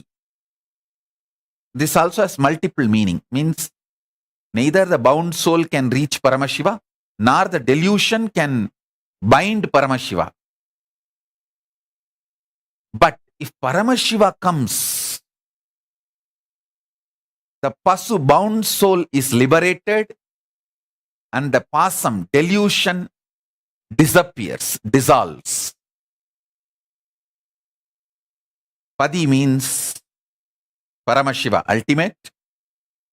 Pasu means bound soul, individual jiva.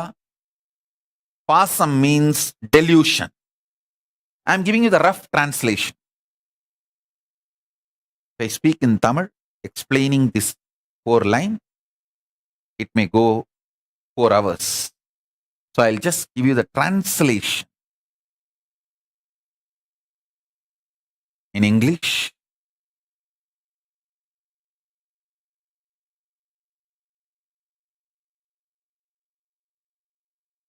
பதிபசு பாசம் எனப்பகர் மூன்றில் பதியினை போல் பசு பாசம் அனாதி. பதிக்கு பல்வேறு விதமான சர்வஸ்வதந்திரமான ஸ்வபாவமான தன்னை கட்டுப்படுத்தாத தான் கட்டுக்குள் வைத்திருக்கும் சத்குணங்கள் பலவாயிரம் உண்டு. அந்த பலவாயிரம் சத்குணங்களிலே ஒன்று அனாதித்தன்மை, ஆதி இல்லாத தன்மை, அனாதித்தன்மை. பதிக்கு இருக்கின்ற பல்வேறு சத்குணங்களிலே அனாதித்தன்மை மாத்திரம் பசுவுக்கும் பாசத்திற்கும் உண்டென்று சொல்வதற்காகத்தான் பதியினை தனியாய் வைத்து பதியினை போல் பசுபாசம் அனாதி என்கின்றார் திருமூலப் பெருமான். பதி பசு பாசம் அனாதி என்று சொல்லவில்லை.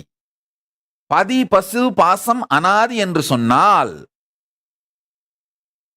பதிக்கு இருக்கின்ற பல்வேறு சத்குணங்கள் சார்ந்து வருகின்ற அனாதித்தன்மை பசுவுக்கும் பாசத்திற்கும் உண்டு என்று ஆகிவிடும். அது பரம அத்வைதத்திற்கு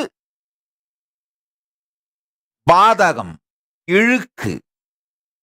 பரம அத்வைதத்திற்கு பாதகமோ இழுக்கோ மாற்றாகவோ சுத்தாத்வைத சைவ சித்தாந்தம் அமையவில்லை. சுத்தாத்வைத சைவ சித்தாந்தம் ஞான சுகபோத பரமாத்வைத சத்தியத்தையே சென்றடையும் வழிமுறைகளையும் சீராக்கி வடக்கிலே பல இடங்களில் கங்கைக்கு கருங்கல் படித்துறை கிடையாது. அப்படியே போய் இறங்கி குளிக்கணும். அது பல நேரத்தில் பாதுகாப்பு இல்லாமல் போகும். ஆனா கருங்கல் படித்துறை இருந்தால் செல்வதும் வருவதும் சிறப்பாய் பாதுகாப்பாய் இருக்கும். காசியில பாத்தீங்கன்னா எல்லாம் கருங்கல் படித்துறையா இருக்கும். அதே மாதிரிதான் சுத்தாத்வைத சைவ சித்தாந்தம் தெளிந்த கருங்கல் படித்துறையாக அனுபூதிக்கு, பரமாத்வைத அனுபூதிக்கு இனிமையாக எளிமையாக முறையாக செல்வதற்கான கருங்கல் கட்டுமான படித்துறையாகத்தான் சுத்தாத்வைத சைவ சித்தாந்த சத்தியம் விளங்குகிறதே அன்றி பரமாத்வைதத்திற்கு பாதகமாகவோ பங்கமாகவோ மாற்றாகவோ ஒரு கீற்று கூட சுத்தாத்வைத சைவம் சொல்லவில்லை என்பதே அறுதியான இறுதியான உறுதியான சத்தியம். ஆழ்ந்து கேளுங்கள். பதிக்கு இருக்கும் எல்லா சத்குணங்களின் காரணத்தின் பொருட்டு வந்த அனாதித்தன்மை பசுவுக்கோ பாசத்திற்கோ கிடையாது.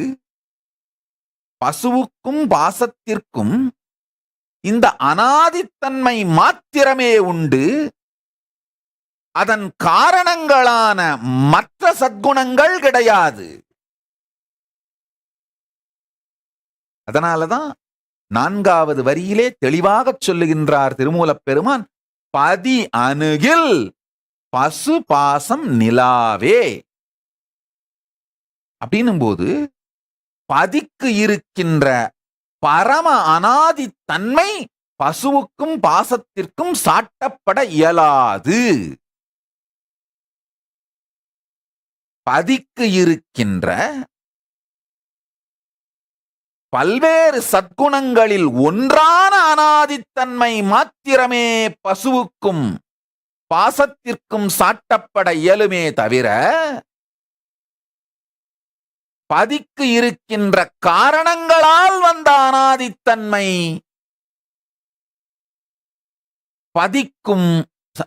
பதிக்கு இருக்கின்ற அனாதித்தன்மைக்கு வந்த எல்லா காரணங்கள் அந்த சத்குணங்களால் வந்த அனாதித்தன்மை பசுவுக்கோ பாசத்திற்கோ சாட்ட இயலாதது. அதனாலதான் தனியா பிரிக்கிறார் திருமூலப் பெருமான். பதியினை போல் பசுபாசம் அனாதி. பதிக்கு சமமான அனாதித்தன்மை பசுவுக்கும் பாசத்துக்கும் உண்டுன்னா திருமூலப் பெருமான் நடுவுல போல் என்கின்ற வார்த்தையை சொல்ல வேண்டிய அவசியம் இல்லை.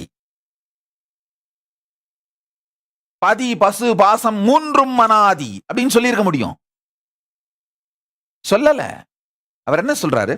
பதியினை போல் பசுவும் பாசமும் அனாதி. அப்படின்னா என்ன சொல்ல வர்றாருன்னா, அனாதி என்கின்ற ஒரு தன்மை மாத்திரமே பதியைப் போல் பசுவுக்கும் பாசத்துக்கும் உண்டே தவிர பதிக்கு அனாதிக்கான காரண சத்குணங்கள் எல்லாம் பசுவுக்கோ பாசத்திற்கோ சாட்டப்பட இயலாது. அதனாலதான் 3வது வரியில் சொல்றார், பதி அணுகில் பசுபாசம் நிலாவே. பசுவும் பாசமும் இல்லாது போகும் பதி வரும்போது. ஒருவேளை பதிக்கு இருக்கின்ற எல்லா விதமான சத்குணங்களின் காரணங்களால் வந்த அனாதித்தன்மை பசுவுக்கும் பாசத்திற்கும் இருக்குமானால் பதி அணுகும் போது பசுவும் பாசமும் நிலாது போக வேண்டிய அவசியம் இல்லாது போவதனால் இங்கு திருமூலப் பெருமான் அறுதியாகவும் உறுதியாகவும் 4வது வரியினிலே திருமூலப் பெருமானுடைய வழக்கமான நடைமுறை என்னன்னா, முதல் வரியிலே அறிமுகம், 2ஆம் வரியிலே விளக்கம், 3ஆம் வரியிலே அறுதிக்கான காரணம், 4ஆம் வரியில் அறுதி தீர்ப்பு. இப்படித்தான் திருமூலப் பெருமான் தன்னுடைய பாடல்களை எல்லாம் வகுத்து வச்சிருக்கார். 4வது வரி அறுதி தீர்ப்பு. இன்னொரு அருமையான பாடல். பாசம் பசுவானதாகும் இச்சாலோகம், பாசம் அருளானதாகும் இச்சாமீபம், பாசம் சிரமானதாகும் இச்சாரூபம், பாசம் கரைபதி சாயுஜ்யமே. அதுக்கப்புறம் விளக்கம் சொல்றேன். இப்போ இந்த ஒன்றை புரிந்து கொள்ளுங்கள். நான் சொல்லுவது ஒரு ஆழமான தத்துவம். அதாவது இந்த பிரபஞ்ச அறிவியலோட யூனிட் அலகு தத்துவம்.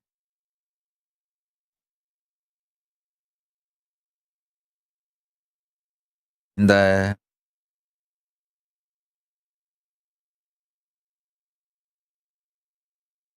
வெளி உலக அறிவியல்ல பல்வேறு விதமான அலகுகள், யூனிட்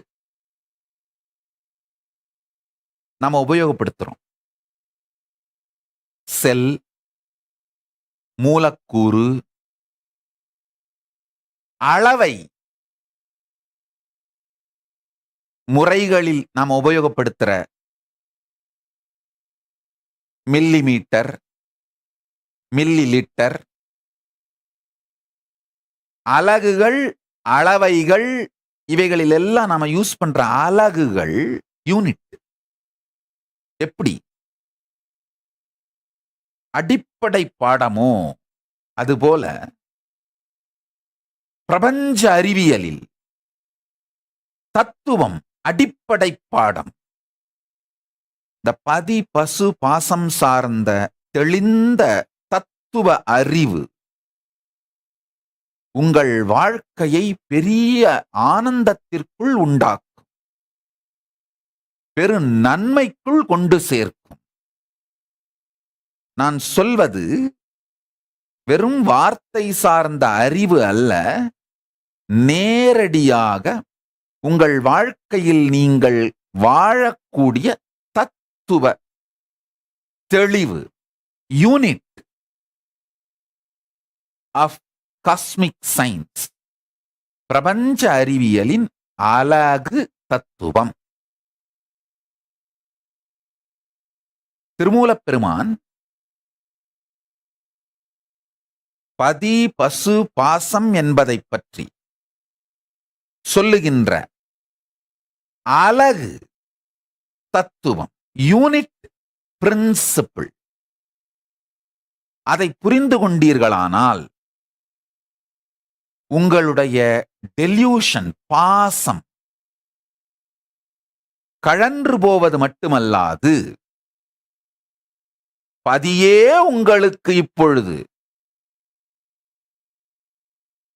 உங்களை அணுகி பசுவை பற்றியும் பாசத்தை பற்றியும் தெளிவை அறிவிப்பதனால், சக்திபாத சக்தி நீபாத தீட்சையாய் அளிப்பதனால் உங்கள் பசு பாசம் விலகி பதி உங்களுக்குள் பழுத்து மலர்ந்து பழவினை தீர்த்து பரமசிவமாய் எழுந்தருளி சாலோக்கிய சாமீபிய சாரூபிய சாயுஜ்ய முக்தி தந்தருள்வான். இது சத்தியம்.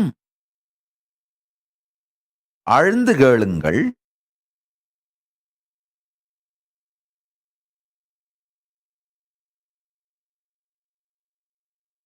திருமூலப் பெருந்தகை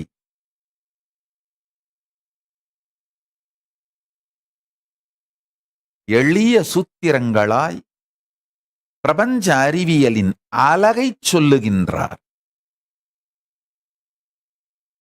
பதியினை போல் பசு பாசம் அனாதி. பதிக்கு அனாதி குணம் வருவதற்கான காரணம் இஸ் செல்ஃப் ஃபியூவல்ட், ஸ்வயம் பிரகாசம், ஸ்வயம் ஜோதி. தன்னுடைய பஞ்ச கிருத்தியங்களையும் இயக்கிக் கொள்வதற்கான எரிபொருளும் தானாகவே இருக்கின்ற, தனக்கு வெளியிலிருந்து வேறொரு எரிபொருளோ ஊக்குவிப்பு சக்தியோ தேவைப்படாத தன்னுடைய ஸ்வயம் பிரகாச குணத்தினாலே அவருக்கு அனாதித்தன்மை வந்தது. இதுபோன்று பல்வேறு சத்குணங்களால் அவருடைய இருப்புக்கு அனாதித்தன்மை வந்தது.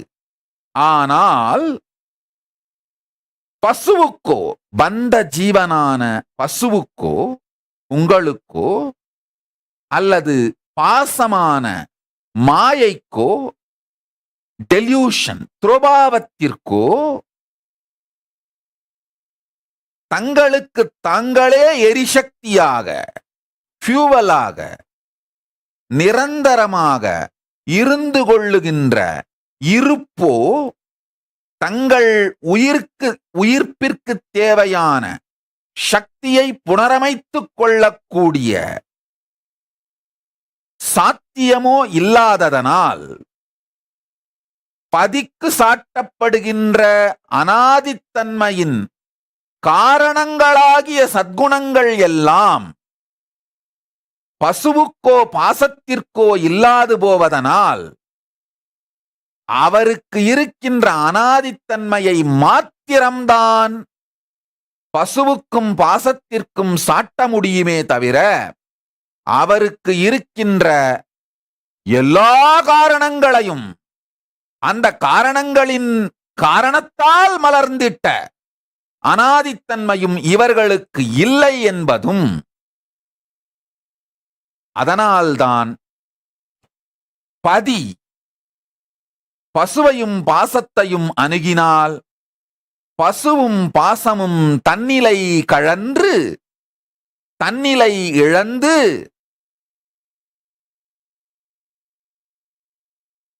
பதியோடு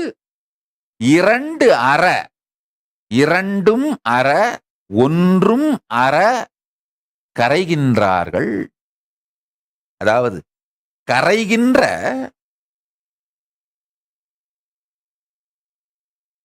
பாசம் இல்லாமல் போய் பதியும் பசுவும் மட்டும் இருந்தால் துவைத்தம்,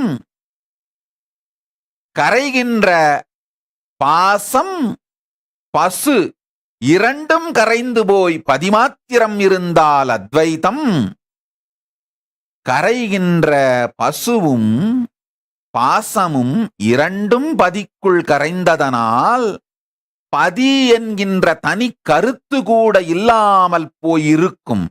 இருப்பதே இருப்பாய் இருப்பதே பரமாத்வைத்தம். இந்த சத்தியங்களை ஆழ்ந்து கேளுங்கள். ஒவ்வொரு வார்த்தையும் சூத்திரம். திருமூலப் பெருந்தகை அருளிய திருமந்திரத்தின் ஒவ்வொரு வார்த்தையும் சூத்திரம்.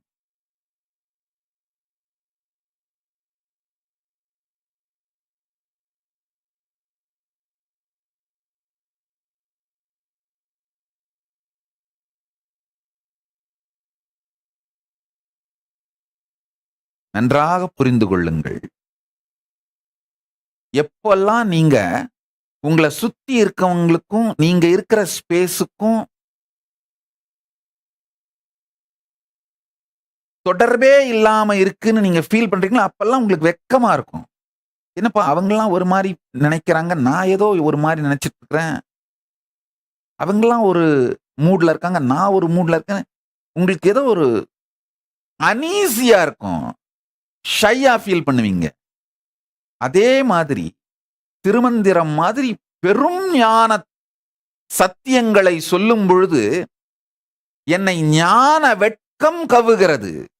காரணம் என்னன்னா, நீங்க ஒரு மூட்ல இருக்கீங்க, நான் ஏதோ இன்னொரு மூட்ல இருந்து பேசிட்டு இருக்கிற மாதிரி ஃபீலிங்கா இருக்கிறதுனால ஞான வெட்கம் என்னை கவ்வுவதனால்தான் இது போன்ற பெரும் சத்திய சாத்திரங்களை, அதனுள் இருக்கும் தத்துவார்த்த சத்தியங்களை என்னை ஞான வெட்கம் கவ்வாத அளவிற்கு மாத்திரம் எவ்வாறு புரிய வைக்க முடியுமோ அந்த அளவுக்கு மட்டும் புரிய வைத்துவிட்டு இருந்து விடுவது என் வழக்கம். ஞான வெட்கம் கவ்வினாலும் சத்தியத்தை சொல்லுவது என்கின்ற முடிவெடுத்ததனால் சொல்லுகின்றேன், நன்றாய் கேளுங்கள். பதி பசு பாசம் எனப்பகர் மூன்றில் பதியினை போல் பசு பாசம் அனாதி, பதியினை சென்றணுகாப் பசு பாசம், பதி அணுகில் பசுபாசம் நிலாவே.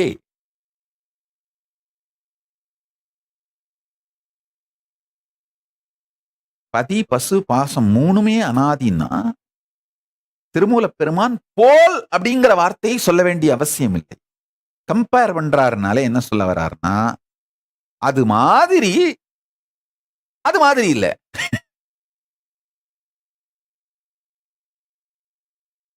ஏன்னா 3வது வரியிலேயே அடுத்து இன்னொரு தெளிவான சத்தியத்தை சொல்றார். பதியினை சென்று அணுகா பசுபாசம். அதாவது பசுவும் பாசமும் பதியினை சென்று அணுக முடியாது. ஒருவேளை பசுவும் பாசமும் பதியைப் போன்றே எல்லா விதமான சத்குணங்களின் காரணத்தினால் வந்த அனாதியாக இருக்குமானால் இவைகள் இரண்டும் அவரை அணுக முடியும். முடியாதுங்கிறாரு. 4வது வரியில் தெளிவா ஜட்ஜ்மெண்ட் தீர்ப்பு எழுதிடுறார். பதி அணுகினால் பசுவும் பாசமும் நிலாவே.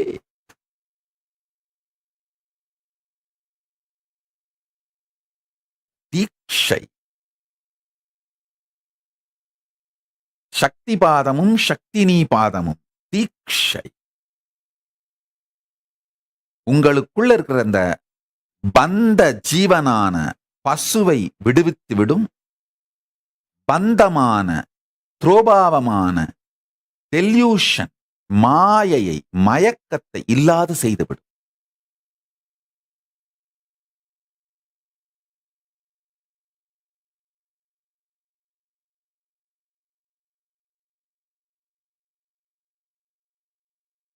இது மொத்தமுமே நடக்கிறதுக்கான அடிப்படையாக செய்ய வேண்டியது உடலை தயார் செய்யுதல்.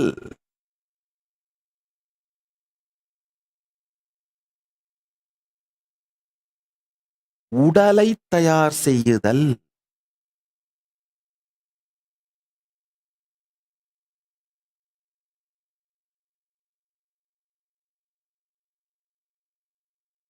தமிழ்லயே போயிட்டு இருந்தேன்னா சத்சங்கம் முடியாது.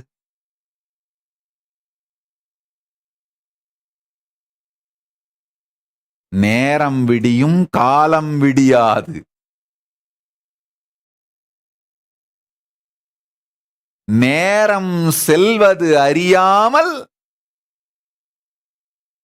ஆனந்த மயக்கத்தில் காலம் கழிப்பது சக்தி பாதமும் சக்தினி பாதம்.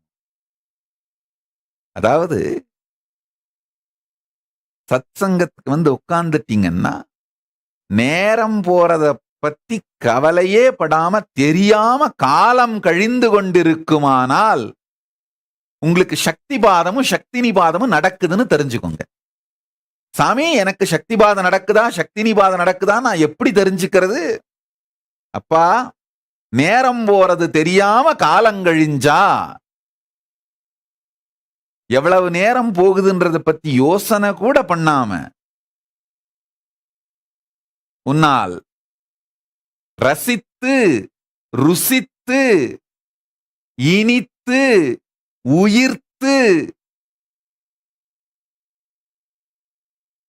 நேரம் கழிவது தெரியாது காலம் கழியுமானால் உனக்கு சக்தினி பாதமும் சக்தி பாதமும் நிகழ்கிறது என்று தெரிந்து கொள்.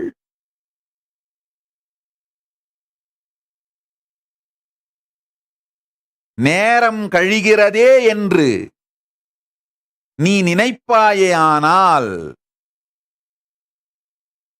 உன் மனம் சஞ்சலப்படுமானால்,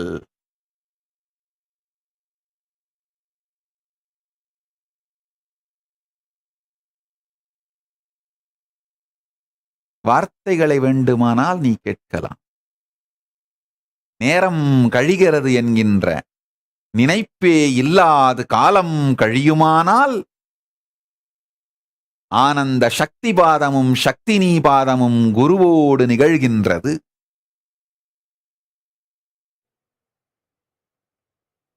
ஆழ்ந்து கேளுங்கள்.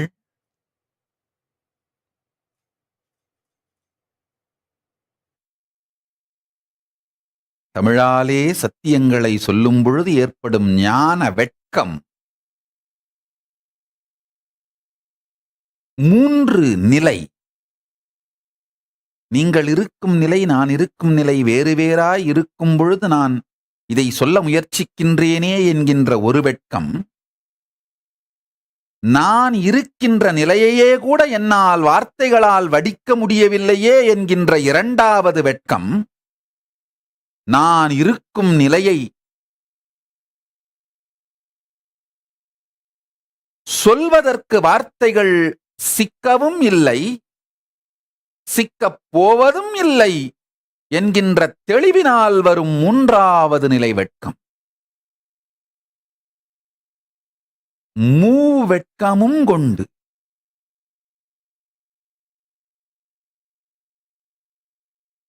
வார்த்தைகளால் உணர்வை செதுக்கி வடித்து உங்களுக்கு அளிக்க இயலாது வாழ்க்கையாய் சக்திமயமாய் சத்தியத்தை சக்தியில் இருந்து வார்த்தையாய் செதுக்கி உங்களுக்கு அளிப்பதற்கு பதிலாய்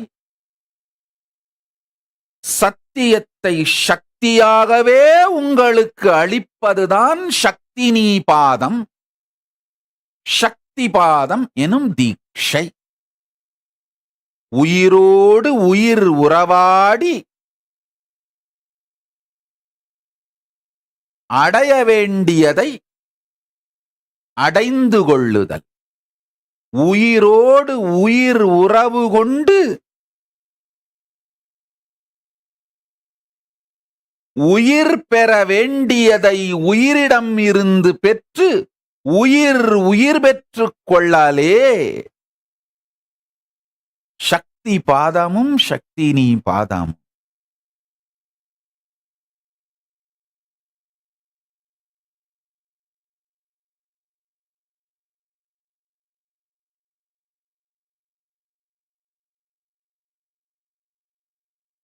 உள்ளத்து ஒருவனை உள்ளுரு சோதியை உள்ளம் விட்டு ஓரடி நீங்கா ஒருவனை உள்ளமும் தானும் உடனே இருக்கினும் உள்ளம் அவனை உருவு அறியாதே.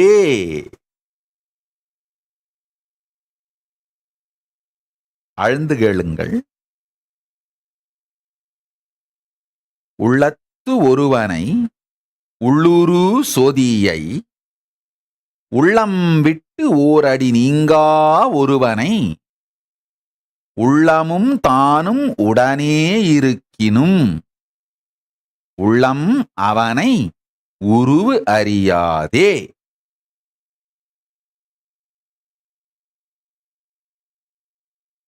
பிரபாவத்தை பற்றி, டெல்யூஷனை பற்றி திருமூலப் பெருந்தகை 431வது பாடலாக சொல்லுகின்றார். இவைகளை பாடல்னு சொல்வது கூட அவ்வளவு பொருந்தாதுன்னு நினைக்கிறேன். பரமசிவ பரம்பொருள் நடராஜ பெருமான்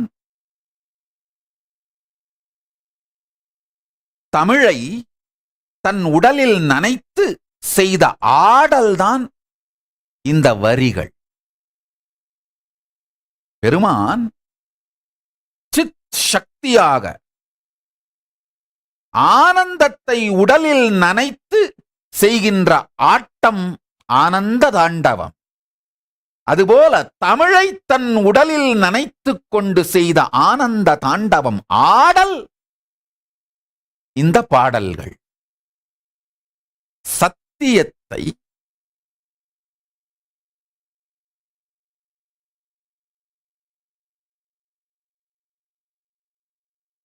சாத்தியமாக்குவதற்காக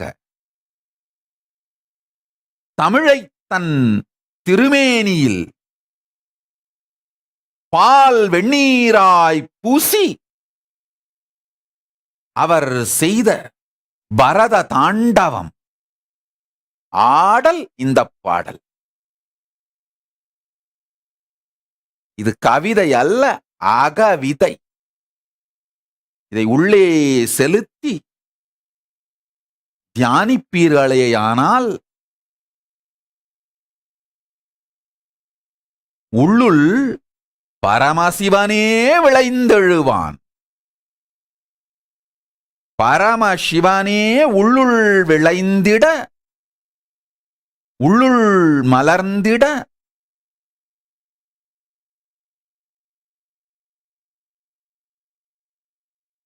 அவன் விதைக்கும் அக விதை இந்த கவிதை. அவன் தமிழை பூசிக்கொண்டு செய்யும் ஆனந்த தாண்டவம் ஆடல் இந்த பாடல்.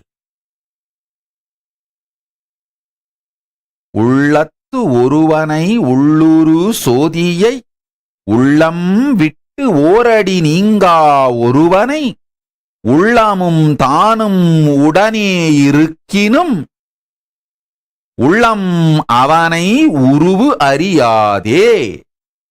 ஆஹா, அதாவது உள்ளத்து ஒருவனை உரு சோதியை, உங்களுடைய உள்ளுக்கு உள்ளே ஏகமாய் இருப்பவன் சோதியாய் அப்படின்னா இருப்பின் மூலமாய் ஒளியாய் விழிப்பாய் ஸ்வயம் பிரகாசமாய் இருப்பவன். அவனை நீங்கள் நினைக்க இயலாது, அவனால்தான் நீங்கள் எல்லாவற்றையும் நினைக்க இயலும். எதனால் நீங்கள் எல்லாவற்றையும் நினைக்கின்றீர்களோ அதுவே உங்கள் உள்ளிருக்கும் சோதி Arunachalam. Cognizing. Arunachala can be only cognized, not remembered. ஸ்மரணிக்க முடியும், நினைக்க இயலாது. உள்ள இயலும் நினைக்க ஒண்ணாது. உள்ளல் சத்தியம், எண்ணல் சத்தியம் அல்ல. எதனால் எண்ணம் சத்தியமோ அதுவே உள்ளம். அந்த உள்ளல், உள்ளல்னா காக்னைசிங், எண்ணம்னா நினைப்பது. எதனால் நினைப்பு உங்களுக்குள் நிகழ்கின்றதோ அது உள் உரு சோதி. உள்ளம் விட்டு ஓரடி நீங்கா ஒருவனை, உங்களுடைய உள்ளத்தை விட்டு ஒரு அடியும் அது விலகுவதில்லை. கனவு காலத்திலும் தூக்க காலத்திலும் மரண காலத்திலும் எக்காலத்திலும் உங்களுடைய இருப்பை விட்டு விலகாத நீங்காத ஒருவனை, அது நமக்குள்ளே உள்ளமும் தானும் உடனே இருக்கினும், உங்களுடைய நான் அப்படிங்கிற கான்ஷியஸ் சாவரனிட்டியும் பரம்பொருள் பரமசிவ பரம்பொருள் பதியும் உடனேயே இருந்தாலும் கூட உள்ளம் அவனை உருவு அறியாதே.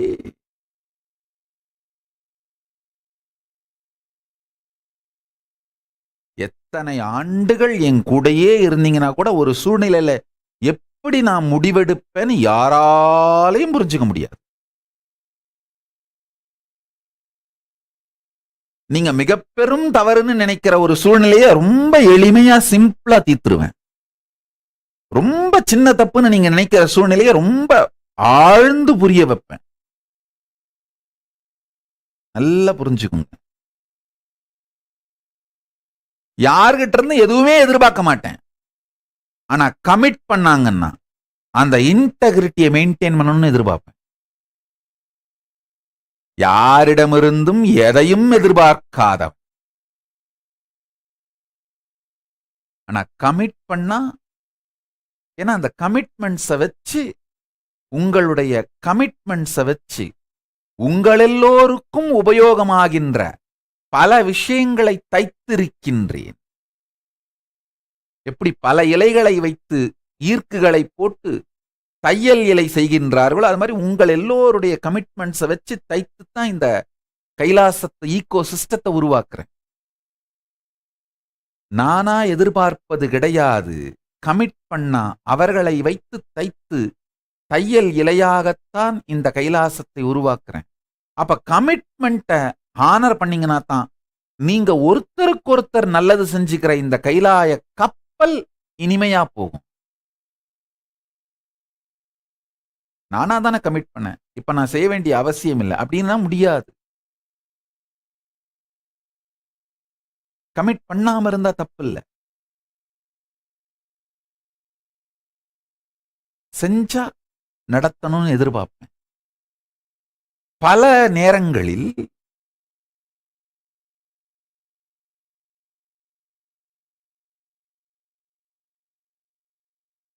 நான் இயங்கும் தர்மம் உங்களுக்கு புரிவதில்லை. நான் இயங்கும் தர்மம் உங்களுக்கு புரிந்தால் உங்களுக்குள் இருக்கும் பரமசிவ பரம்பொருள் இயங்கும் தர்மம் உங்களுக்கு புரிந்துவிடும். அதனால உங்களுக்கு உள்ளே இருக்கின்ற பரம்பொருள் உருவு உங்களுக்கு புரிந்துவிடும்.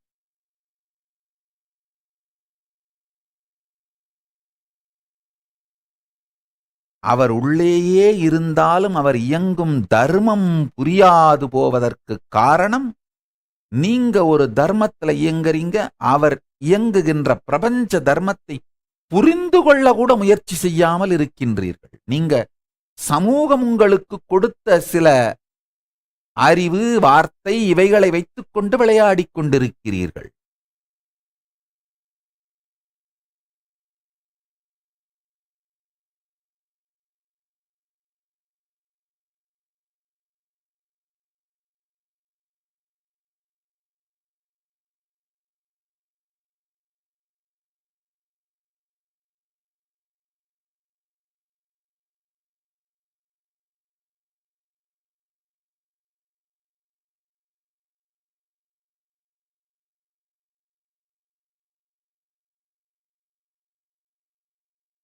யாரோடு உங்களை ஒப்பிடுகிறீர்களோ, யாரை பற்றி நீங்கள் சிந்திக்கிறீர்களோ அவர்களாகவே அவர்களைப் போல மாறுகின்றீர்கள்.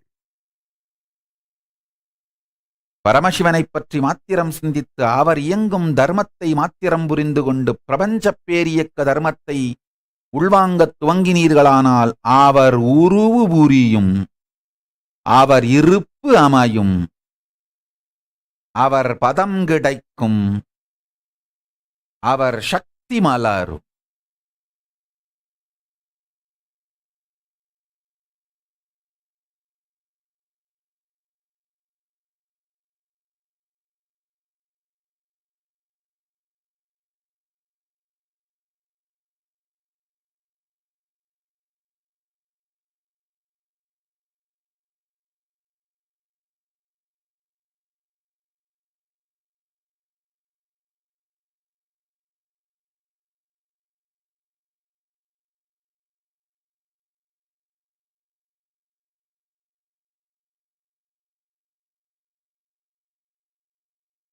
பசுவுக்கும் பாசத்திற்கும் வந்த அனாதித்தன்மை பதிக்கு இருக்கின்ற சத்குணங்களினால், பல்வேறு சத்குணங்களின் காரணங்களினால் வந்த அனாதித்தன்மையைப் போல அல்ல,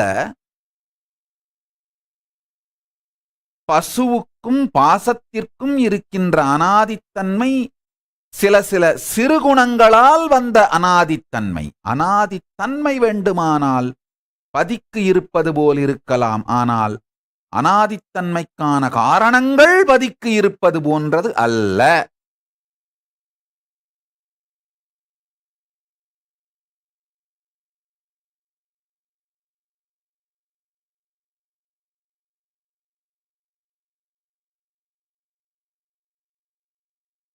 பதியினுடைய பிரபஞ்ச பேரியக்க தர்மம் அதனுடைய சத்குணங்களை உள்வாங்குவீர்களானால் பதி அளிக்கும் சக்திபாத சக்தினீபாதத்தினால்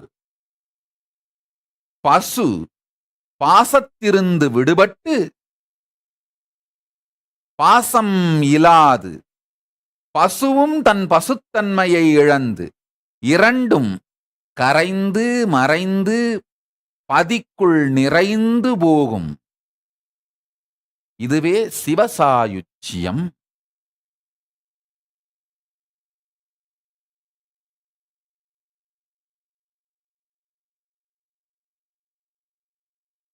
I'll shift it to English now. I'll try to give the gist. If I continue with Tamil, I don't know how long I'll go on and on.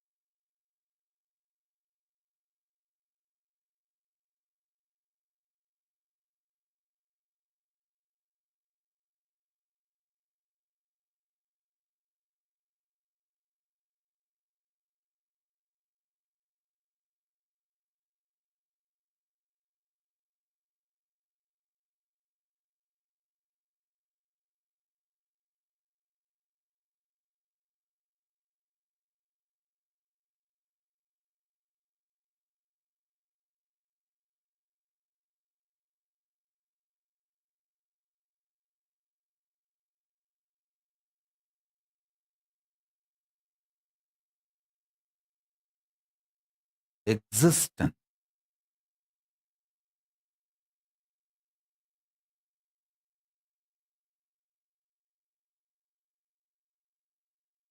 Continuously unbroken way manifests its conscious sovereignty in you, but the delusion you perceive is not the problem sourced or rooted in mind.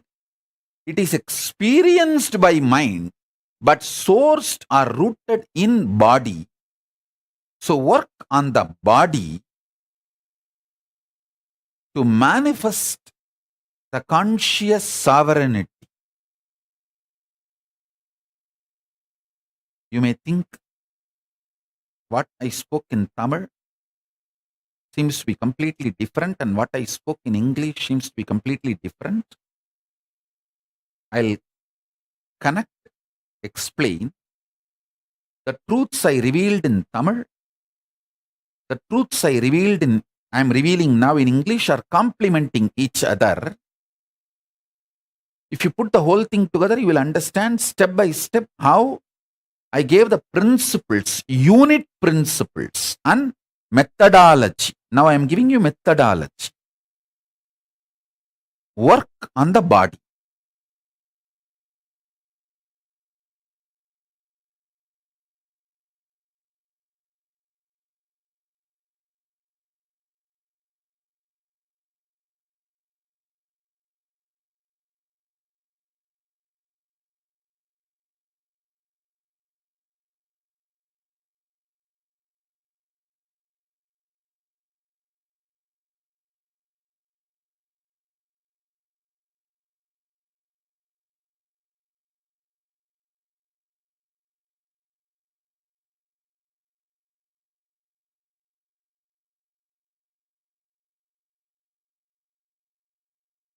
I think we can go for a long satsang.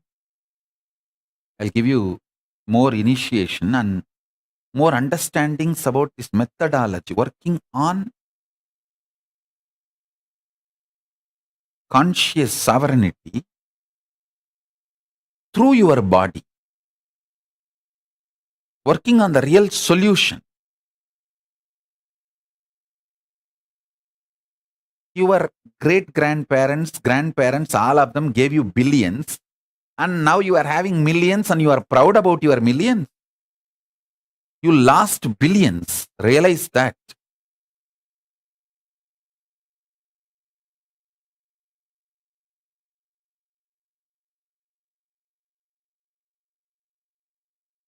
Zeal to become genius is the nature, ecosystem of a Hindu. The reality of the Hindu, very DNA of the Hindu.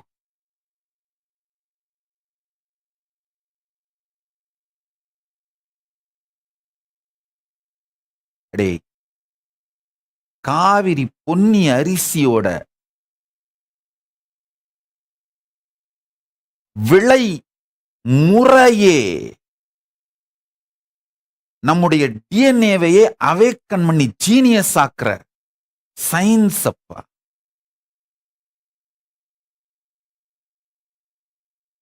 Chola நாட்டு சோற்று அறிவும், பாண்டி நாட்டு முத்து அறிவும், சேர நாட்டு வேழத்து அறிவும், தொண்டை நாட்டு சான்றோன் செய்வதற்கே செய்யப்பட்ட அறிவு. சோழ நாட்டு சோற்று அறிவுன்னா வெறும் சோறு மட்டும் கிடையாது, காய்கறி, அது சார்ந்த எல்லா உணவு மொத்தமும். பாண்டி நாட்டு முத்து அறிவுனா வெறும் முத்து மாத்திரம் கிடையாது, மொத்த கடல் சார்ந்த வாழ்வு அறிவு. சேர நாட்டு வேழத்து அறிவுனா வெறும் யானை பழக்கும் அறிவு மட்டுமல்ல, மொத்த காடு சார்ந்த அறிவு. இது எல்லாமே தொண்டை நாட்டு சான்றோன் செய்வதற்கே. ஞானிகளை, ஜீவன் முக்தர்களை, பிரபஞ்ச பேரறிவை வாழும் சர்வஞர்களை, சான்றோன் அப்படிங்கிற வார்த்தை சர்வஞன் தான்.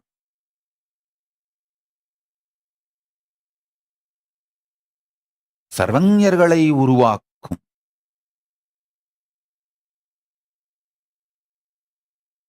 அறிவியல்.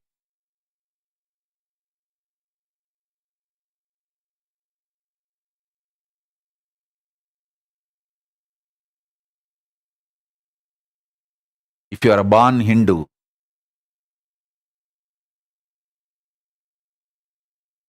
you being economically poor,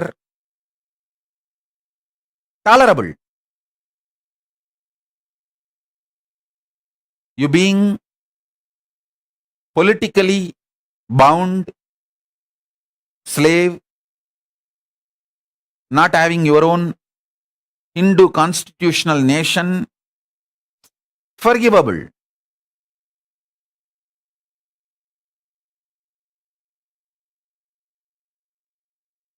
Not forgettable, forgivable. But you not having the appetite for being genius, unforgivable. That is like you losing your very core value. Hey.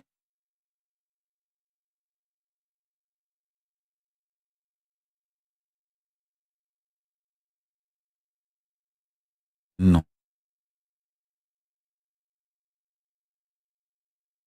Zeal to become genius.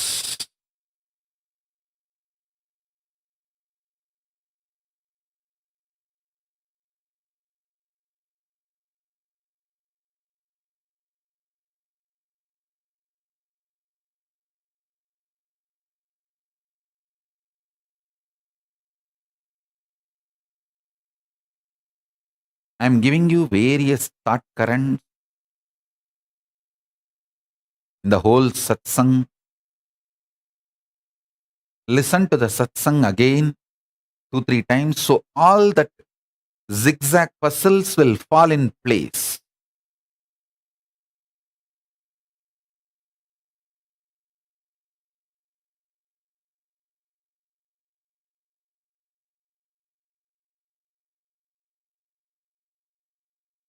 Because of the impossibilities exist in the verbalization of my realization, I am giving multiple thought currents which seems to be unconnected. But if you listen to the satsang second time, third time, you will understand clearly everything. The whole puzzle is connected. It falls in place.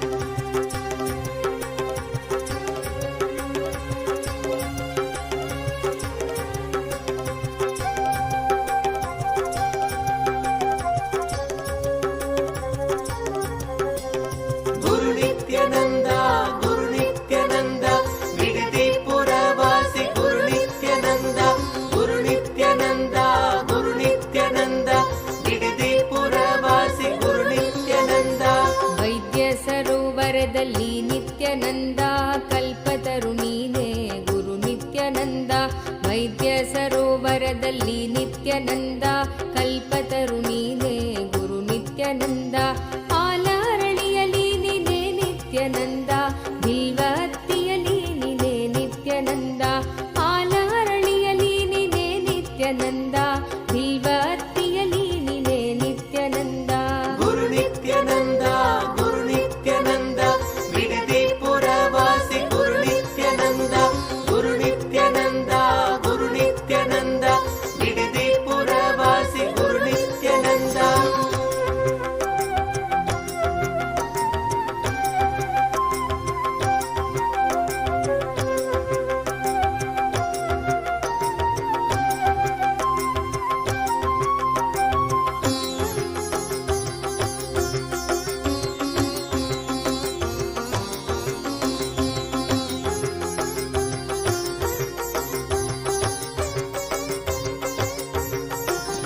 Arunachal ಶಿವನಿನೇ Nithyananda ಆನಂದಲಿಂಗನಿನೇ ಗುರು ನಿತ್ಯಾನಂದ. ಅರುಣಾಚಲ ಶಿವನಿನೇ ನಿತ್ಯಾನಂದ ಆನಂದಲಿಂಗನಿನೇ ಗುರು ನಿತ್ಯಾನಂದ. ಸ್ವಯಂಭುಲಿಂಗ ನೀನೇ ಗುರು ನಿತ್ಯಾನಂದ ಸದ್ಗುರುವು ನೀನೇ ಗುರು ನಿತ್ಯಾನಂದ. ಸ್ವಯಂಭುಲಿಂಗ ನೀನೇ ಗುರು ನಿತ್ಯಾನಂದ ಸದ್ಗುರುವು ನೀನೇ ಗುರು ನಿತ್ಯಾನಂದ. ಗುರು ನಿತ್ಯಾನಂದ ಗುರು ನಿತ್ಯಾನಂದ ಬಿಡದಿ ಪುರವಾಸಿ ಗುರು ನಿತ್ಯಾನಂದ. ಗುರು ನಿತ್ಯಾನಂದ ಗುರು ನಿತ್ಯಾನಂದ ಬಿಡದಿ ಪುರವಾಸಿ ಗುರು ನಿತ್ಯಾನಂದ. ಶಿವನ ರಕ್ಷಣೆಯಲ್ಲಿದ್ದ ನಿತ್ಯಾನಂದ ಮರುಜನ್ಮ ಹೊಂದಿದ ಗುರು ನಿತ್ಯಾನಂದ. ಶಿವನ ರಕ್ಷಣೆಯಲ್ಲಿದ್ದ ನಿತ್ಯಾನಂದ ಮರುಜನ್ಮ ಹೊಂದಿದ ಗುರು ನಿತ್ಯಾನಂದ. ಬಾಬಾಜಿ ದರ್ಶನವ ಪಡೆದ ಆನಂದ ಅವರೇ ಕರೆದರ ಪರಮಹಂಸ ನಿತ್ಯಾನಂದ. ಬಾಬಾಜಿ ದರ್ಶನವ ಪಡೆದ ಆನಂದ ಅವರೇ ಕರೆದರ ಪರಮಹಂಸ ನಿತ್ಯಾನಂದ. ಅವರೇ ಕರೆದರ ಪರಮಹಂಸ ನಿತ್ಯಾನಂದ. ಗುರು ನಿತ್ಯಾನಂದ ಗುರು ನಿತ್ಯಾನಂದ ಬಿಡದಿ ಪುರವಾಸಿ ಗುರು ನಿತ್ಯಾನಂದ. ಗುರು ನಿತ್ಯಾನಂದ ಗುರು ನಿತ್ಯಾನಂದ ಬಿಡದಿ ಪುರವಾಸಿ ಗುರು ನಿತ್ಯಾನಂದ.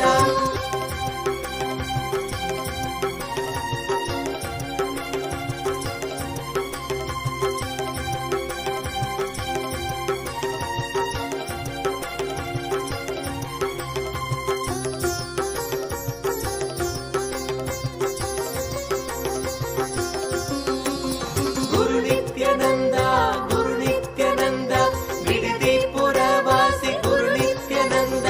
ಗುರು ನಿತ್ಯಾನಂದ ಗುರು ನಿತ್ಯಾನಂದ ಬಿಡದಿ ಪುರವಾಸಿ ಗುರು ನಿತ್ಯಾನಂದ. ಕೃಷ್ಣನ ಸಾಕ್ಷಾತ್ ನೋಡಿದ ನಿತ್ಯಾನಂದ ಕೃಪಾ ಕಟಾಕ್ಷ ನಿನೆ ಗುರು ನಿತ್ಯಾನಂದ. ಕೃಷ್ಣನ ಸಾಕ್ಷಾತ್ ನೋಡಿದ ನಿತ್ಯಾನಂದ ಕೃಪಾ ಕಟಾಕ್ಷ ನಿನೆ ಗುರು ನಿತ್ಯಾನಂದ. ಸರ್ವಾಂತರ್ಯಾಮಿ ನಿನೆ ಗುರು ನಿತ್ಯಾನಂದ ಸಂಕಷ್ಟಹರ ನೀನೆ ಗುರು ನಿತ್ಯಾನಂದ. ಸರ್ವಾಂತರ್ಯಾಮಿ ನಿನೆ ಗುರು ನಿತ್ಯಾನಂದ ಸಂಕಷ್ಟಹರ ನೀನೆ ಗುರು ನಿತ್ಯಾನಂದ.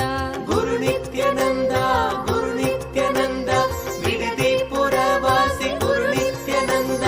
ಗುರು ನಿತ್ಯಾನಂದ ಗುರು ನಿತ್ಯಾನಂದ ಬಿಡದಿ ಪುರವಾಸಿ ಗುರು ನಿತ್ಯಾನಂದ.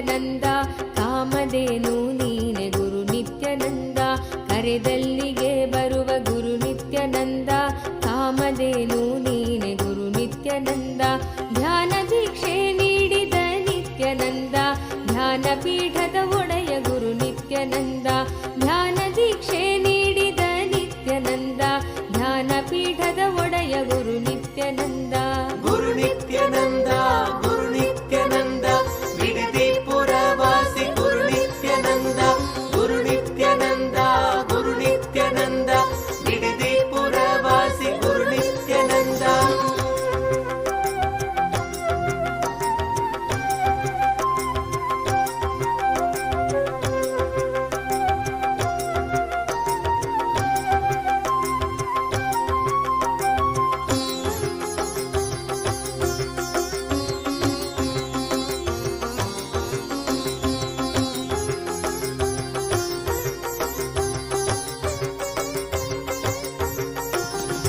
ರಾಜಾದಿರಾಜನಿ ಗುರು ನಿತ್ಯಾನಂದ ರಾಜೀವಲೋಚನ ಗುರು ನಿತ್ಯಾನಂದ ರಾಜಾದಿರಾಜನಿ ಗುರು ನಿತ್ಯಾನಂದ ರಾಜೀವಲೋಚನ ಗುರು ನಿತ್ಯಾನಂದ ಸದ್ಗುರುವು ನೀನೇ ಗುರು ನಿತ್ಯಾನಂದ ಶಂಕರನು ನೀನೇ ಗುರು ನಿತ್ಯಾನಂದ ಸದ್ಗುರುವು ನೀನೇ ಗುರು ನಿತ್ಯಾನಂದ ಶಂಕರನು ನೀನೇ ಗುರು ನಿತ್ಯಾನಂದ ಗುರು ನಿತ್ಯಾನಂದ ಗುರು ನಿತ್ಯಾನಂದ ಬಿಡದಿ ಪುರವಾಸಿ ಗುರು ನಿತ್ಯಾನಂದ ಗುರು ನಿತ್ಯಾನಂದ ಗುರು ನಿತ್ಯಾನಂದ ಬಿಡದಿ ಪುರವಾಸಿ ಗುರು ನಿತ್ಯಾನಂದ ತಂದೆ ತಾಯಿಯು ನೀನೆ ಗುರು ನಿತ್ಯಾನಂದ ಬಂಧು ಬಳಗವು ನೀನೆ ಗುರು ನಿತ್ಯಾನಂದ ತಂದೆ ತಾಯಿಯು ನೀನೆ ಗುರು ನಿತ್ಯಾನಂದ ಬಂಧು ಬಳಗವು ನೀನೆ ಗುರು ನಿತ್ಯಾನಂದ ಚೆಲುವರಲ್ಲಿ ಚೆಲುವ ನೀನೆ ಗುರು ನಿತ್ಯಾನಂದ ನಿನ್ನ ಚರಣದಾಸಿಯು ನಾನೇ ಗುರು ನಿತ್ಯಾನಂದ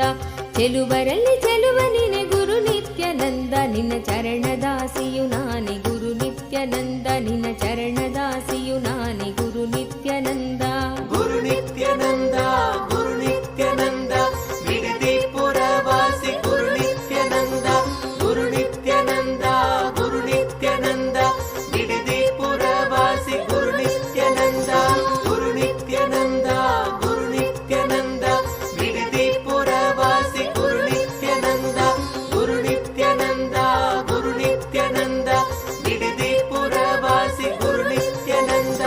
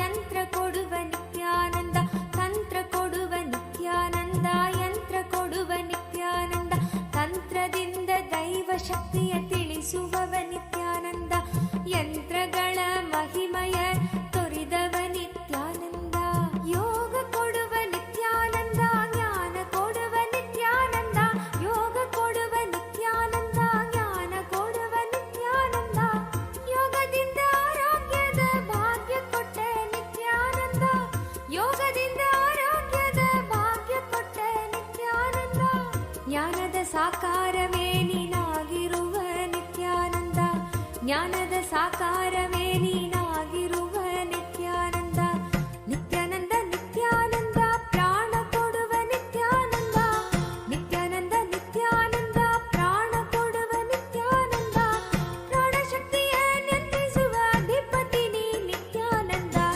ಪ್ರಾಣಶಕ್ತಿಯ ನಿಯಂತ್ರಿಸುವ ಅಧಿಪತಿ ನೀ ನಿತ್ಯಾನಂದ, ನಿತ್ಯಾನಂದ ಪ್ರಾಣ ಕೊಡುವ ನಿತ್ಯಾನಂದ, ನಿತ್ಯಾನಂದ ಪ್ರಾಣ ಕೊಡುವ ನಿತ್ಯಾನಂದ.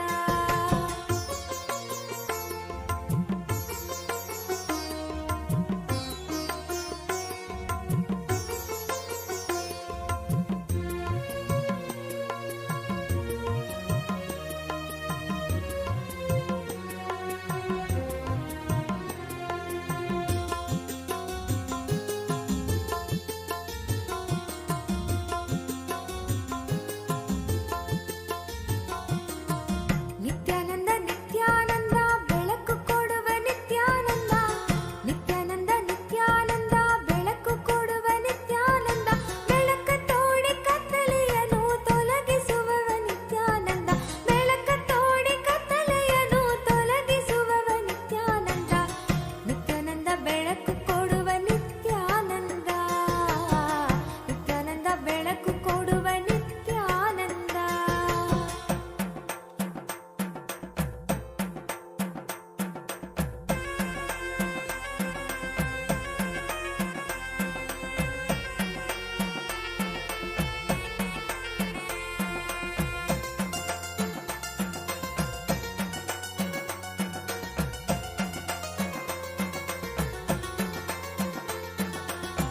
ನಿತ್ಯಾನಂದ ನಿತ್ಯಾನಂದ ಮಳೆಯ ಕೊಡುವ ನಿತ್ಯಾನಂದ, ನಿತ್ಯಾನಂದ ನಿತ್ಯಾನಂದ ಮಳೆಯ ಕೊಡುವ ನಿತ್ಯಾನಂದ, ಮಳೆಯಿಂದ ಬರದ ಕಷ್ಟ ನೀಗಿಸುವವ ನಿತ್ಯಾನಂದ, ಮಳೆಯಿಂದ ಬರದ ಕಷ್ಟ ನೀಗಿಸುವವ ನಿತ್ಯಾನಂದ, ನಿತ್ಯಾನಂದ ನಿತ್ಯಾನಂದ ಫಲವ ಕೊಡುವ ನಿತ್ಯಾನಂದ, ನಿತ್ಯಾನಂದ ನಿತ್ಯಾನಂದ ಫಲವ ಕೊಡುವ ನಿತ್ಯಾನಂದ, ಕರ್ಮ ಫಲದ ಅಪೇಕ್ಷೆಯನ್ನು ತೆಗೆದು ಹಾಕುವ ನಿತ್ಯಾನಂದ, ಕರ್ಮ ಫಲದ ಅಪೇಕ್ಷೆಯನ್ನು ತೆಗೆದು ಹಾಕುವ ನಿತ್ಯಾನಂದ, ನಿತ್ಯಾನಂದ ಫಲವ ಕೊಡುವ ನಿತ್ಯಾನಂದ, ನಿತ್ಯಾನಂದ ಫಲವ ಕೊಡುವ ನಿತ್ಯಾನಂದ.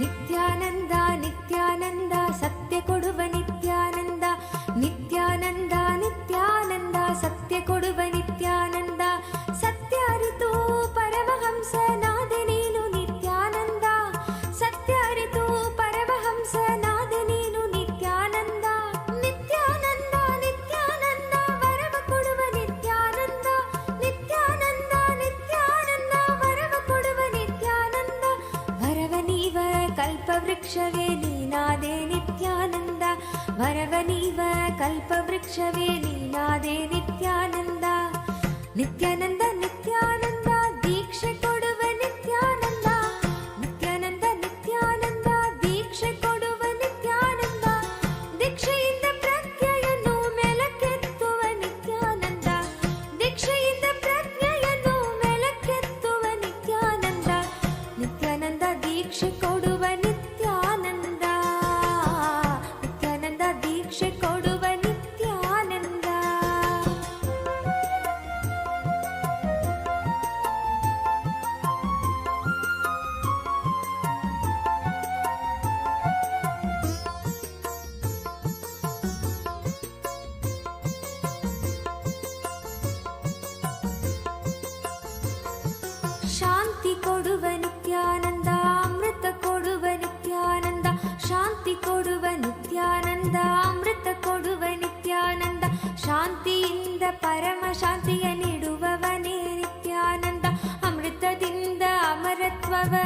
ಪಡೆದೆ ನಿತ್ಯಾನಂದ ಮುಕ್ತಿ ಕೊಡುವ ನಿತ್ಯಾನಂದ ಆನಂದ ಕೊಡುವ ನಿತ್ಯಾನಂದ ಮುಕ್ತಿ ಕೊಡುವ ನಿತ್ಯಾನಂದ ಆನಂದ ಕೊಡುವ ನಿತ್ಯಾನಂದ ಮುಕ್ತಿ ನೀಡುವ ಸದ್ಗುರುವಾಗಿ ಹುಟ್ಟಿ ಬಂದೆ ನಿತ್ಯಾನಂದ ಮುಕ್ತಿ ನೀಡುವ ಸದ್ಗುರುವಾಗಿ ಹುಟ್ಟಿ ಬಂದೆ ನಿತ್ಯಾನಂದ ಆನಂದದಿಂದ ನಿತ್ಯಾನಂದಕ್ಕೆ ಕೊಂಡೊಯ್ಯುವವ ನಿತ್ಯಾನಂದ ಆನಂದದಿಂದ ನಿತ್ಯಾನಂದಕ್ಕೆ ಕೊಂಡೊಯ್ಯುವವ ನಿತ್ಯಾನಂದ ನಿತ್ಯಾನಂದ ನಿತ್ಯಾನಂದ ಶಕ್ತಿ ಕೊಡುವ ನಿತ್ಯಾನಂದ ನಿತ್ಯಾನಂದ ನಿತ್ಯಾನಂದ ಶಕ್ತಿ ಕೊಡುವ ನಿತ್ಯಾನಂದ ಶಕ್ತಿಯಿಂದ ಹೊಸ ಬಾಳು ರೂಪಿಸುವ ನಿತ್ಯಾನಂದ ಶಕ್ತಿಯಿಂದ ಹೊಸ ಬಾಳು ರೂಪಿಸುವ ನಿತ್ಯಾನಂದ ನಿತ್ಯಾನಂದ ಶಕ್ತಿ ಕೊಡುವ ನಿತ್ಯಾನಂದ ನಿತ್ಯಾನಂದ ಶಕ್ತಿ ಕೊಡುವ ನಿತ್ಯಾನಂದ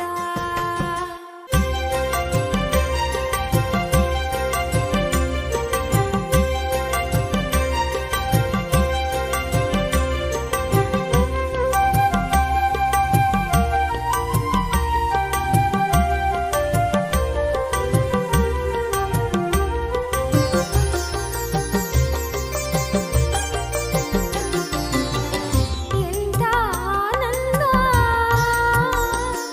ಇದು ಎಂಥ ಆನಂದ ಎಂಥ ಆನಂದ ಎಂಥ ಆನಂದ ಎಂಥ ಆನಂದ ಎಂಥ ಆನಂದ ನುತಿಸುವೆನು ಪ್ರತಿಭಾಕರ ದಯಾ ಸಾಗರಗೆ ಹತ್ತಿರ ಬಂದೆಯ ಹತ್ತಿರ ಬಂದೆಯ ನುತಿಸುವೆನು ಪ್ರತಿಭಾಕರ ದಯಾ ಸಾಗರಲೆ ಹತ್ತಿರ ಬಂದೆಯ ಹತ್ತಿರ ಬಂದೆಯ ಎಂಥ ಆನಂದ ಎಂಥ ಆನಂದ ಎಂಥ ಆನಂದ ಎಂಥ ಆನಂದ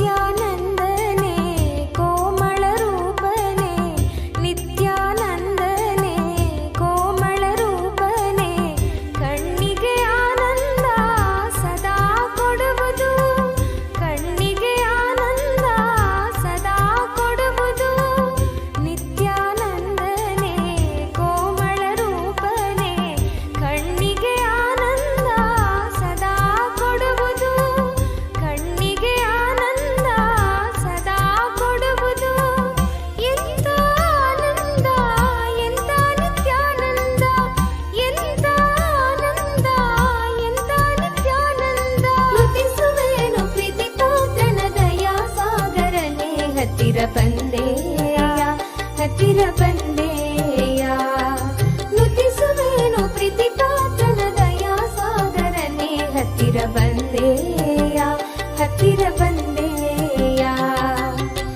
ಎಂಥ ಆನಂದ ಎಂಥ ನಿತ್ಯಾನಂದ ಎಂಥ ಆನಂದ ಎಂಥ ನಿತ್ಯಾನಂದ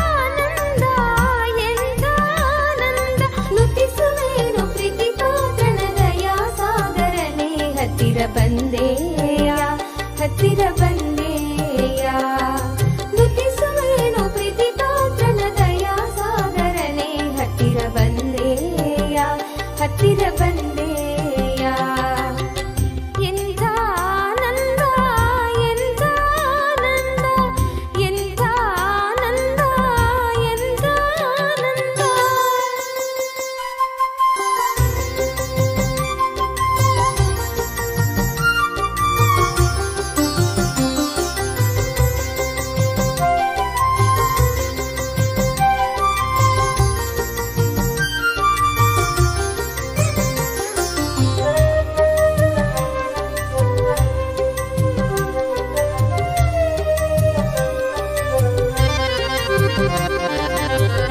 ಅನಾಥ ಬಂಧುವೆ ಕಾರುಣ್ಯ ಸಿಂಧುವೆ ಅನಾಥ ಬಂಧುವೆ ಕಾರುಣ್ಯ ಸಿಂಧುವೆ ಭಕ್ತರ ನಿಧಿಯೇ ವೇದ ಗೋಚರಣೆ ಭಕ್ತರ ನಿಧಿಯೇ ವೇದ ಗೋಚರಣೆ ಅನಾಥ ಬಂಧುವೆ ಕಾರುಣ್ಯ ಸಿಂಧುವೆ ಭಕ್ತರ ನಿಧಿಯೇ ವೇದ ಗೋಚರಣೆ ಭಕ್ತರ ನಿಧಿಯೇ Om, Om, Om.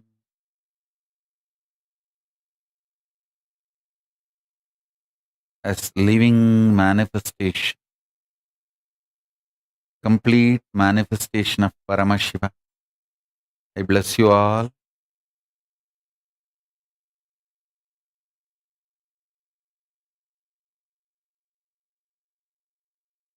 Let's all radiate with integrity, collective integrity, authenticity, responsibility, enriching, causing, living Paramadvaitam, the Shuddhadvaita Saivam, the state, space, powers, being, superconsciousness, and KAILASA of Paramashiva. Paramashivoham, Om Nithyananda Paramashivoham, the eternal bliss Nithyananda. Thank you. Be blissful.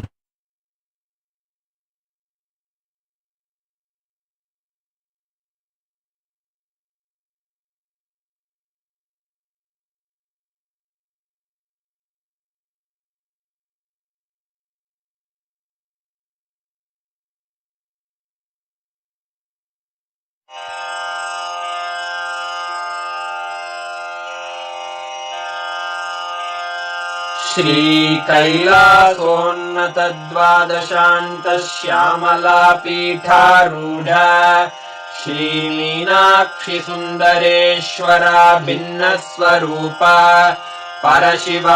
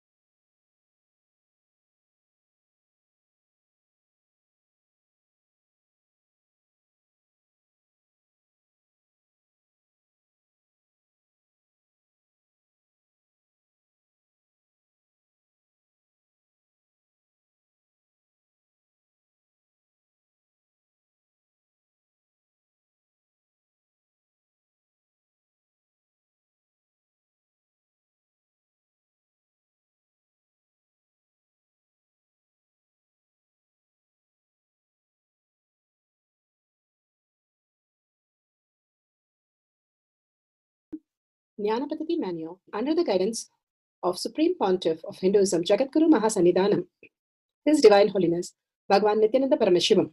Let's start with the Sadguru Vandanam. Nithyanandam Paramasukhanam Kevalam Jnanamurtim Dvandvatitam Gaganasadushnam Tattanasya Lakshmyam Ekam Nityam Vimalamachalam Sarvadi Sakshi Bhutam.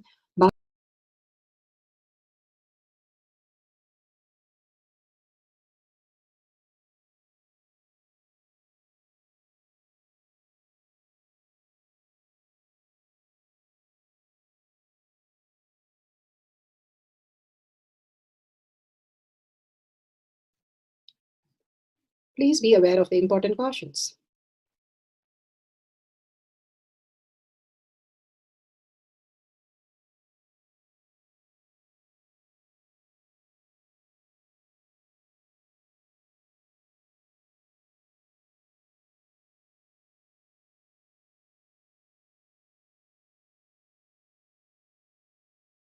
Let's go through the pramanas. The science of our manifestation is authentic, time-tested, scientific, and foolproof. The Shastra Pramana, the authentic scriptures, Shrutis, the Veda Agamas, stands as a foundation for Hinduism. Apta Pramana, authentic, time-tested, foolproof compilation of the experience of the sages, rishis, and enlightened masters, which is in terms with the Shastra Pramana. Atma Pramana, with Apta Pramana, a guru is able to experience and live the truth claimed by the Shastras. Shakshi Pramana, manifestation and experience of the Guru's initiation in the disciple of a particular lineage which is demonstrable to the world.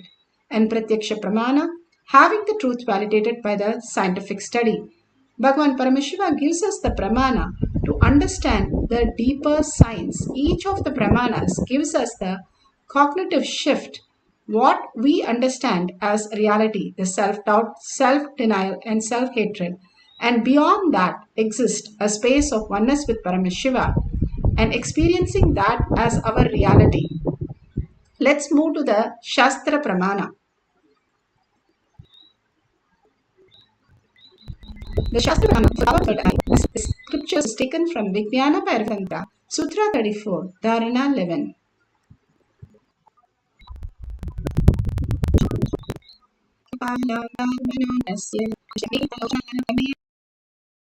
ीतलोचनः क्रमेण मनसोदाढ्यात् लक्ष्ये लक्ष्यमुत्तमम् कपालान्तर्मनोऽन्यस्य तिष्ठन्मीलितलोचनः क्रमेण मनसोदाढ्यात् लक्ष्ये लक्ष्यमुत्तमम्. The eyes closed.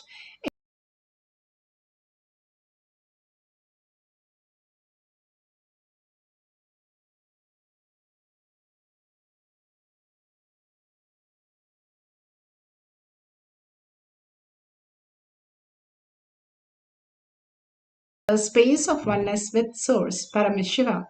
Bhagavan Paramashiva has beautifully given us the deeper science of Pasu, Pati, and Pasa. How the Pati manifests in us when the Pasa just dissolves into the Pati itself. And more we experience that space of oneness, we start experiencing the greater reality. We start understanding that we are nothing but the ultimate source. Bhagavan Paramashiva beautifully gives us so many references of how we can understand this greater reality. How the wave in the ocean, if the wave thinks that it can collect some sand, collect some shells, and collect some crabs and build a castle and live there forever, it is going to be mistaken. Soon it is going to be dissolved into the ocean. But if the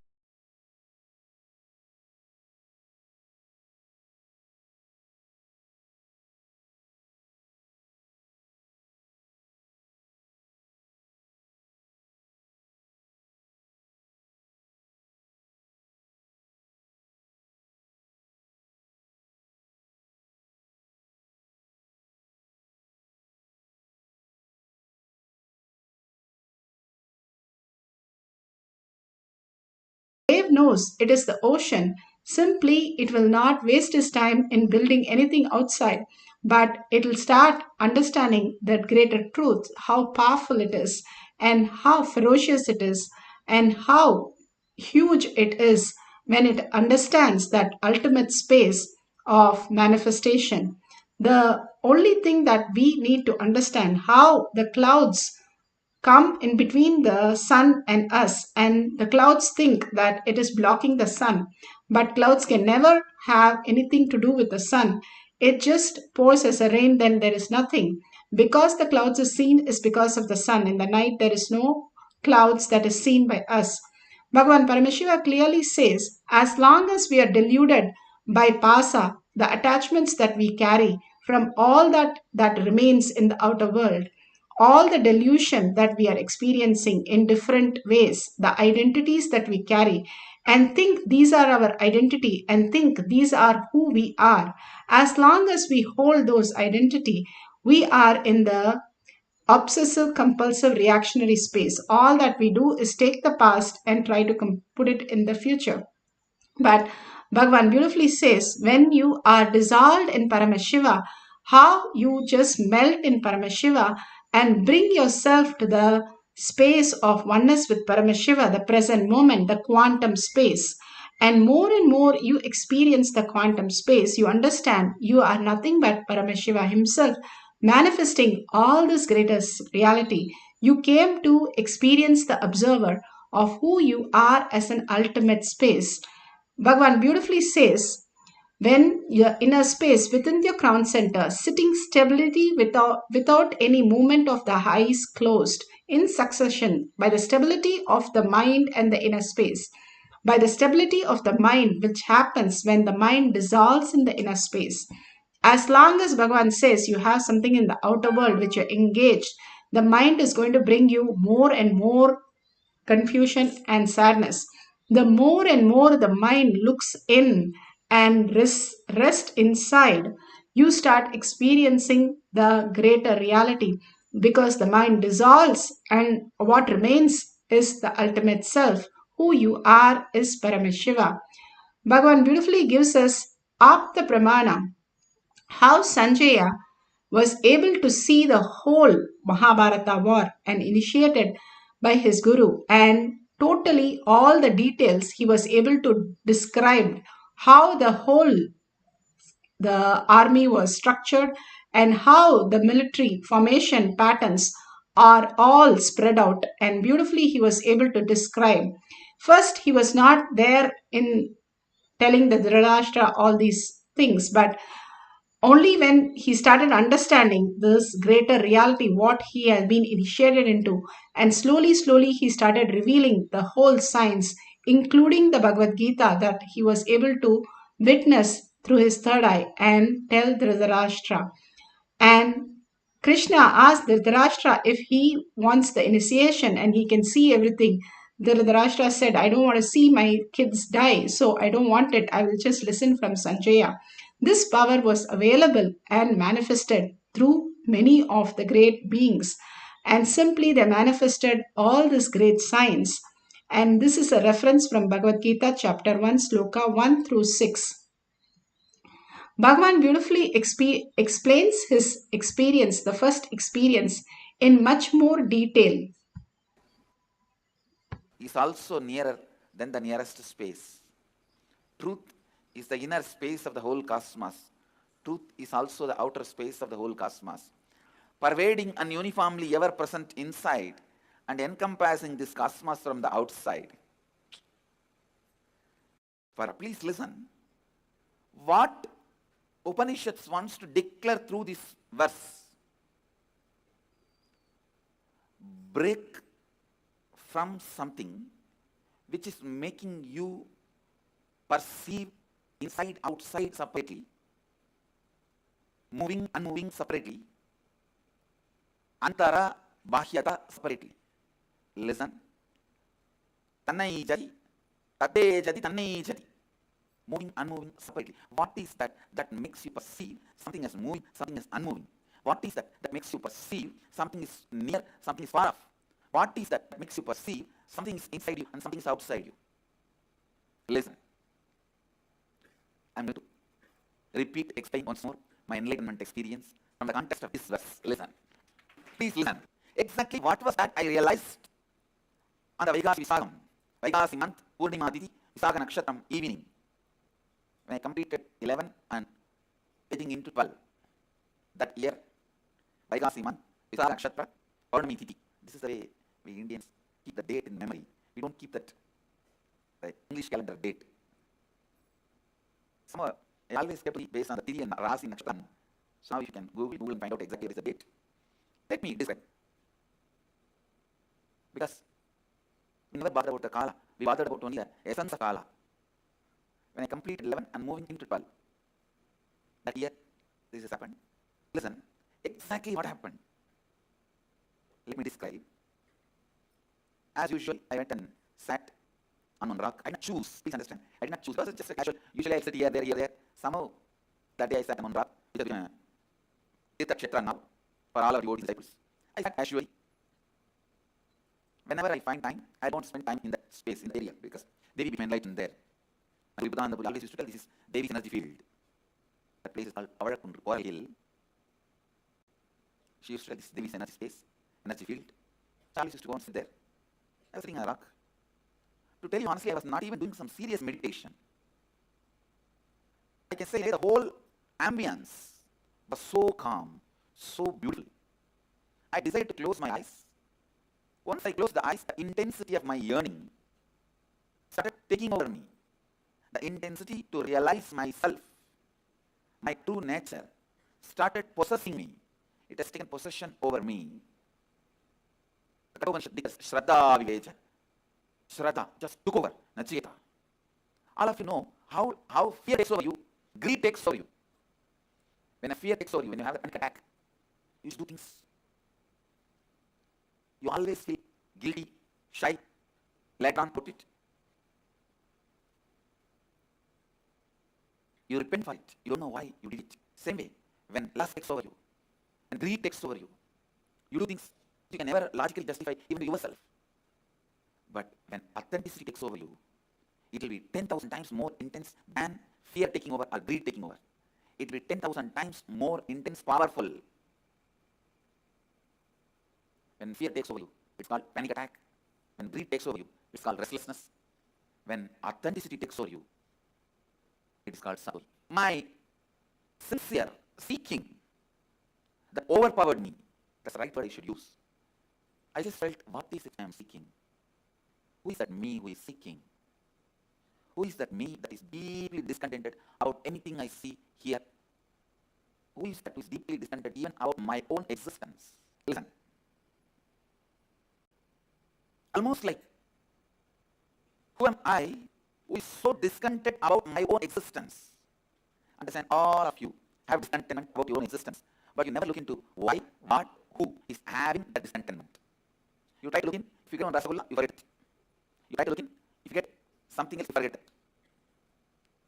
Very easy question, why, what, who is so discontented?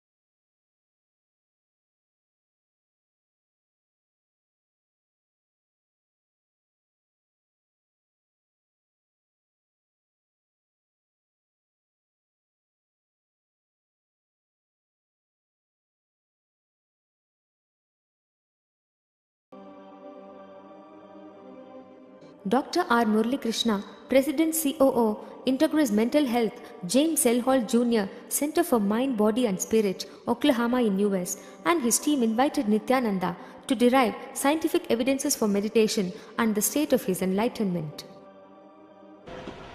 Usually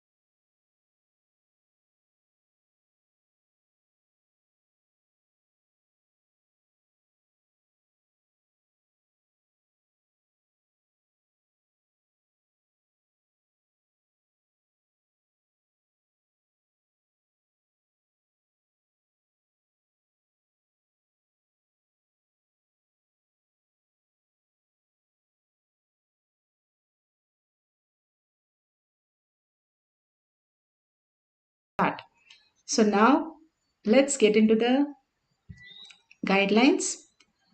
Once you start the video recording, if you have timestamp, take a picture or the video with the timestamp, apply the Jnananjan, and just through your third eye, you're going to read. So you need a place where it is completely dark. How the he manifests through them.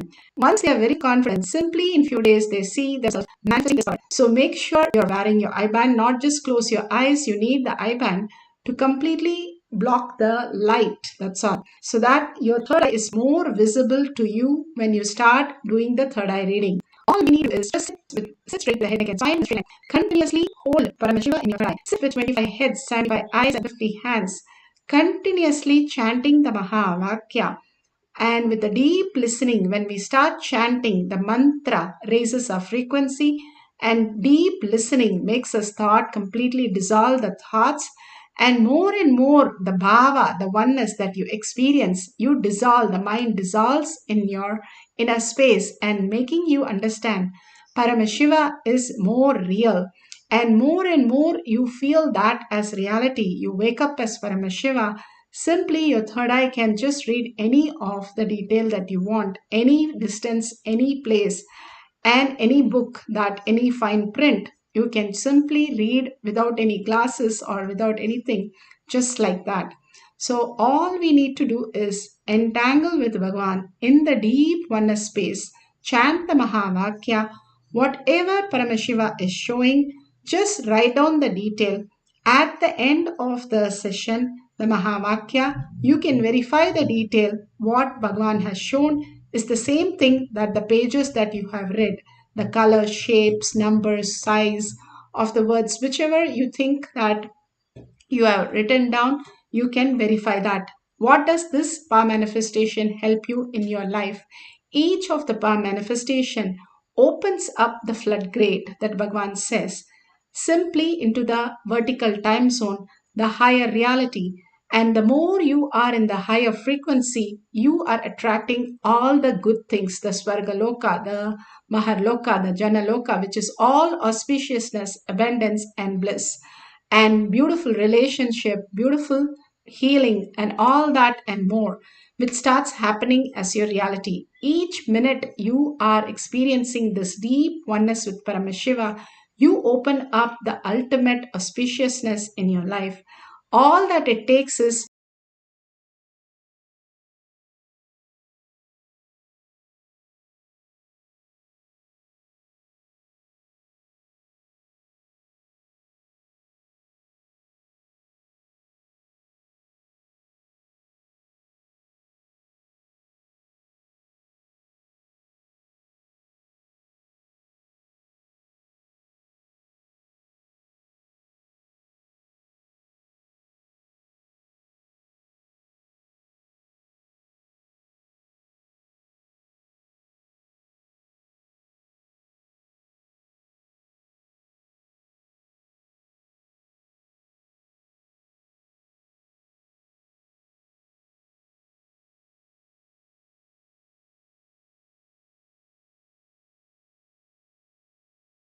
surrender your identity at Bhagavan's lotus feet. All the identities that you carry continuously in the outer world, which is the work that we do. And when we drop that and go to our very nature, who we are, the space that we are is Paramashiva. And who we are in the parallel universe, Bhagavan says, we are Paramashiva, pure consciousness. Just mirror that into your inner space and hold that in your inner space continuously and experience the deep oneness, the bhava. Sit with 25 heads, 75 eyes, and 50 hands, continuously chanting the Mahavakya. Simply you will start experiencing the greater reality. More and more you will start feeling your inner space, merging with Shiva's space, manifesting the power of third eye reading. Let's start chanting the Mahavakya.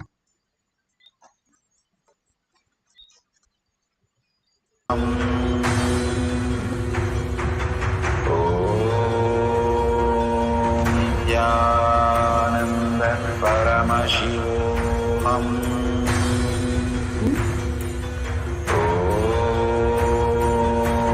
Nithyananda Paramashivoham. Nithyananda Paramashivoham. More consciousness.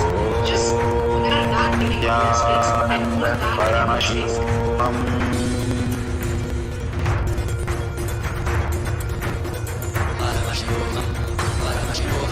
Let Paramashiva study, manifest in all our burdens. Let Amrita go, let the Vani open up, manifest in all of us.